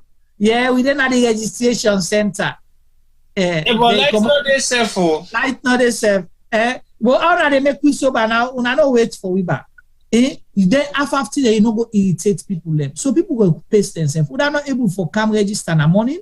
They go come in the afternoon. We are not able for come in the afternoon. They come in the evening. We are not able for come in the evening. They go cananet till 9-10 o'clock. You can do that. Other places that they do that. So you know go tell me say Sierra Leone Paupa. You get for be from 7 to 5. Even at that, at 3 o'clock, you don't close the center. They will not say the people they're not the wo. The machine they're not the wo. They get for go charge this. They get for go charge that. Why? Why make you not go extend them Saturday and Sunday? You open till 12 o'clock. Why? What is wrong? For pay them people in there for solve that problem there than for can extend them for another month. Well, again, we don't highlight the questions, then we don't highlight the concerns, then we don't highlight some of the issues, then we will feel to say surrounding the registration process. And I feel to say we are all in sync with what we thought about it. We familiar call what in make pauper for do 7 to 9, that's alone. Family joke. SF 2 o'clock, 2 o'clock, they're not locked. No, not just the thoughts of saying it. Now, I think the pauper. Oh, yes. Sorry, I'm not even conscious of talking pauper. No, but you see again, pauper is not a slogan for SLPP. Now, slogan we every salon bando use for you. So basically, sometimes we use it subconsciously, thinking about the political meaning where it stands for right now, but we say power, we will do any kind of thing. You want to take power, you go do it. So the meaning of power now by any means necessary is by force. So we might laugh about it, but it is a very serious tagline we will put alongside what you have to do. So again, I think the registration process is very important. A good way we don't highlight them back again for another week, and we don't see the bottleneck the when they. Although we're not going to play the video one for highlights about voting, the issues then we surrounding registration, then they register people and we're not there inside Sierra Leone. But I think that is something that we might discuss next week, and if they up for another means of questioning. But I would love to see registration go on. Well, let me find out for me to talk about them, because the registration go on. We finally conclude what's not the outcome of the registration, and we might now have figures in front of us, and we might be able to break down those figures of voting. It comprises of Uda register Usai, voting the amount of people they register, and voting the potential of people they will not register. So we might have a final outcome figures, maybe. Since this new government is telling us about figures now, we'll be able to look at the figures and the statistics of the data we then collect for the registration. But I will say it's very important that we talk about it this week, and we go and foresee what's going to be the outcome of the final week where they approach so in the registration process. And I possibly would like to see the mayor locking down Freetown for a day of registration. If at all, we're not going to have any extension, because I think it's something that is paramount, and I think it should be a national issue, not to just one particular section of the country for getting right for lockdown their city, and the others don't have that privilege. But that is going to take us to our last topic of discussion. I want for me to make a short today, but it look like for stay with Sky as much as possible for making short, and we get possibly run around what he will be want, although don't jump with benchmark. They laugh because you don't say, possible. But anyway, the last topic of discussion now, the drama, the unfolding drama of the UN summit. We all know, say, this particular UN summit gets a lot of controversy with the fact that we have a huge amount of people, again, with the president they travel with an entourage. We saw the president boarding a private flight for in trip, and we see Inwef also on the same journey. I don't know whether she went back to Sierra Leone before flying to America. No, she didn't actually. After attending the Queen's funeral, I think she just took off from here to the States. I don't know whether she traveled by a private jet or commercial airline. I'm not sure. That is yet to be proven. But I think if it was a commercial airline, we would have seen it. But I think it wasn't. But for sure, the president flew on a private jet, and we see the amount of ministers, head of parastatals, and non-governmental officials. Then we fly out to America with the hope that they will have a successful UN meeting. Yes, we've seen a lot of videos of private meetings of the president's activities in different areas and different states, or possibly within New York. Who's different states? They're the same states. Okay. Nameka says within New York. Mass you break. Yeah, well, Nameka, they ask you in America, you send the UN. So I possibly might definitely mass me break. So Usa then go to the same states, New York, nobody me there. New York, not all okay. New York, na the hotel and around UN building. Then one person go New Jersey. Not to the president go New Jersey, and I will go New Jersey. So the president all have to go anywhere. Listen, Femi first. Let Femi talk. Yes, Femi talk. Talk here. One jog you launch na emote. Over to you, Femi. Yeah. I don't know Sir Juma they come out with this, so I just want to say with president he go New York. Now New York he go, not to America he go New York. Yeah. Tibo no mistake him. Yes. Make him not go get wahala say God aside. Yeah. Now New York he go. I take me word back. The president in visit to New York. Thank you. Not to America go, now New York he go. But New York is in America. Hey Sam. In this case, New York and America are two different sides. If you mistake go America, a problem go down for them. So now New York you go, not go put word na motto. Okay, no problem. I take it back. The president went to New York. That is in America, one of the states in America. And I think say he hold couple of different meetings, them at different rooms, them at the UN building. Per se, I don't know whether it is true. I'm just making this up. Forgive me if I'm just making it up and it's not true. But yeah, for sure, the president had series of different meetings in different locations within New York. And then we also see one of the events that the SLPP region in New York host. No, that's New Jersey. We know the New Jersey.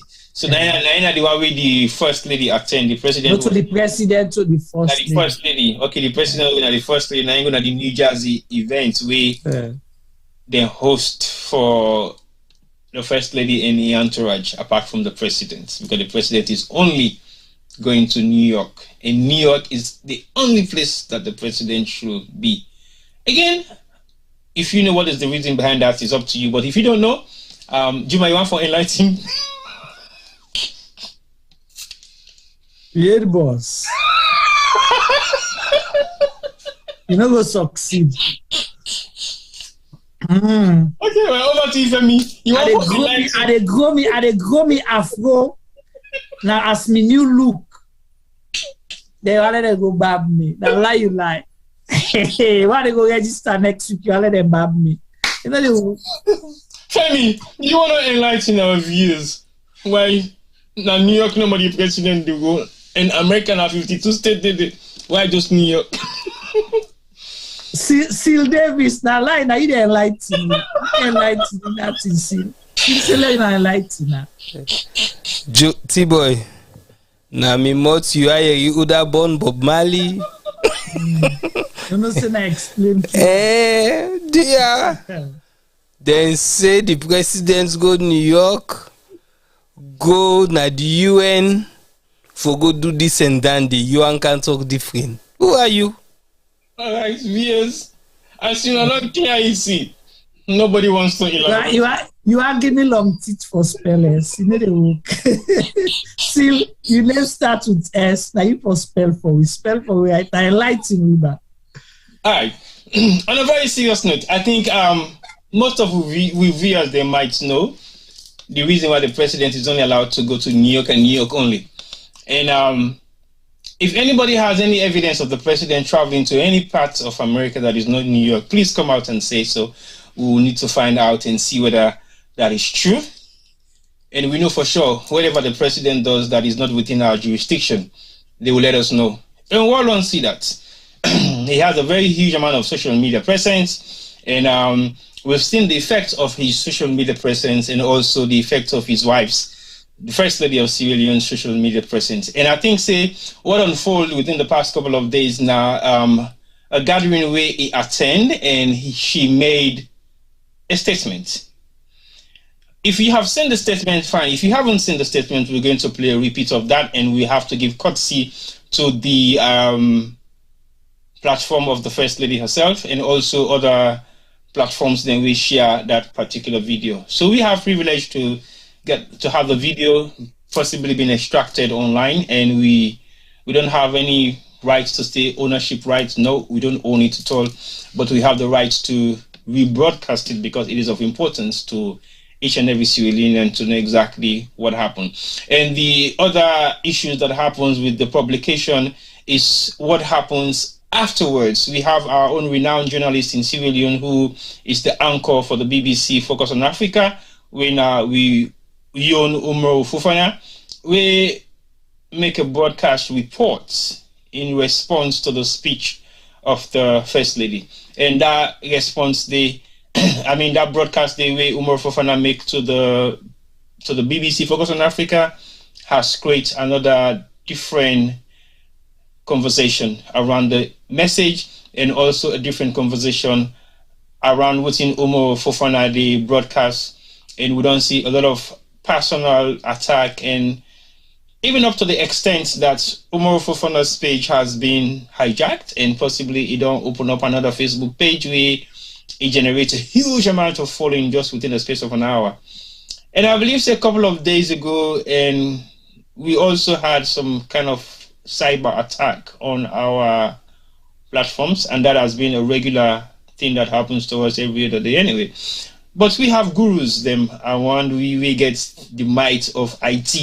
We get the might of Juma, and we get Femi Pama. We now one for the people that we are the over of media. And of course, you get me Pamio like. So to lock us down is going to be more than an equipped environment to be able to do so. Because if I tell you inside Juma they work, you're not going to know. If I tell you inside family work, you're not going to know. New York they work.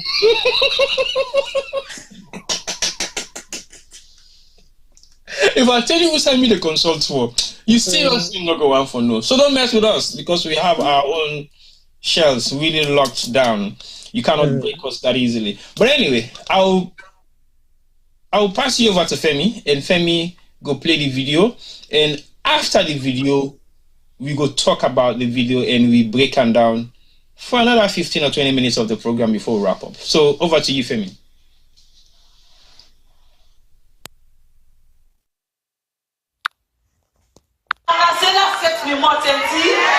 So I don't set me much now. Now my new reply. Now for that's by you. So when you see me on TikTok, not to show off by the show off. You understand? When they say what would the boy Canada, the UN this said, they said it's between America. It's not funny. My dear, not so maybe we not fly in America.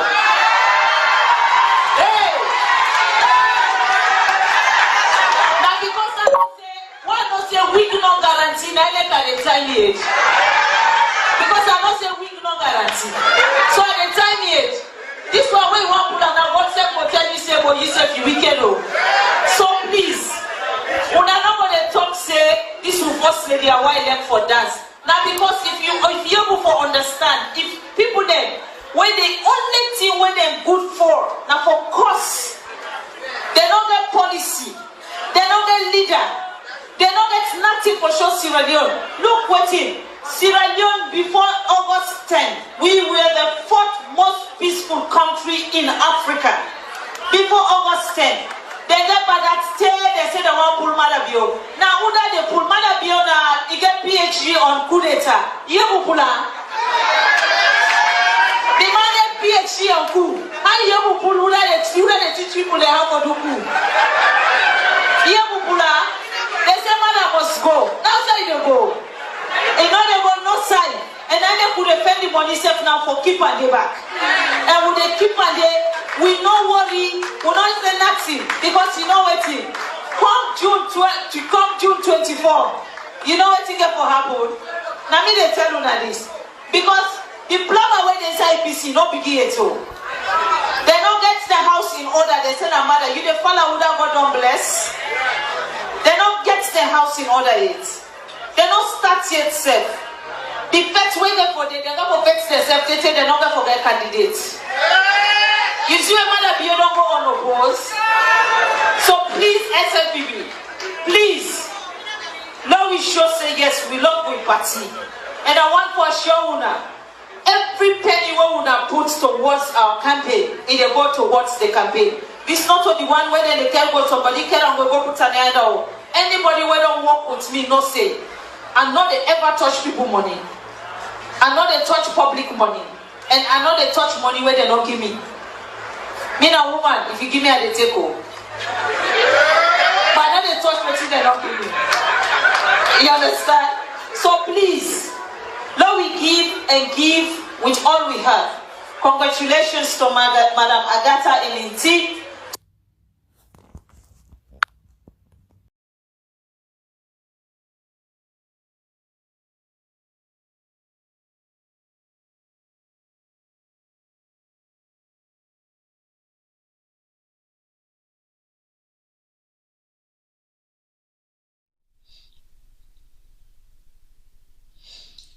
All right, thank you very much, Femi. I'll go straight to Juma. Your take.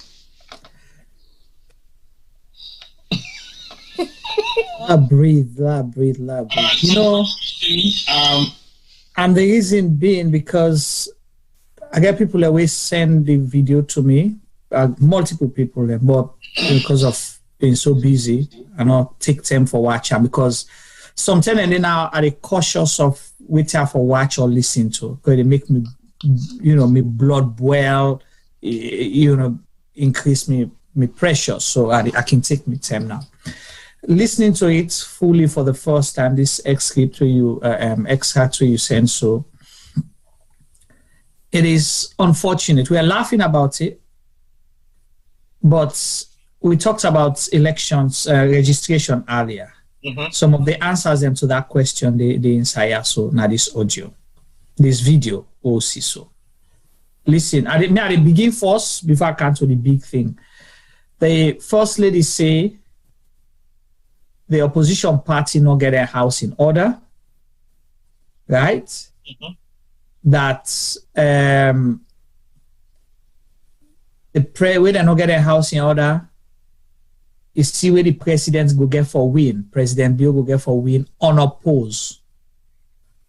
Mm-hmm. Who that they win unopposed na a democracy for vote. It doesn't work that way. So that one, they not get the concept of democracy and they not get the concept of elections na Sierra Leone in the first place. So you not go win unopposed first. You can say a win landslide, but unopposed, that means say no other person in the contest against you. Yeah, and there are few more other political parties around. Exactly. So we have a multi-party democracy where we get for votes, each person get for votes. At the end of the day, the person will command for presidential 51%, or is it 55%? Na ingo win. If you able to get up to that, then you go to a runoff. Mm-hmm. So that's what happens. Okay? So as bad as APC day, as worse as NGC or C4C go day, as disorganized as PMDC go day, they still have supporters. So you will, your husband, the president, will not win unopposed, except if you don't know how democracy works and how elections work. So this just they show you the mindset, the game plan, why they create unnecessary problems for the registration process, and possibly the allegations that the government infiltrate the opposition party for create problems so they will then court for as long as it takes, pass behind the judiciary, by the judiciary for give rulings their way, not in favor of the opposition. Possibly not true. I'm not saying that's what happened. I say possibly. Those are the allegations based on the statement where the First Lady said. Okay? Another thing where the First Lady just exposed Naya, I don't know whether get the concept of waiting a corruption or it try for justify corruption. You hear it say? It say in a woman. Talk now, we say women are the least corrupt people, they're not so. That's now what country, and we all want the advocates say, look, get more women so until we get less problem in terms of corruption. But within the First Lady in this video expose either understand within a corruption or it try for justify corruption. Say in a woman, they take people money, but if they gear it take. So in young corruption is being signed off by and approved by the husband, the president, that I imply so. Because he always don't tell we say the office of the president na under another budget they come out. Yeah. And who that they under. So and nothing has been done. So as far as in concern, not to corrupt to na husband na in the gap. So anything husband gap or husband say una gap, they take, they keep. Either they justify corruption or a non-waiting a corruption. Because you a gio, you a teko, you a facilitator, you are guilty of corruption. Yeah. So that are the two parts. The third part, it is unfortunate that the First Lady go make them kind of statements here, like country where they push democracy, where they cry for peace. But before I go on that, the First Lady says something. He said before August 10th, demonstration, People's Power in Politics, then demonstration. Before August 10th, he said, waiting, Sierra Leone was the fourth peaceful country. Yeah. But after that, and again, it just don't show, say, you don't understand how data they be collected, how they measure things, waiting and they use. They don't make decisions based on what happens in 24 hours. These are years of data collection for waiting from when governments don't come, waiting and then the bad thing the way they do. Now I make Salon come out na that fourth position. They done a 1. 2, waiting the First Lady still not agree tell people why August 10th. Waiting lead Sierra Leoneans to August 10th, which based on the statement the way they say, leading out to the question, say, my husband gets PhD in coup d'etat. Do you know what she just did? She just don't throw her husband under the bus because President Bill pride himself as what? See, boy, the father of democracy. Father of democracy. President Bill is a scholar or student of what? Peace and conflict resolution. Peace and conflict studies or peace and conflict resolution. So 2 things where the husband don't try for rebrand himself that mean a peaceful person, mean a Democrat, na me lead Sierra Leone to democracy. But you wife don't can tell the world, say you get PhD in coup d'etat for make coups. Other countries that they can't to and for can learn how for make coups. You know the weight of those words and the implications to a husband and to the safety and security of Sierra. So a husband is a safety risk for Sierra Leone. Because anybody will get coup d'etat mentality, not fit for the government for lead a democratic government. That's exactly what she just did. So I will let her. So if you ask me personally, analyze. Okay, Femi, over to you. But Juma, for correct one statement with the first lady make, I think we were ranked 8 out of 10 peaceful countries for the global. Well, whatever na the ranking na the government pay could commodity. It not happen after 2 days, 24 hours now. Okay, over to you, Femi. Well, really and truly, Juma Tiboy, this is possibly the worst speech we first lady don't give from we come. Remember, say it don't did talk, we don't did cringe, we don't shame, all kinds of things. This one, I think say shame no day again. Also, school day for talk. Somebody really needs to address our first lady for make it know what it is in a public. You know, it's disgraceful. Yes, I understand saying that SLPB business has been there, but in this day and age of technology where people and they film you, record you, and put them out, you should be very careful what you say. Me the beginner, and did you mind go begin there and I take care? Me the beginner, yeah. The last thing is say, the most important thing is say in husband get PhD in coup d'etat. Man, this will come on a country. Sierra Leone just come out, well not just Sierra Leone come out in a very brutal war. We take the lives of so many people. And not things say we for the talk, but war in then kind jovial way than day. We for be very careful. People lost their lives, people lost their well-being, you know, people lost their homes, people lost their families, mothers, babies, children, grandmothers, husbands, wives. A lot of people, Sierra Leone in general, we lost all of our professionals because they will not die and get killed or got maimed, escape the country. You know, this administration with this, so you know, some of the guys in power were directly linked to the upper echelon of people that were responsible for the war in Sierra Leone. Some of them were named by Charles Taylor himself.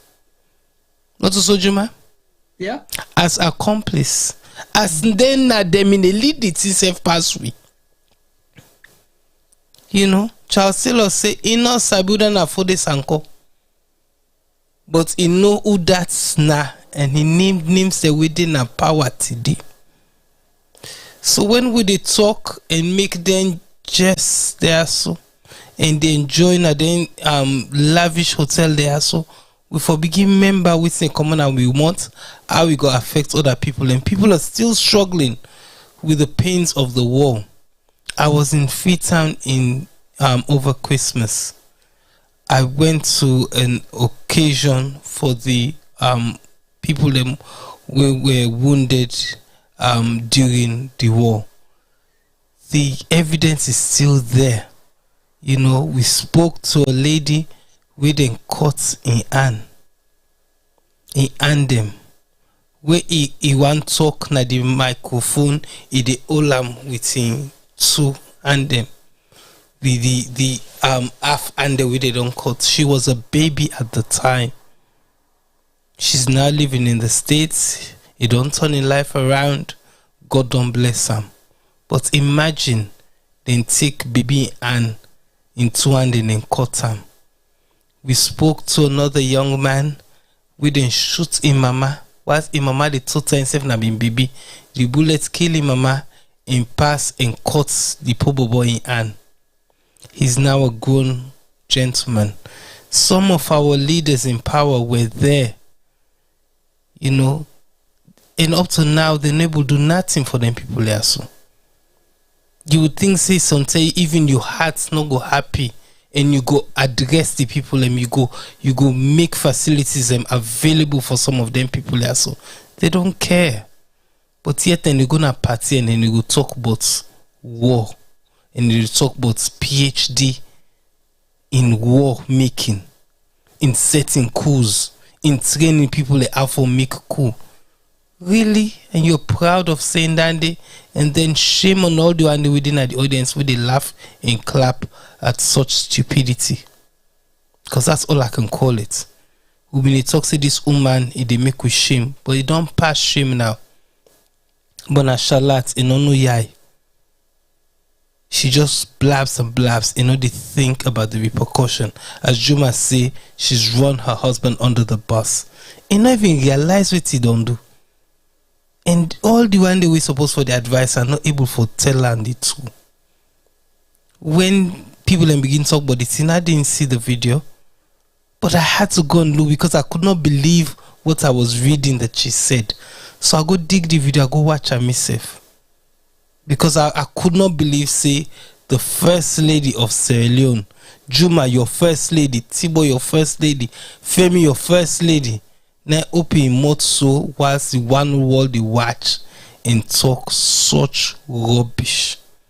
All the other hand the way Juma talk, we go excuse them for the name, but this in particular, for a country like Salon, we come on as such a bloody war, and not think so for the take the entire so lightly, and they take them for play.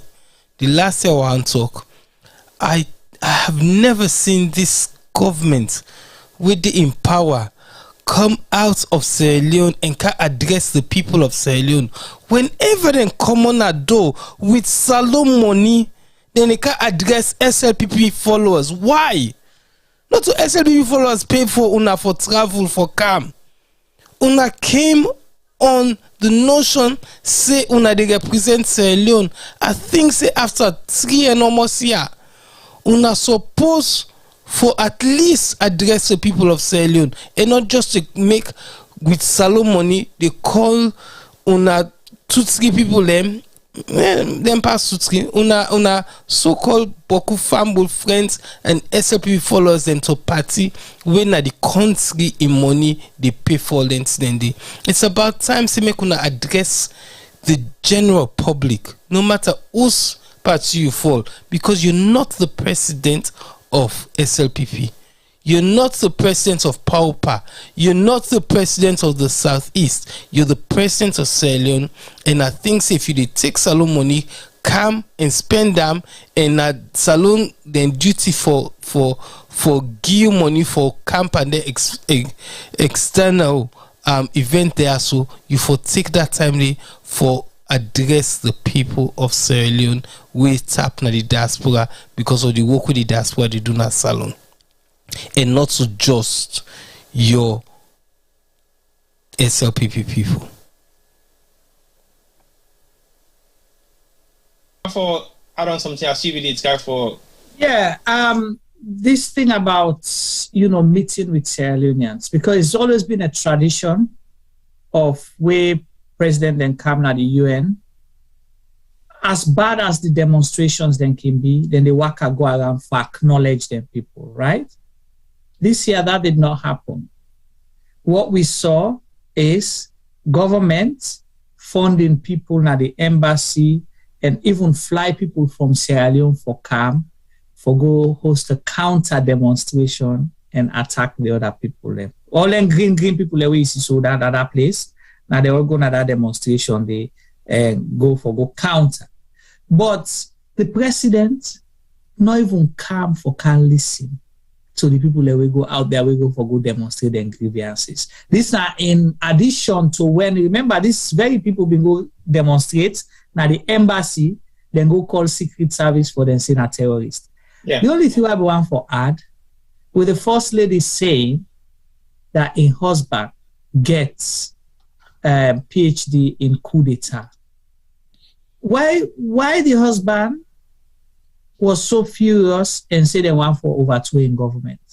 If coup is a good thing, if coup d'etat where husband get PhD in, why for frown at time where people then come out for demonstrate? Why? If it's a good thing, because your husband has a PhD in coup d'etat, so you should not frown on it. Allow people to let them stage a coup against your government. like you've done twice. You in a group of people now overthrew in 1992 and 94, whatever time you stage, 1996 you stage, 1995 you stage a party school, within your people as well. And you do them a third time, you overthrow and hijack your political party and change the name from SLPP to PAOPA. Now you want for hijack the country.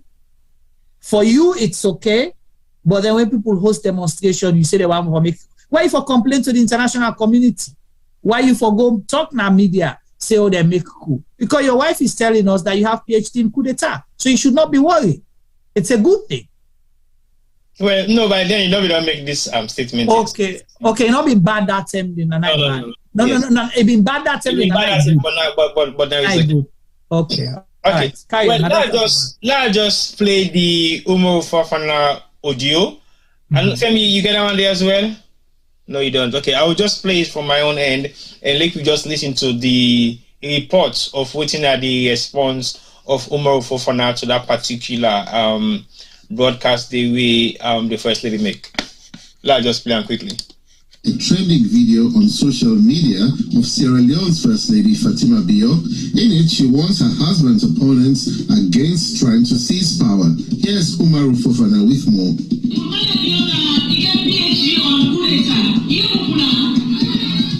In the video, taken from her Facebook account, Fatima Bio told supporters at a fundraising event in the United States that her husband held a PhD degree in coups, so nobody could overthrow him. Referring to the 10th of August protests in opposition heartlands, she said, and I quote, "How can you remove someone who teaches people how to stage a coup?"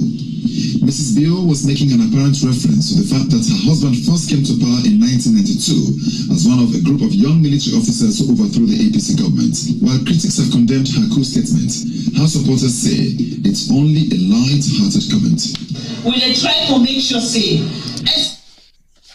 Okay, that now the 1 minute broadcast with Umaru Fofana make, we instead of getting you on serious kicked at his ass because of doing so. Sorry to use the word, but I think that is exactly what has happened to him. Now, how would you evaluate Umaru Fofana's response to this statement in regards to the reality of it? What if you say it is trying for bringing calm out of this particular statement? Is he trying to highlight a concern? Because it must be something for him to report it. Well, again, that's not the baffling thing for me. You understand? I don't know what's the motive behind filing the report. Waiting, because I don't know, not just that segment there, if there was something, said earlier than that, because it make much sense to me. You understand why he reported it in? I don't say it's a news, it's concern, but tell we waiting at your position or whose angle you they come up from. You just report them, made reference to the August 10th protest, and then say, that make the man say this, they're not going to overthrow somebody where they teach people for make. I'm still not able to understand the angle where it come up from a media point of view. So now that make it difficult for say. But I don't know what the reaction that he got from people. Did they feel offended or what? Well, I feel say they really go on for me before I come. Well, this evening I saw a post by Her Majesty herself. Who's Her Majesty herself? He posts say if Umaru will not get news, make it go find news other side or something like that. And then she made another flippant remark. For me, Umaru is like Marmite. You either love him or you don't. Something in the he seems to be in favor of the current administration. Other thing they can say certain things and people can begin questioning loyalty. So, for me, what he says, I take with a pinch of salt. At one point, I had a lot of, respect for him. But over the last few years, my I'm not gonna say me expect done, but I'm not. I think he's lost his way a little bit. And for me, waiting the First Lady say, I thought was disgraceful. And I guess he thinks that because he's the voice of BBC Africa, it's his duty to point it out. But as Juma says, the skit was so short that he not really delve into what he was doing about it, why he's bringing it up, his reaction to it. Nothing. He just repeated what the First Lady said on a different platform. But as I say, our First Lady misbehaved, and it doesn't matter Umaru Fofana or Juma or Tiboy or Femi or Uda ever again highlight Tande. Really and truly, it shouldn't be a case. But again, I should say Umaru Fofana is now getting heavily criticized by certain areas of Sierra Leone. Just like how we safety. I mean, I get threatening text messages every week. Every week, even this award will win. So the other day, somebody sent me a threatening message the day after because they see we award na social media. So I can imagine the pressure with Umaru Fofana they get because of this TSA mix. But it's on news. We don't realize say what will they do, what will they say. Certain people not like Tande, and so we get for watch, we back them, we get for watch how would they work out, how would they go this and Tande, and I believe Umaru Fofana will be the same.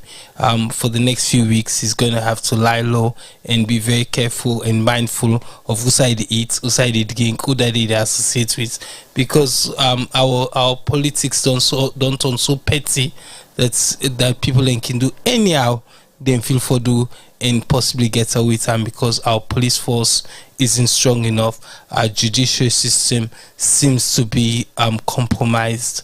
There's many issues in Sierra Leone, Tiboy Juma, where we can sit down and go over and over and over and over. So whatever reasons he put out the statement, na iwangeno and go get for deal with the bid we don't pray for himself, just like how Juma that bench the wits for Juma na Pademba would apparently. Anyway, it's not a laughing matter, but I think the angle we may see from Umaru Fofana na the defense of the party supporters, then where they make concern say, well, voting the First Lady say, not a big deal. Anybody can make that kind of joking statement. But Umaru Fofana, I think, highlights the serious implication of the statement and how the people of SAPP, where they support the First Lady, they kind of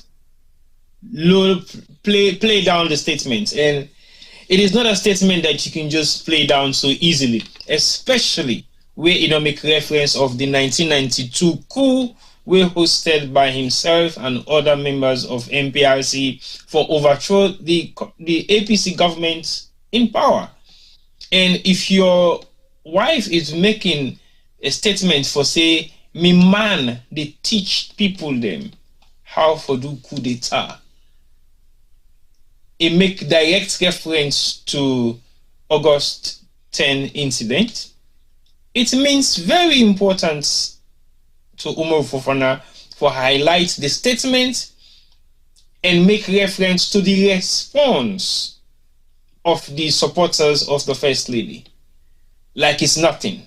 So to me, it's just about highlighting possibly serious concerns of the First Lady in statement in regards to incident that we don't happen at Salon, we go possibly crash matches na touch us.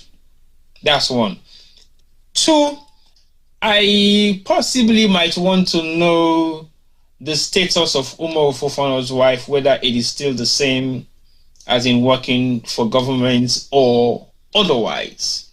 Because I know Umaru Fofana has been very controversial over the past couple of years in his reports in terms of what happens in Sierra Leone. And I remember clearly there was a serious investigation pending some of his reporting for the BBC in Sierra Leone.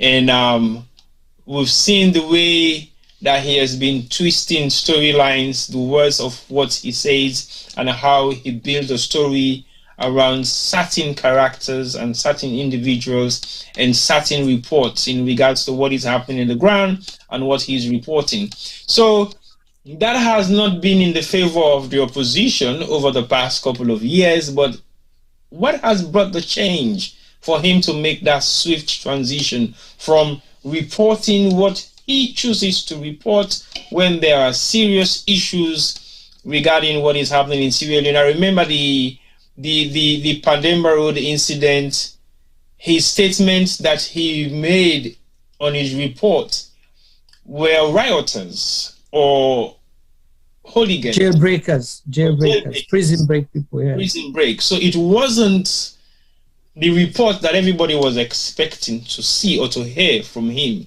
And that was not something that the opposition took well. And again, we've seen the reports that he made against LJ.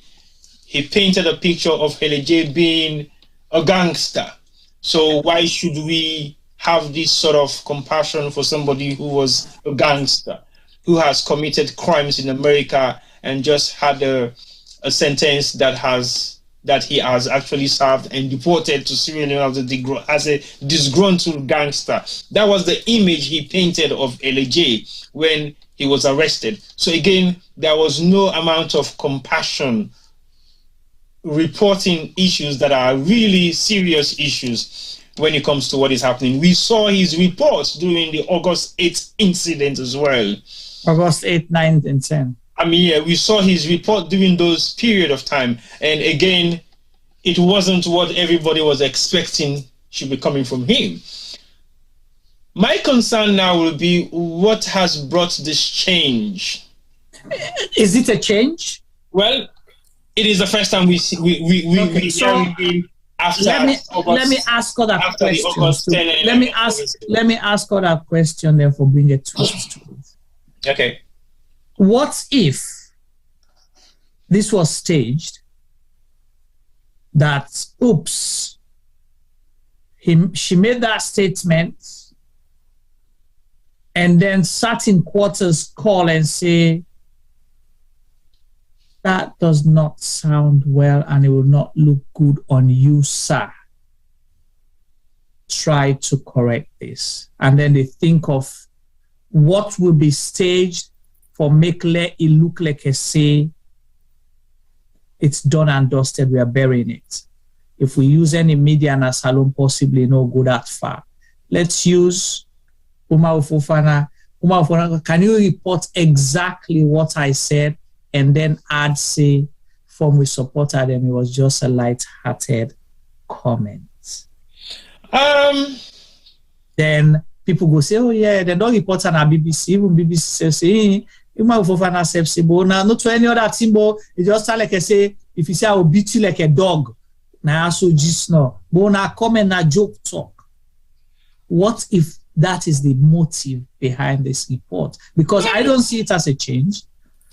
Well, because if not been changed, if you don't interview them and interview other people the way a reference, then possibly they will not take an interview on that basis. That is what I said. But if I don't tell, we say I tried contacting the First Lady for an interview, but she declined or she was unreachable. Okay. You have an element of possibilities surrounding that particular report, whether it is staged or not. But I will be thinking, will Umaru Fofana go that far to put his career and possibly compromise his integrity to the BBC just because they possibly might have given him something to report that particular incident? That's my question. And so what's in cause for less Sierra Leoneans then? We be hold Umaru Fofana in high esteem for feel disappointed. One, waiting cause Sierra Leoneans them for go to the extent for go demonstrate na BBC as well as write letter and calling for in sacking or in investigation based on the things that we mentioned. So that happened over years, right? Yeah. And a lot of other things that was unreported.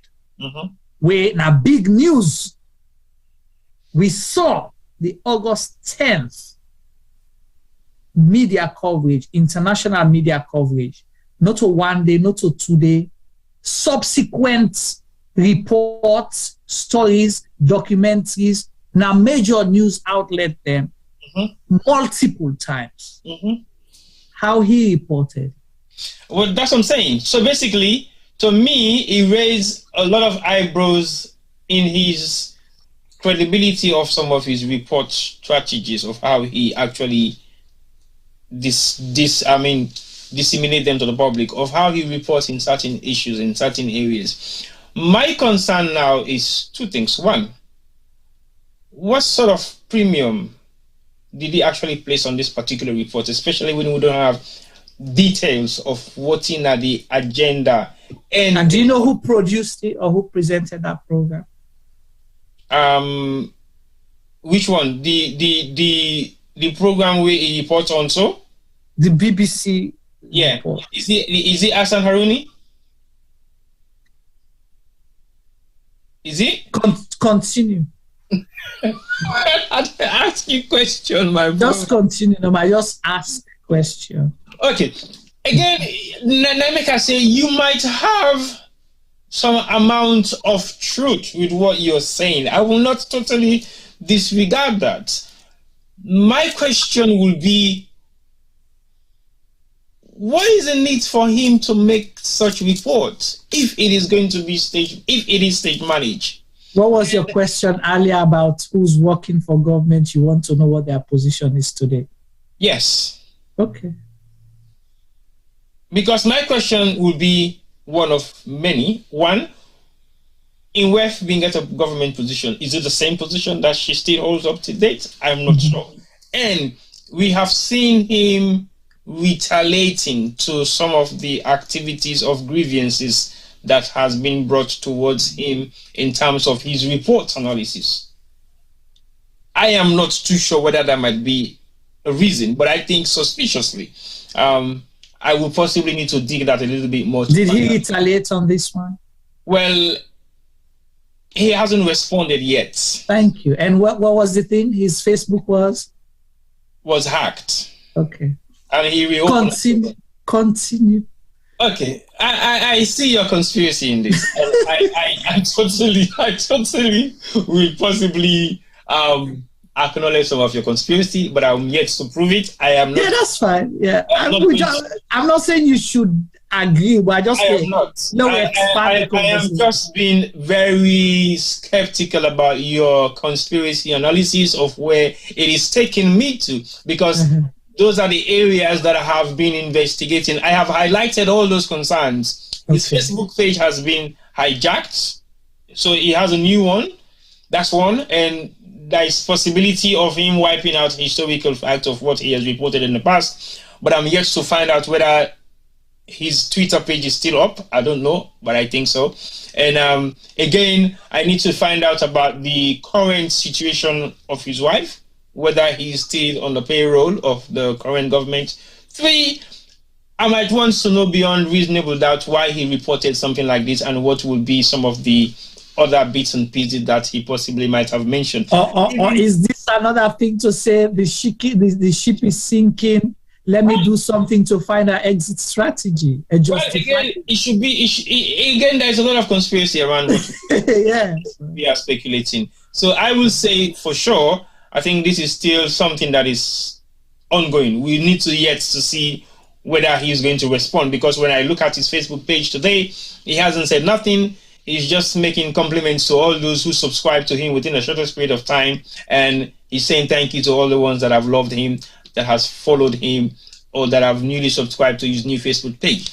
That's all the statements he made until the last time I saw his Facebook page, which was a couple of hours ago. Would you be surprised if there's a cabinet reshuffle and his name appears? Another conspiracy? Exactly. So we don't know.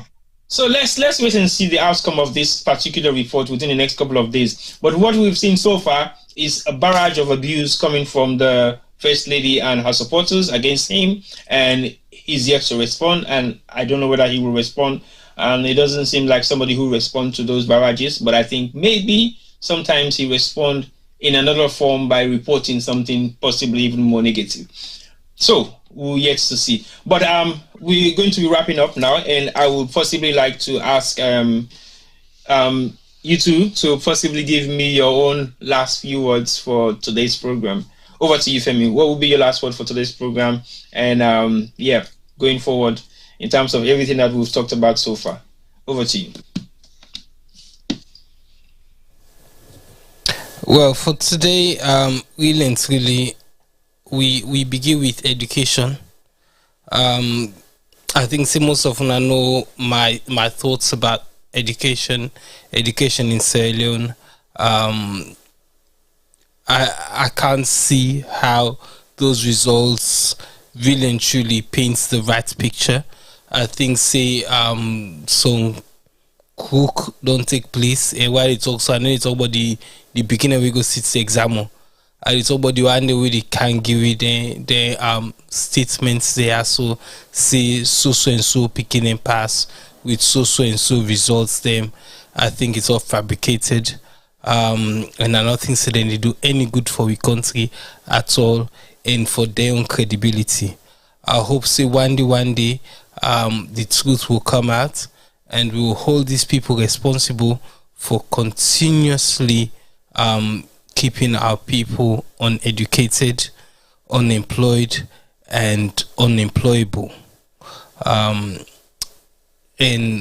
on the football thing, again, I go rate time the same way Sierra Leone education they go, because our processes aren't right. The thing that we were supposed to put in place for ensure say in a few years time our darling Leon Stars go able for compete in certain areas them and in certain games them, and possibly one day win games, because we not don't work on with grassroots football, because we not get the right processes in place, because we not get the right people them where they make the right decisions them, we for make sure say the technical team get the ability for coach we players them the best way and prepare them the best way for games. We will still be complaining about selling football. We go still the complaint say for sack the manager, for pick different player them, till we sort the issue so behind the scenes. The problem with selling football on TV on the pitch will be the same. We go change personnel, and they won't change until we sort out the fundamental problems that we will get around football in Sierra Leone. We don't come out to the I don't skip one. The registration process. One of the video they will not play show of a woman with the I believe in Liberia, we then carry the registration paper go to them for go vote. I am asking, I am begging, I am pleading. Una give we self with the England and America then same opportunity than they. Australia, Europe, una give the opportunity than they. Let we self take part in the democratic process. If you tell me what I vote for, possibly I'll make that. I vote for the president of Sierra Leone, the one going for win. Which one? Sam Left Dandy. When I make we never be clear. So if they make we register, we will then they can ask for money. We will then they can tell for go invest with money then a salon. If they give you the same opportunity for make we help for choose the best government in Sierra Leone, I believe say Sierra Leone will benefit a lot from waiting we go able for do. You know, it's a shame that when they want something in the country, but when we want for take part in picking that person they we go lead with country, then they turn we down. Would they see other countries and they do them? Would they see themselves Then leaders them in Sierra Leone, they take the registration forms and go to neighboring Liberia and go register people in there. So if they can do that, they can definitely give we the opportunity within this side of the world. The process won't be very hard at all. We get embassies them everywhere. And last but not least, I know if I mention Umaru Fofana, I'm just going to mention our First Lady, the people and we the advise them, the people and we they around them, for make them they talk to them. Make them talk to her, make you realize the position we hold. She's not an elected member. A candy queen in Benin, surrounded by government officials and from all over the world. Sierra Leone was the only country will not be represented by we government because our First Lady is not an elected official. Why we always shame ourselves? She flies from London to New York and go shame with back there. It's about time see somebody or some people them able to tell this woman true. Una left for the clap at him mistakes them. Somebody please, big mommy then they around an SLPP. We don't dinner the party for so long.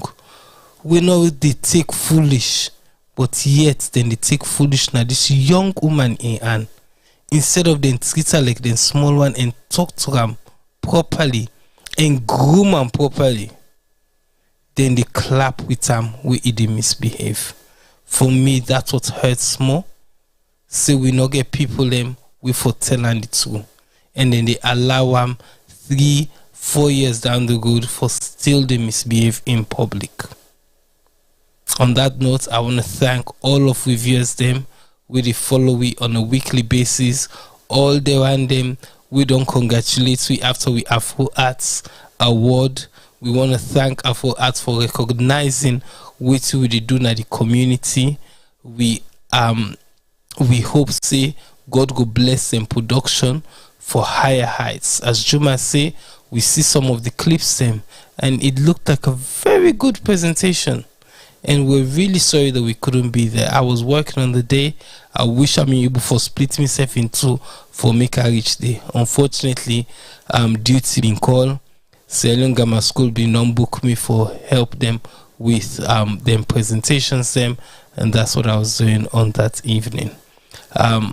Again, on that note, say una with the Sirina treats, we fans them, una make una self known. Una give una names them, una give you shout outs, take pictures, and if you can, send us a quick video, 1 minute video of who that you be, what you do, how you enjoy we program, and we'll compile all of these things, put them together, and we're going to play them every day. We'll begin the show and we'll done the show. Boy, now you get out. Anyway, good night for me. I go hand them all over back to Juma and to T-Boy for close the show. All right, thank you very much, Vemi. Then you always say you can give some wise words of advice, and you talk now that you sexy tone. You make people then feel to say this is the voice of the people that wants to hear the voice of the man himself, Obafemi Pama. But the way to in Africa, it's a cheer for Juma na Paremba Road. We don't keep one for you now. Kabengazi. I go to the Baby and the Baby Force. But anyway, with bottle back. Juma, I didn't mean too much now. Come on, man, relax. All right, over to you, Juma. Thank you very much for your roundup, and over to you, Juma. Thank you so much, T-Boy and Femi. Thank you for holding the fort the past weeks that we are not in now. So I really appreciate Tuna, and congratulations to the Sierra Media team on the award, and we say thank you to Afro Arts for the recognition, and obviously for all the one that will wish me happy birthday today. Tell them all thank you, and I treasure those messages and the wishes them as well. And we pray that God will continue for guide we all, so we will for do we own little bit for push humanity go before and make the world a better place. So that's the key. I'll always say, let's put everything in prayers. It is possible. For the program today, me no want for just go on the specific issues. I just want to say that we for look salon as we own. And this slogan, we say, put salon first in your thoughts, in your actions, in your dreams, and your aspirations. Because if salon go before, you go benefit. It go better you. You say, go share the glory. Now that's we for look salon as put salon first. One sad thing we make with this as a country, and if we not change that, we will continue for then at this level or go bottom of the barrier. Deception. Deception, deception, deception. Now, I make with the so today. We are very deceptive to ourselves. We're not honest in any shape or form. The things you do or the things you fail to do, they cost everybody. If we're sitting here discussing Umaru Fofana, possibly it's around that. Certain things in the way sometimes you know that is supposed for report on or report him in certain ways, he refused to because they affect him directly. So he decided for turning blind eye. Now the things that we will report about, it get backlash, which is sad. So the deception we for left him as a nation. Me want say to the ECSL, the Electoral Commission, Sierra Leone, and the Electoral Commissioner. Salon destiny de na una an, salon peace and stability de na una an, salon democratic process de na una an. If salon results to war or threats or any kind thing as a result of this flawed registration and possibly a stage managed elections, we will create problem. Na una self una for blame. Not other possible. So let we all work together and we encourage people like how Femi say earlier. We not say a difficulty challenging, but still grab, go and try for register. Because now this program we always they say you vote, now you live. We dollar almost reach 1,850 millions. Not to one person they feel the pinch. We one bag restaurant they reach 700,000 leons. Not to one person they feel the pinch. If petrol price go up, not to one person they feel the pinch. If blackout they constantly, not to one person they feel the pinch. If you day, you not get work. Now you and your family they suffer. So this make it important. Let you sacrifice now and try for register. Suffer now and enjoy later because you vote now your life. So the First Lady in your statement, well, we'll see.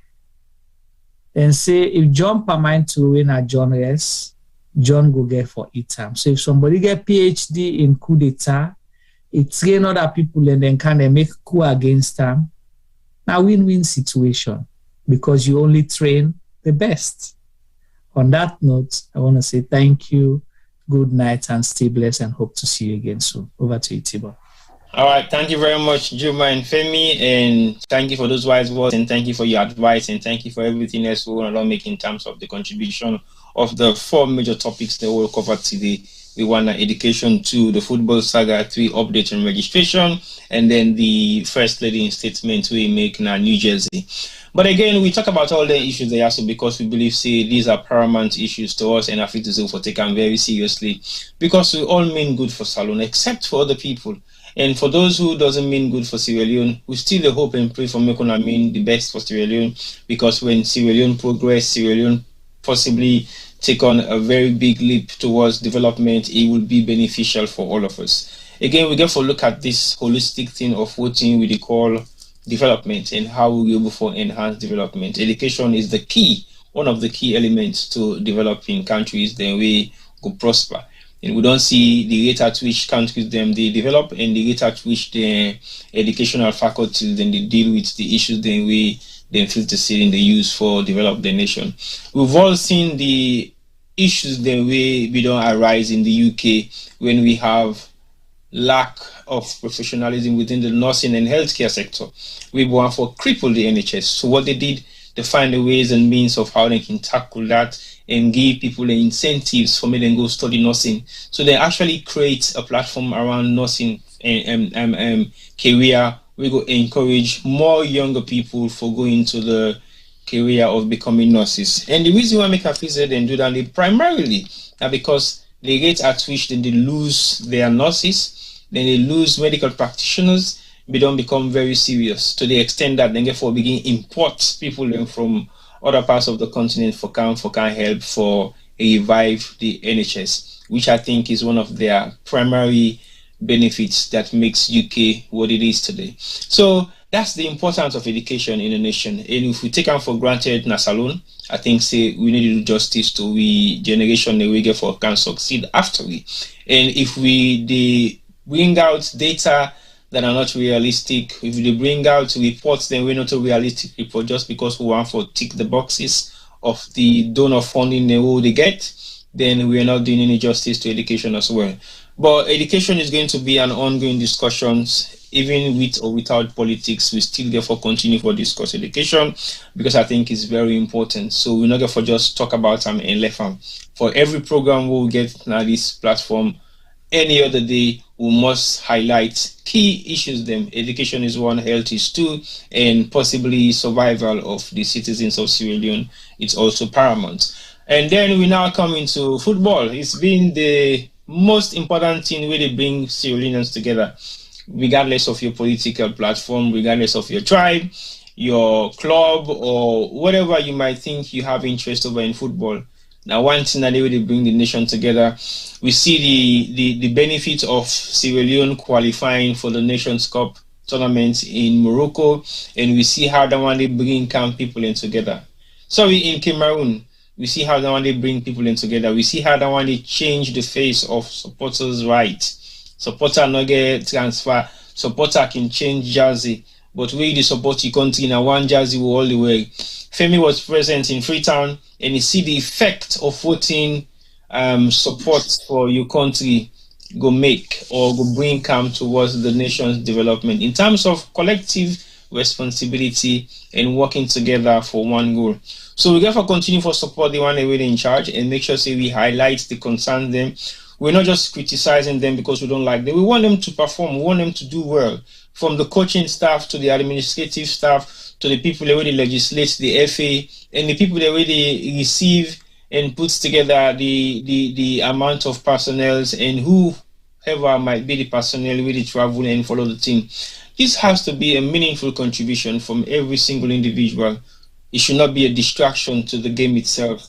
We try for bringing people in together and make sure say collectively they are happy, they gel together, and they can actually achieve something if they make themselves a force to reckon with. We know say we have a long way to go in football.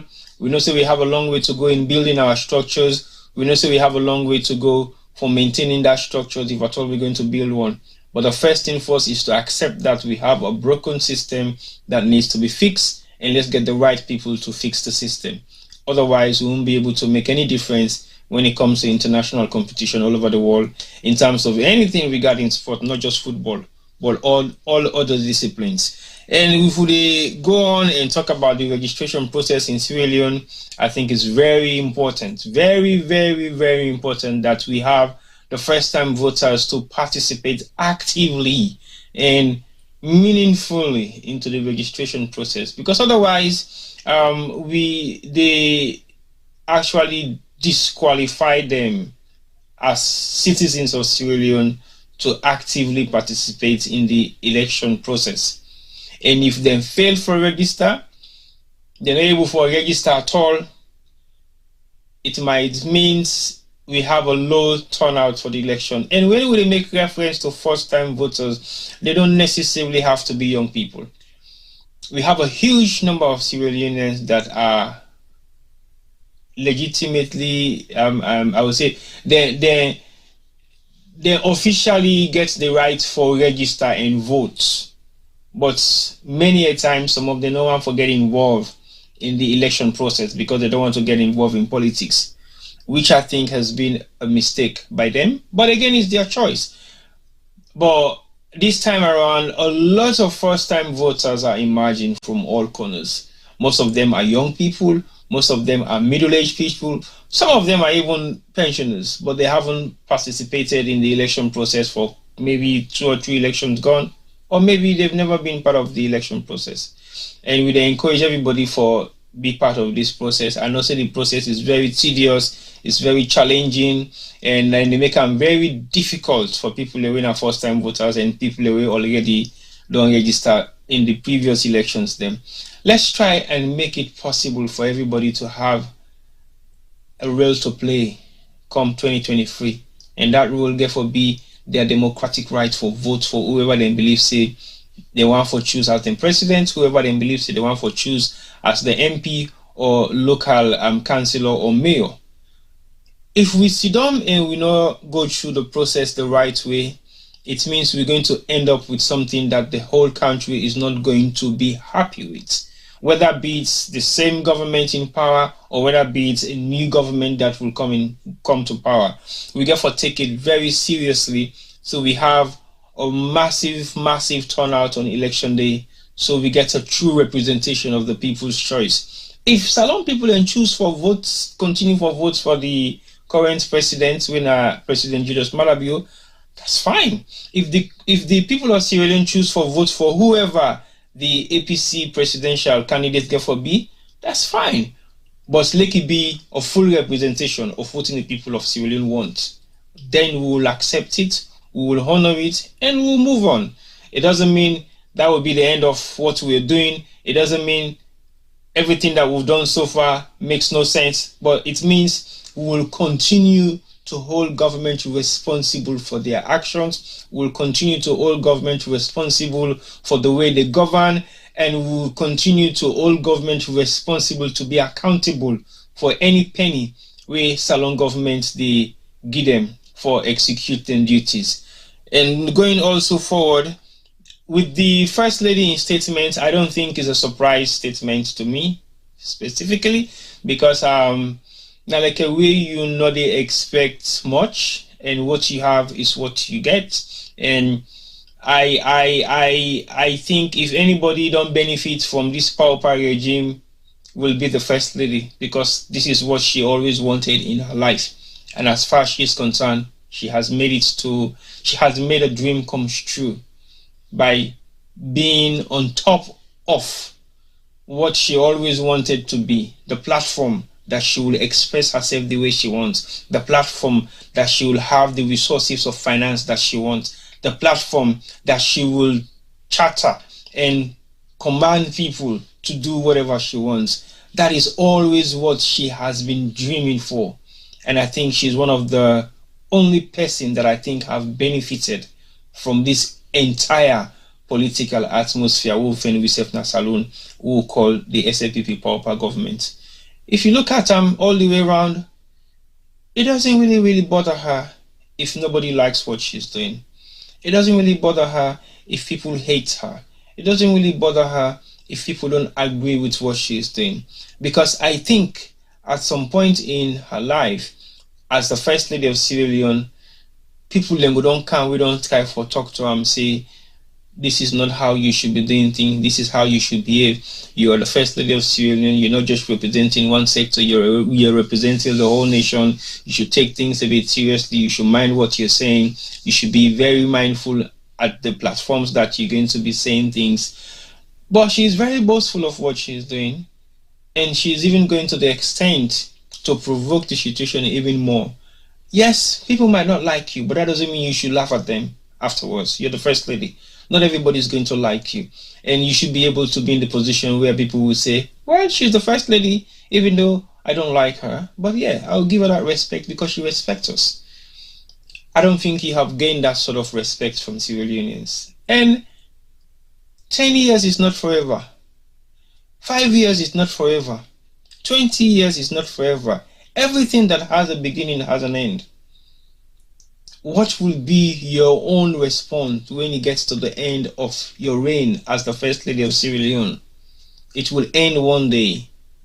and what thing you go look back at for say, this is what I have achieved as the First Lady of Sierra Leone during my tenure in office.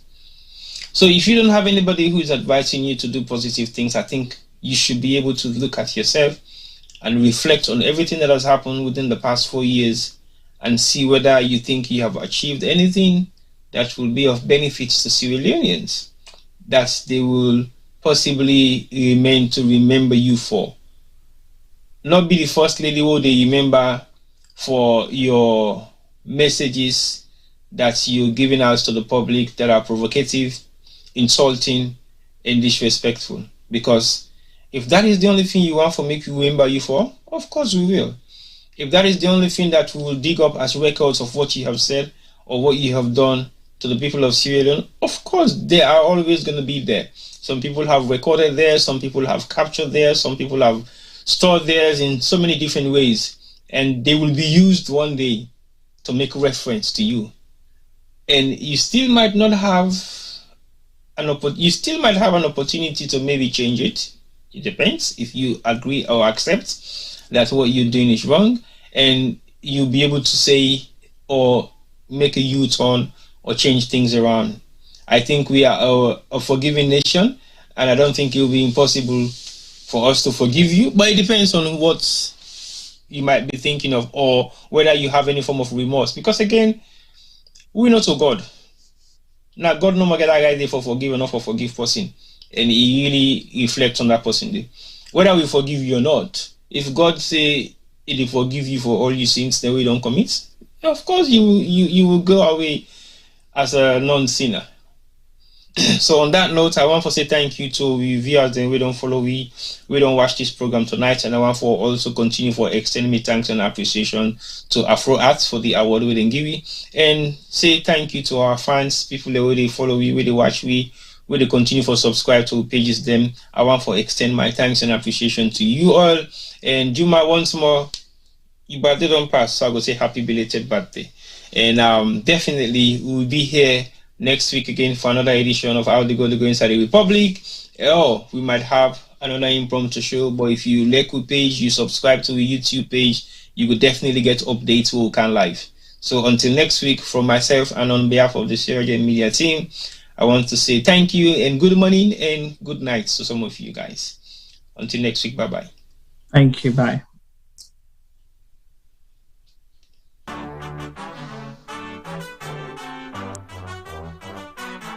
My name is Femi Claudius Cole. I'm the chairperson for the Consortium of Progressive Political Party, what we call COP, and also chairperson for Unity Party. This registration process we don't start.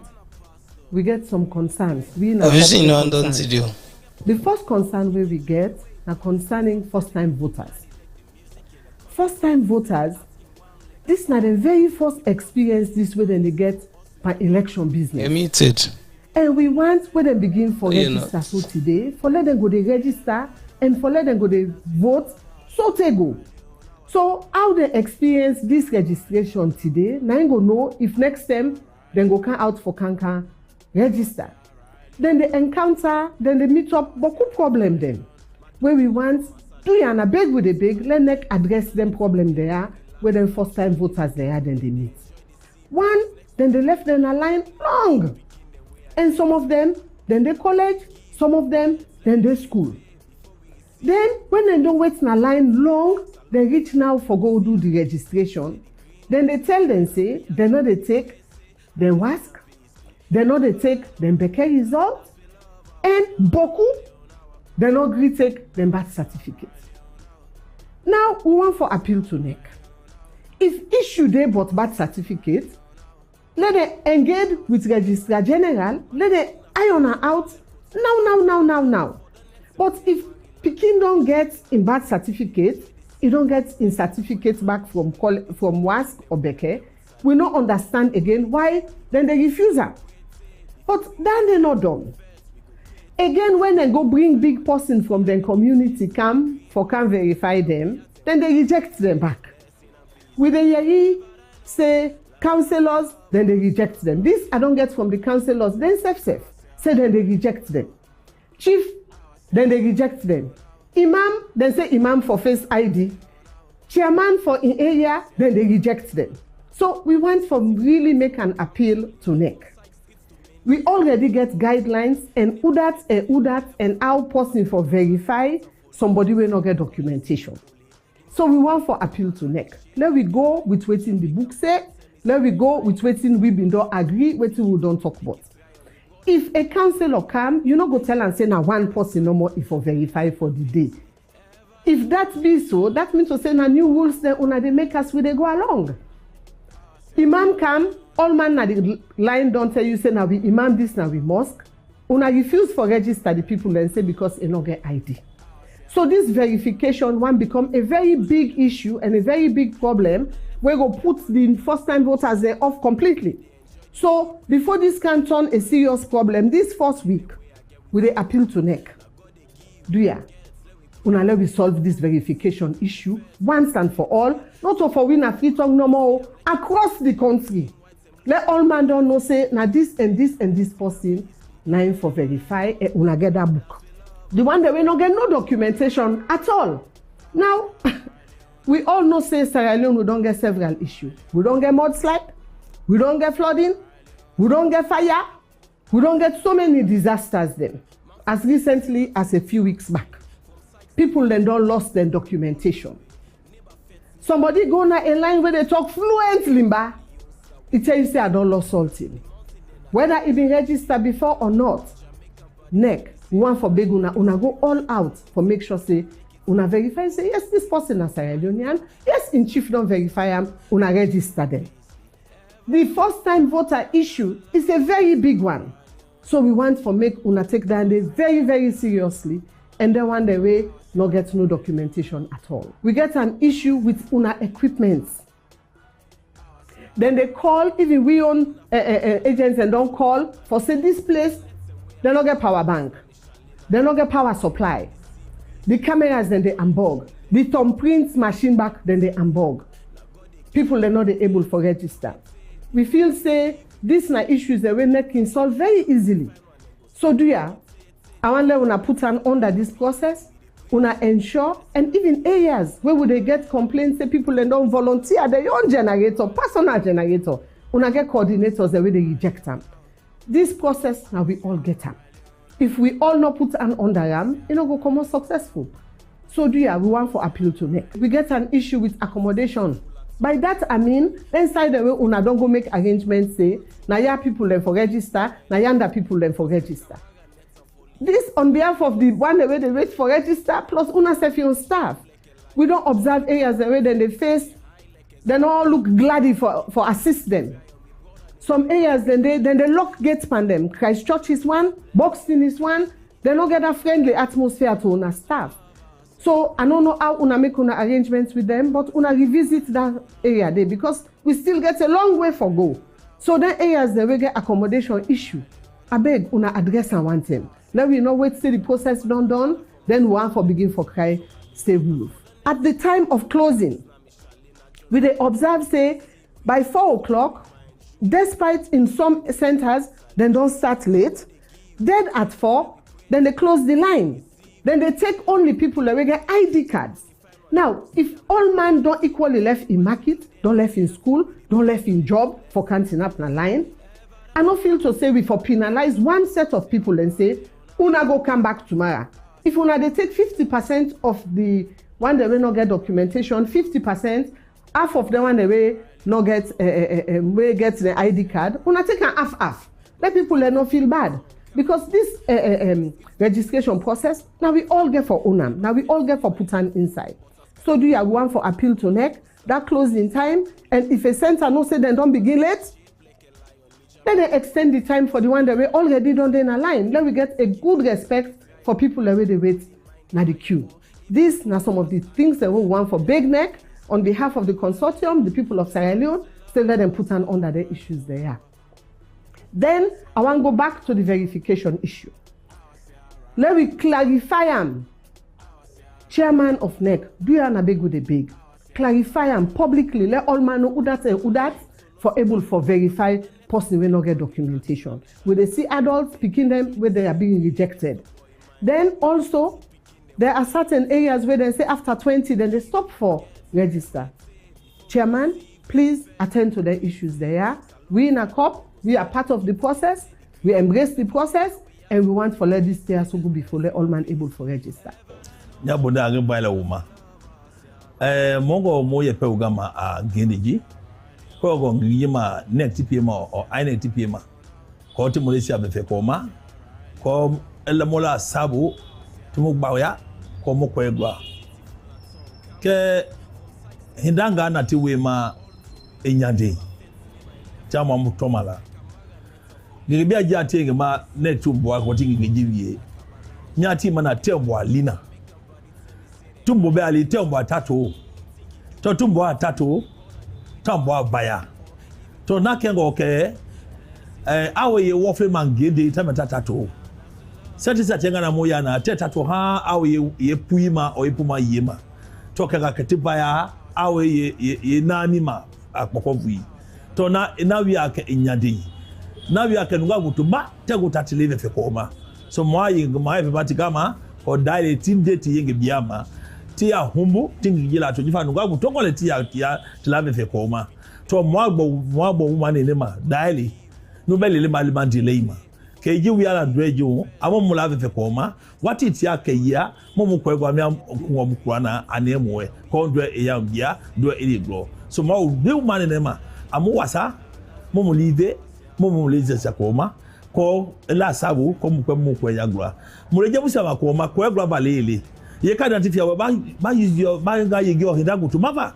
So dale mwa kwa mane nema amubia mudenga mubodesia na otigwa ati kogwa vuinama fopuma wayakpa ti ata titi la befe koma mupia delay mupia bagoma to mujia sa ayepa bi. The challenges that we confronted with in this voter registration, they're enormous. But me go and talk about one specific one. Me na a registrant will go for register na Tonkolili District Constituency 052 Ward 175. I got me NCRA registration slip. I've been taking photo of and the 10 were verified. Then check me NIN number, me information all day. Then put me date of birth, me information all day. Then put all the unique identifiers and when they say they can put me information all day. So the constraints mean too much, except I get for try I get me voter card, we have been used for vote 2018. Now that identification number, then that voter card 9 ECSL been get for use now and able to get me information. But the NCRA, no information about me no exist. Aside this, the center not be open quick. A lot of other challenges than they where I think say ECSL for address immediately. Otherwise, no problem for this whole registration exercise. Afama min no PRE. Mina me dey for anyway. Ibaka muchiruras mamu salata manupasi akpap. Ka register ye ma pa a register from Takabuti.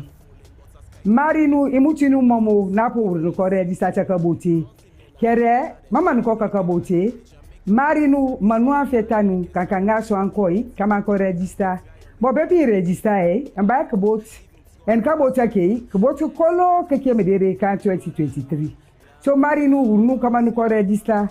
Afet mo ko register Beti akere resulting ka beke o ka MPS o ka WASCE modi atipo bote ate lomaninga so mako abule won kaka register kaka ke mo yin afuma pati ma ko kaka register atu wondi salata mo computer egbeti dokor kati so akoni otanatan kaka bot kere ta so opdim ta se bakasne Sasumuyu, hatema ntideri ake mapo bempa computer tema tukode lemp. So mari urnu kama nko register. Hateta so ye ma kama nuyo kaka atofanyi anko lodi. Mari nu urnu nge tenu nesa koko de baki one. Manu kone ma pa calculator tema lombe muyu kogbo kama nko register takabot. Yo mamo salata manu so emi elensi. We know say na registration period this, so we dey call all salon people then for go register. But one problem wey I don discover upon this in registration, I don discover say the number wey the political party observer then they get, wey they take note of who that can register, wey then they write, I discover say with electoral commission their own staff the way them put on the ground, you know they meet with them the number. For example, if all the party agents don't get 50 people will register for today. Now electoral commission then go there 70, 80.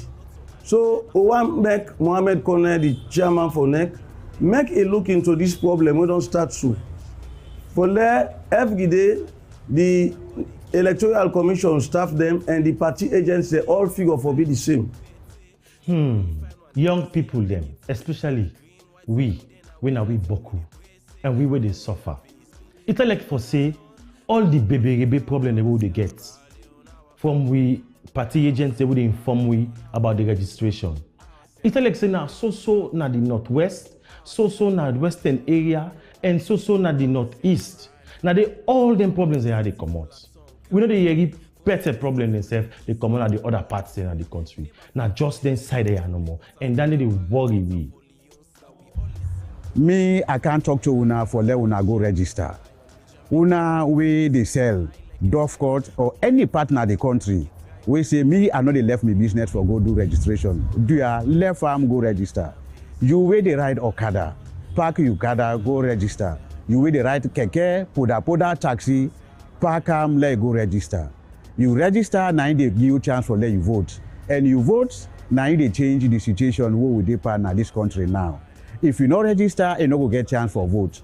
And not say me, you don't know why they register, I don't know why they vote, I not see nothing.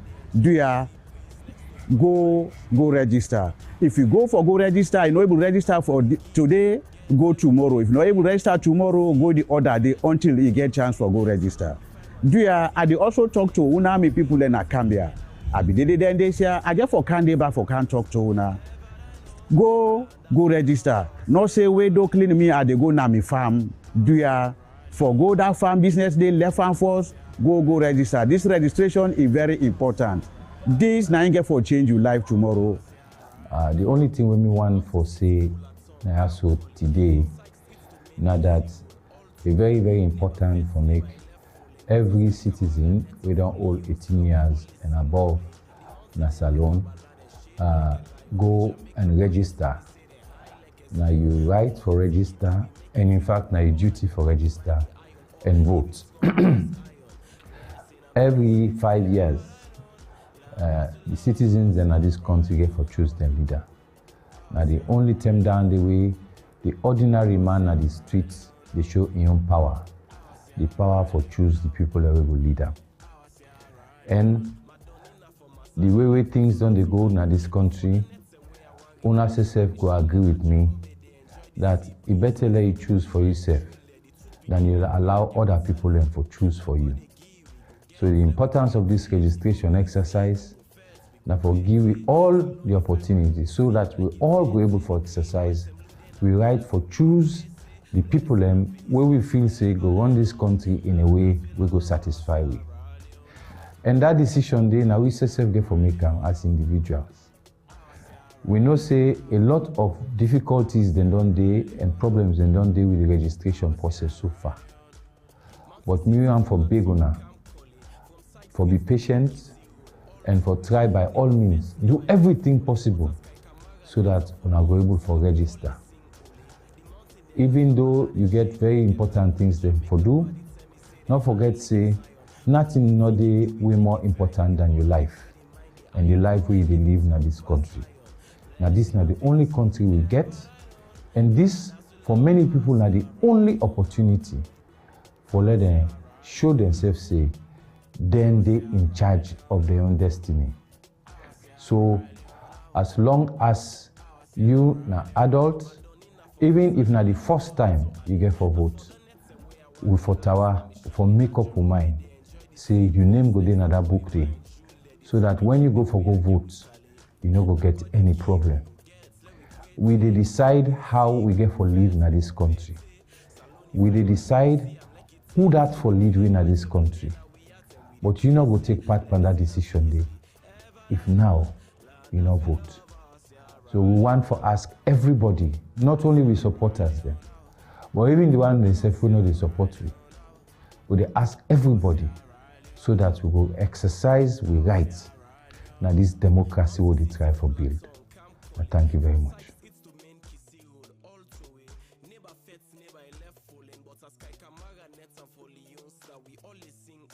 The mountain in a Kabbalah, they shape like a lion. Me Jamaican body tell me say they high like a